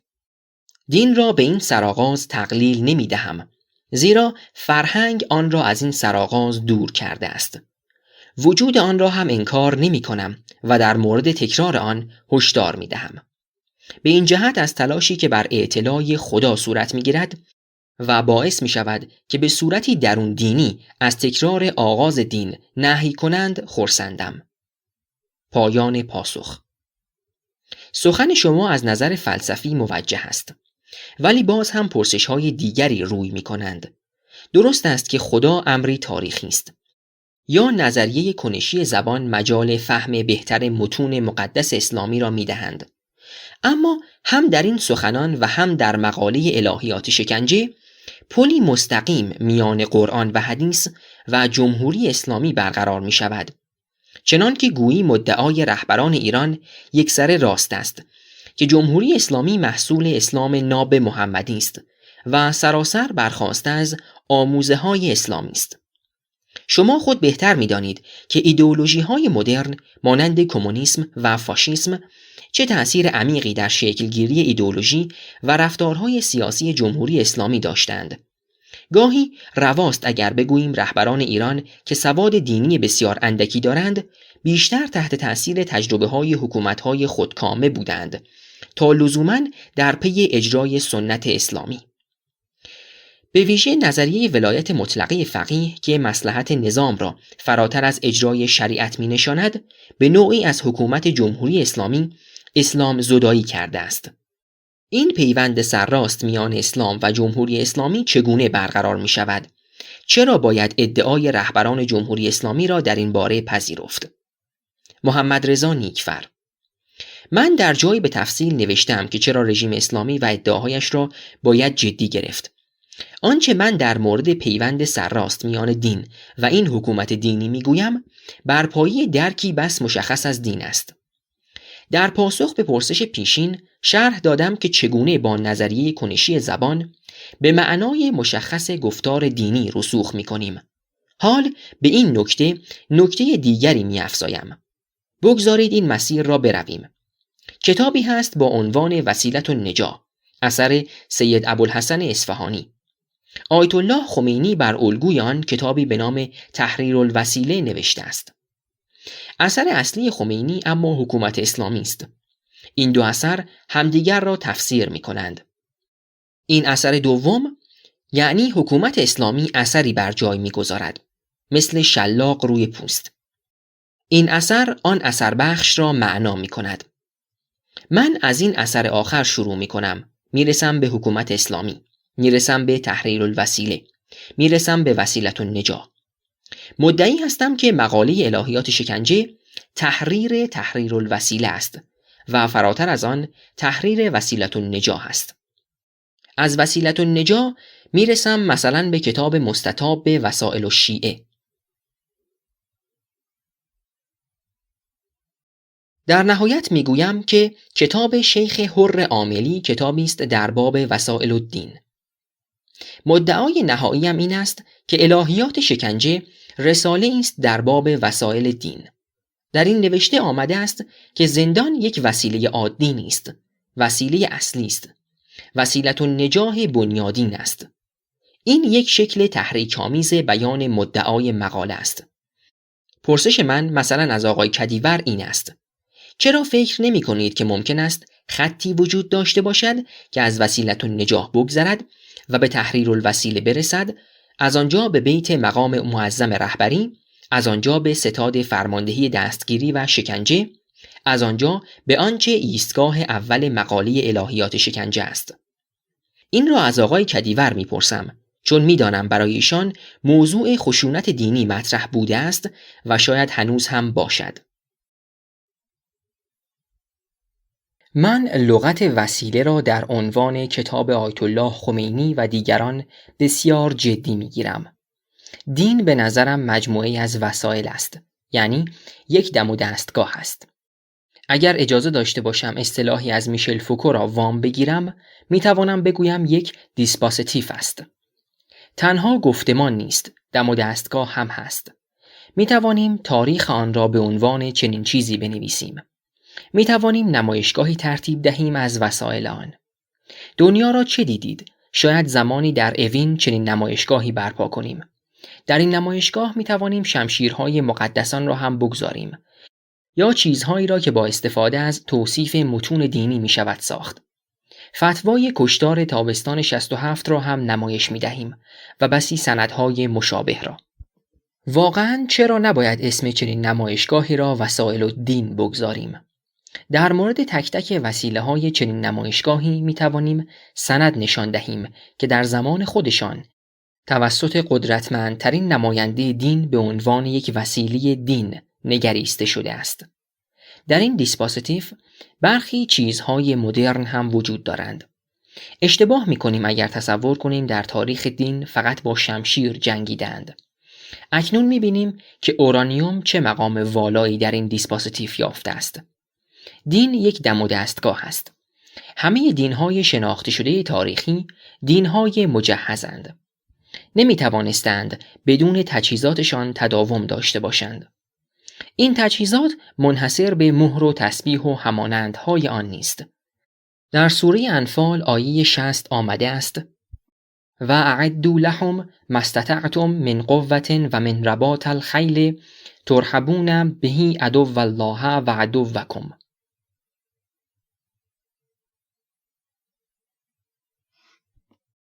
هر نیرویی در قدرت دارید برای مقابله با آنها دشمنان آماده سازید و همچنین اسب‌های ورزیده برای میدان نبرد تا به وسیله آن دشمن خدا و دشمن خیش را بترسانید. ترجمه مکارم شیرازی. این آیه که در آرم سپاه پاسداران هم به آن برمیخوریم توصیه به مجهز شدن است. این گونه توصیه ها فراوان هستند. من دین را به صورت دم و دستگاه تصور می کنم و نیز به صورت گفتارهایی که کردار هستند، به شرحی که در پرسش پیشین آمد. گفت کردارهای خاص به علاوه یک دم و دستگاه خاص مؤسسه دین را تشکیل می دهند. اینها در زمان تغییر می کنند. تغییر وسایل تغییر دم و دستگاه را باعث می شود. در هنگام استفاده از تجهیزات طبعاً بایستی گفت کردار خود را با آنها همخوان کرد. دین تاریخی مشخص با این تعبیر دین کنشگر دستگاهمند است. خلاصه کرده و از اصطلاح دین مجهز استفاده می کنم. دینی وجود نداشته که مجهز نباشد. دین غیر مجهز نمی تواند پایدار بماند. صدر اسلام را در نظر بگیرید. تاریخ آن تاریخ مجهز شدن است. تاریخ مسیحیت هم تاریخ مجهز شدن است. درباره تجهیزات کلیسای کاتولیک مطالعات خوبی انجام شده است. ما هنوز تاریخ تجهیزات اسلامی را ننوشته ایم. زمانی نقد تاریخی در ایران شروع شد که تشیع علوی را در مقابل تشیع صفوی قرار میداد. این نقد تا حدی نقد تجهیزات بود، آن هم تا جایی که دستگاه روحانیت را نقد می کرد. نقد تجهیزات به طور کلی نبود. از جمله اینکه نقد وسایل دینی خشونت و خشونت به عنوان وسیله نبود. در نقدهای هرمنوتیک سنت دینی آنسان که در ایران پس از انقلاب رواج یافت توجهی به تجهیزات نشد و همه توجهها روی فهم متمرکز شد. در نقد هرمنوتیک می توانیم بگوییم که فهمی ورای تجهیزات وجود ندارد. اصل تجهیزات است، اما تجهیزات از کجا می آیند؟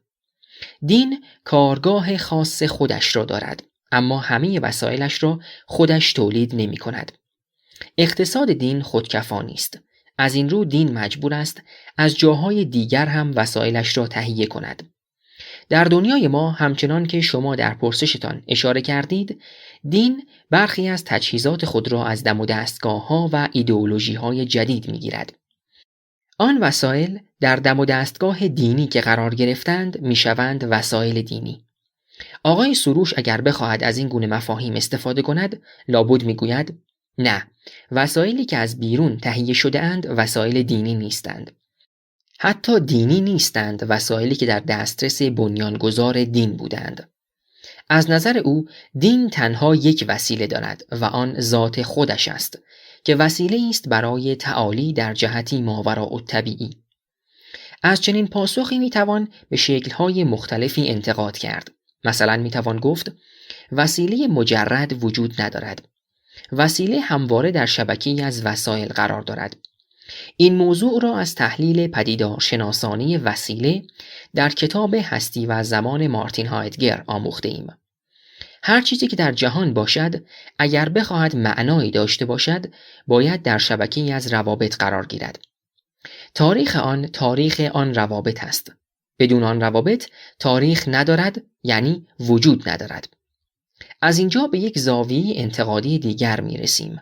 هر دین معینی اگر وجود دارد به خاطر تجهیزات آن است. عبدالکریم سروش از ذات دینی دفاع می کند که اگر آن دین به عنوان دین مجهز وجود نداشت، اکنون سروش به گونه‌ای دیگر می اندیشید، چون سنتی وجود نداشت که سروش خود را به آن متصل کند، حتی به عنوان منتقد. بگذارید به صورت عریان‌تری بیان کنم. شمشیر خونچکان شاه اسماعیل و مردان تجاوزگر قشون وی در حمله به تبریز و تصرف آن هم جزو تاریخ دم و دستگاه مورد بحث ما هستند. پس از 500 سال در تبریز به 2 نفر به 2 دیدگاه مختلف برمیخوریم. یکی ذوب شده در ولی فقیه است، دیگری از نهله روشنفکران دینی است. مؤمنی است منتقد جدی دستگاه. اگر 5 قرن پیش آن تجهیزات به کار نمی افتادند، آنان به فرض وجود زیست شناسانهشان به همین صورت فعلی، اینک چه جهت فکری داشتند؟ مثلا این متعصب فعلی اگر تبریز تصرف نمی شد و در جریان فشار برای تغییر مذهب اهالی نیای پدریش از دم تیغ نمی گذشتند و با نیای مادریش آن رفتار جنایتکارانه ای نمی شد که از یاد تاریخ نرفته است، آیا اکنون همچنان چماق کشی می کرد؟ و اگر شیعه آنگونه مجهز نبود که 500 سال پیش در تبریز بود، آن منتقد امروز می‌خواست چه چیزی را اصلاح کند؟ هر دو، چه آن متعصب چه این منتقد، بر جهاز دین سوارند. هر دو آنی هستند که هستند، به دلیل آنکه دین آنگونه‌ای مجهز بوده که بوده و اگر نبود دینی وجود نداشت و امروز این آقایان هم با این هویت وجود نداشتند. آن روشنفکر دینی ممکن است بگوید که از جهاز دین فرود آمده و اکنون دین را به گونه‌ای دیگر درک می کند. دین را بدون جهیزیه‌اش می فهمد. نبایستی منکر وجود این دگراندیشی بود. سوژه دگراندیش وجود دارد و ابژه‌ای که دگراندیشی برمی سازد عیناً همان ابژه‌ای نیست که در اینجا به عنوان دین مجهز معرفی شد. در نگاه انتقادی به این ابژه سازی به ویژه باید مواظب 2 چیز بود. آیا به راستی از دین مجهز فاصله گرفته شده و همین ابژه سازی آیا به راستی تولیدی است مستقل از تجهیزات، دم و دستگاه مورد انتقاد خود آن؟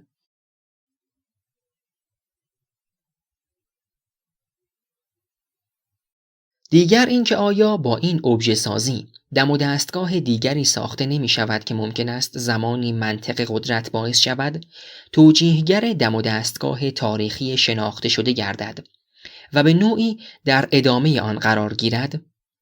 در مورد مردم هم لازم است نکته ای را بگویم. مردم هیچگاه به طور کامل مقهور دستگاه نیستند. دستگاه نمی تواند سوژه هایی 100% مطیع بسازد. از طرف دیگر خود مؤمنان منفعل نیستند. آنان از دستگاه استفاده می کنند، در آن دستکاری و خرابکاری می کنند، پیچ و مهرهایش را عوض می کنند، می کوشند فرمانش را به سمتی که می خواهند بچرخانند. دین عموم هم دستگاهی است هم نیست. یک مشخصه اساسی ایران امروز مجهز شدن دین به تجهیزات دولتی است. از امتزاج جهاز دینی و جهاز دولتی یک کمپلکس ایدئولوژیک اقتصادی نظامی درست شده است. ما داریم دین را در مجهزترین شکلش تجربه می کنیم. مقاله الهیات شکنجه حقیقت این دین را در دستگاه زندان متجلی می بیند و با روشی که در خود مقاله شرحش رفته است و نیز در مقاله چرا رژیم اسلامی را باید جدی گرفت کوشش می کند الهیات آن را بازنمایی کند. مقاله دفاعی از سکولاریزاسیون است. هشداری در این مورد است که اگر تجهیزات دولتی را از دست دین خارج نکنیم، وسیله شکنجه وسیله ابلاغ حقیقت آن خواهد بود. توجه من به کردارها و به دم و دستگاه است. آیا با این کار تمامیت دین را توضیح می دهم؟ چنین ادعایی ندارم. میگویند دین دیگری وجود دارد. خب وجود داشته باشد. من به بررسی دین در مجهزترین شکلش پرداختم و معتقدم که این حالت بروز استعداد هاست. میگویند نه. پس نقد کنند این دستگاه را. استعدادهای دیگری را بروز دهند اگر میگویند وجود دارد. پایان پاسخ. آنچه شما دم و دستگاه دین اسلام مینامید به طور ویژه در شریعت تجلی می کند. تاریخ اسلام گواه است که این دین شریعت بنیاد است. برخلاف گفته های کسانی مانند عبدالکریم سروش که شریعت را عرض و عرفان را ذات دین می دانند، تاریخ نشان داده که شریعت، متن و فلسفه و عرفان حاشیه آسیب پذیر اسلام بوده است. فلسفه و عرفان در موارد و مراحل بسیاری ذوب در جریان فقه شده که نمونه عارف فقیه معاصر آن آیت الله خمینی است.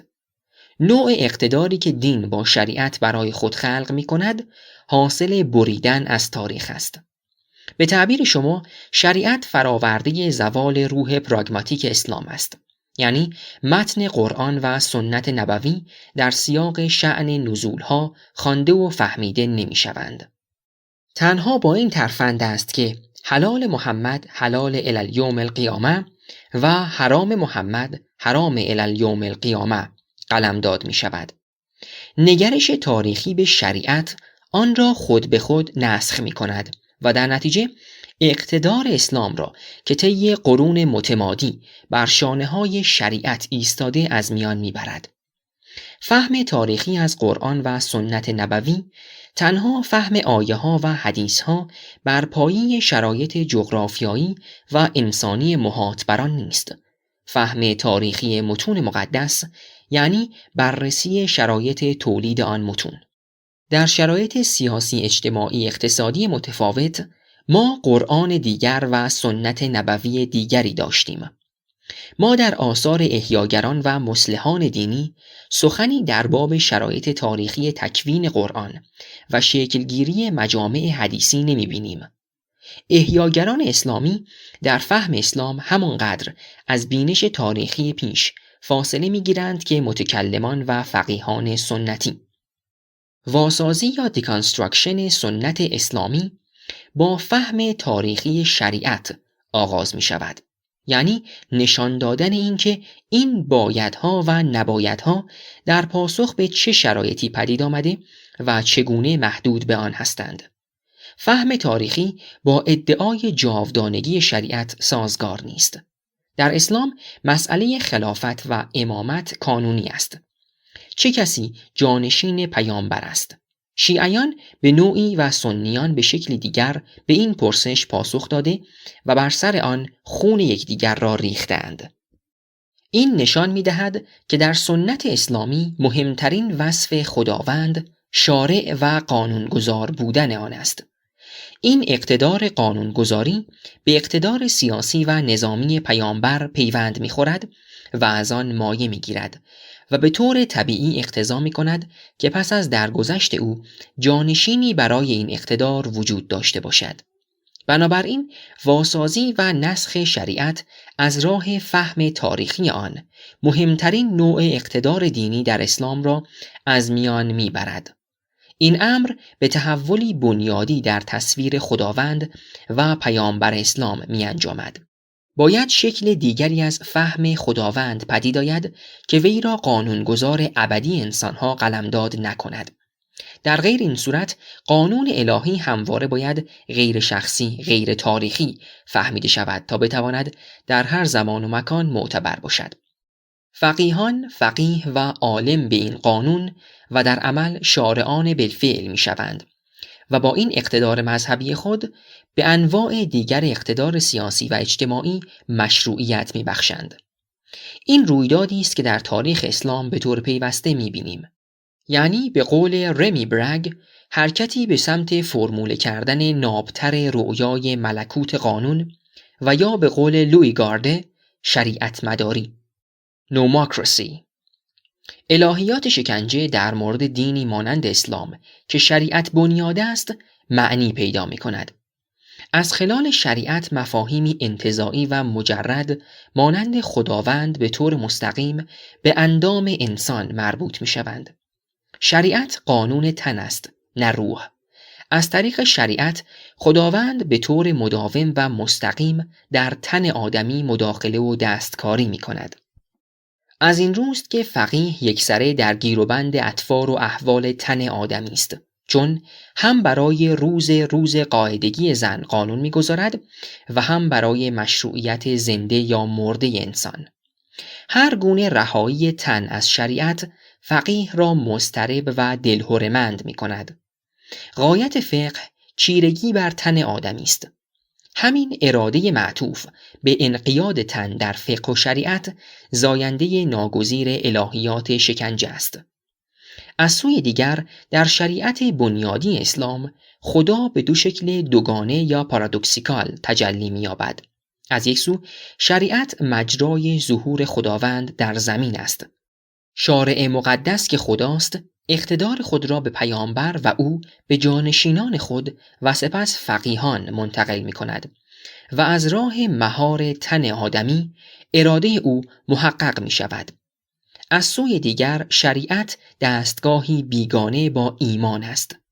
در هیچ جای شریعت بحثی درباره ایمان نیست. شریعت به تن کار دارد و ایمان چیزی نیست که در ظاهر در تن بروز کند. صرف این که کسی لا اله الا الله و محمدن رسول الله بگوید از دیدگاه شریعت مسلمان است و همه احکام مسلمان بودن بر او جاری است. شأن فقیه نیست که درباره ایمان او داوری کند. در کلام اسلامی هم بحث ایمان غایب است.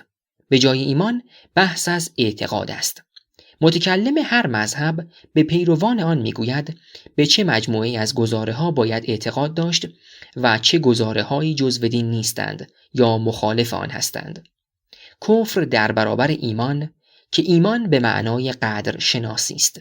کافر کسی است که به وجود خداوند و نعمت و لطف او در حق خود آگاهی دارد ولی قدر خداوند را نمیگذارد و او را انکار میکند.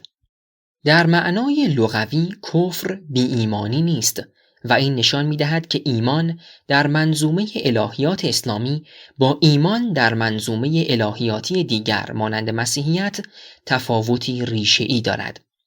قدر نعمت الهی را گزاردن در به رسمیت شناختن اقتدار دینی و قانونی شریعت است. به همین سبب است که در اسلام ایمان به تنهایی رستگاری آور نیست و حتما باید همراه عمل صالح یعنی اجرای شریعت باشد. اگر این مقدمات را در پی هم بگذاریم شاید بتوان نتیجه گرفت که الهیات اسلامی از بن الهیات شکنجه است. هر جا که اسلام پیاده شده و هر قدر شریعت بیشتر اجرا شده الهیات شکنجه بیشتر تحقق یافته است. همچنین براندازی الهیات شکنجه به معنای براندازی سراسر الهیات اسلامی و از جمله شریعت آن است.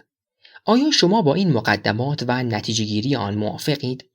آیا فکر می کنید براندازی و نسخ و واسازی این الهیات و بازسازی نظام تازه از الهیات که در آن خدای قانونگذار افول کند و ایمان ناب معنوی جای آن را بگیرد آن هم در شرایط کنونی جامعه ایران ممکن باشد؟ شما میگویید حل مسئله تنش میان دین با صلح و بهروزی بریدن از مراجع دین مرکز است، نه بروز تحولی در میان آنان. و یک تحول زمینی دموکراتیک جدی باید درگیرد تا دین هم پس از مدتی فرهیختگی سیاسی یابد و در الهیات آن مسئولیت راه پیدا کند. من میزان مقاومت دین اسلام را در برابر مسئولیت پذیری و فهم تاریخی بسیار نیرومند میبینم. به عبارت دیگر من به تحقق این امر در جوامع اسلامی بدبین‌تر از شما هستم. اسلام در غرب دموکراتیک نتوانسته به فهمی دموکراتیک از خود دست پیدا کند.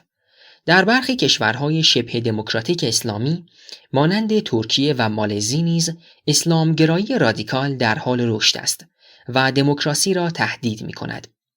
مسلمانان به طور عمده با پژوهش‌های تاریخی درباره اسلام بیگانه‌اند و آن را دستاورد استعمار نو می‌انگارند.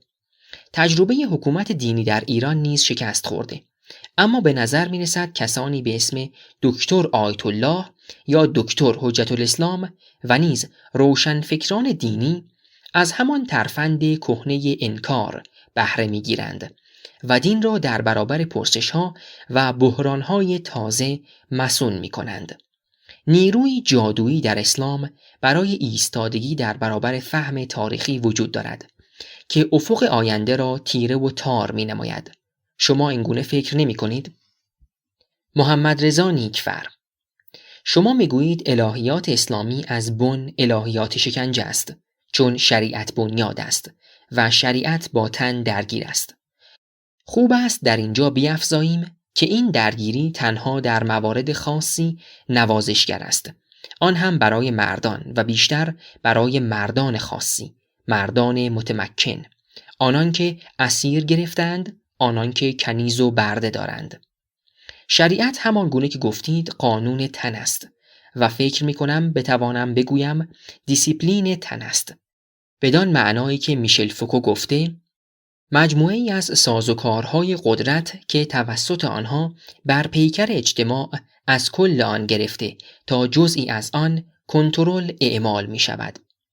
شما کل دیسیپلین را یک نظام شکنجه می گیرید و در نتیجه می گویید که الهیات اسلامی از بن الهیات شکنجه است. اما من استفاده محدودتری از مفهوم الهیات شکنجه می کنم. الهیات شکنجه آنجایی رخ می نماید که برای ابلاغ حقیقت یک نظام الهی از خشونت آشکار غیرعادی متمرکز استفاده شود. من خشونت عادی دیسیپلین تن را شکنجه نمی نامم. مقنعه بستن و چادر سیاه بر سر کردن در گرمای تابستان به شدت آزاردهنده است، اما بگذارید آن را شکنجه ننامیم و این واژه را رزرو کنیم برای موارد خاصی از آزار.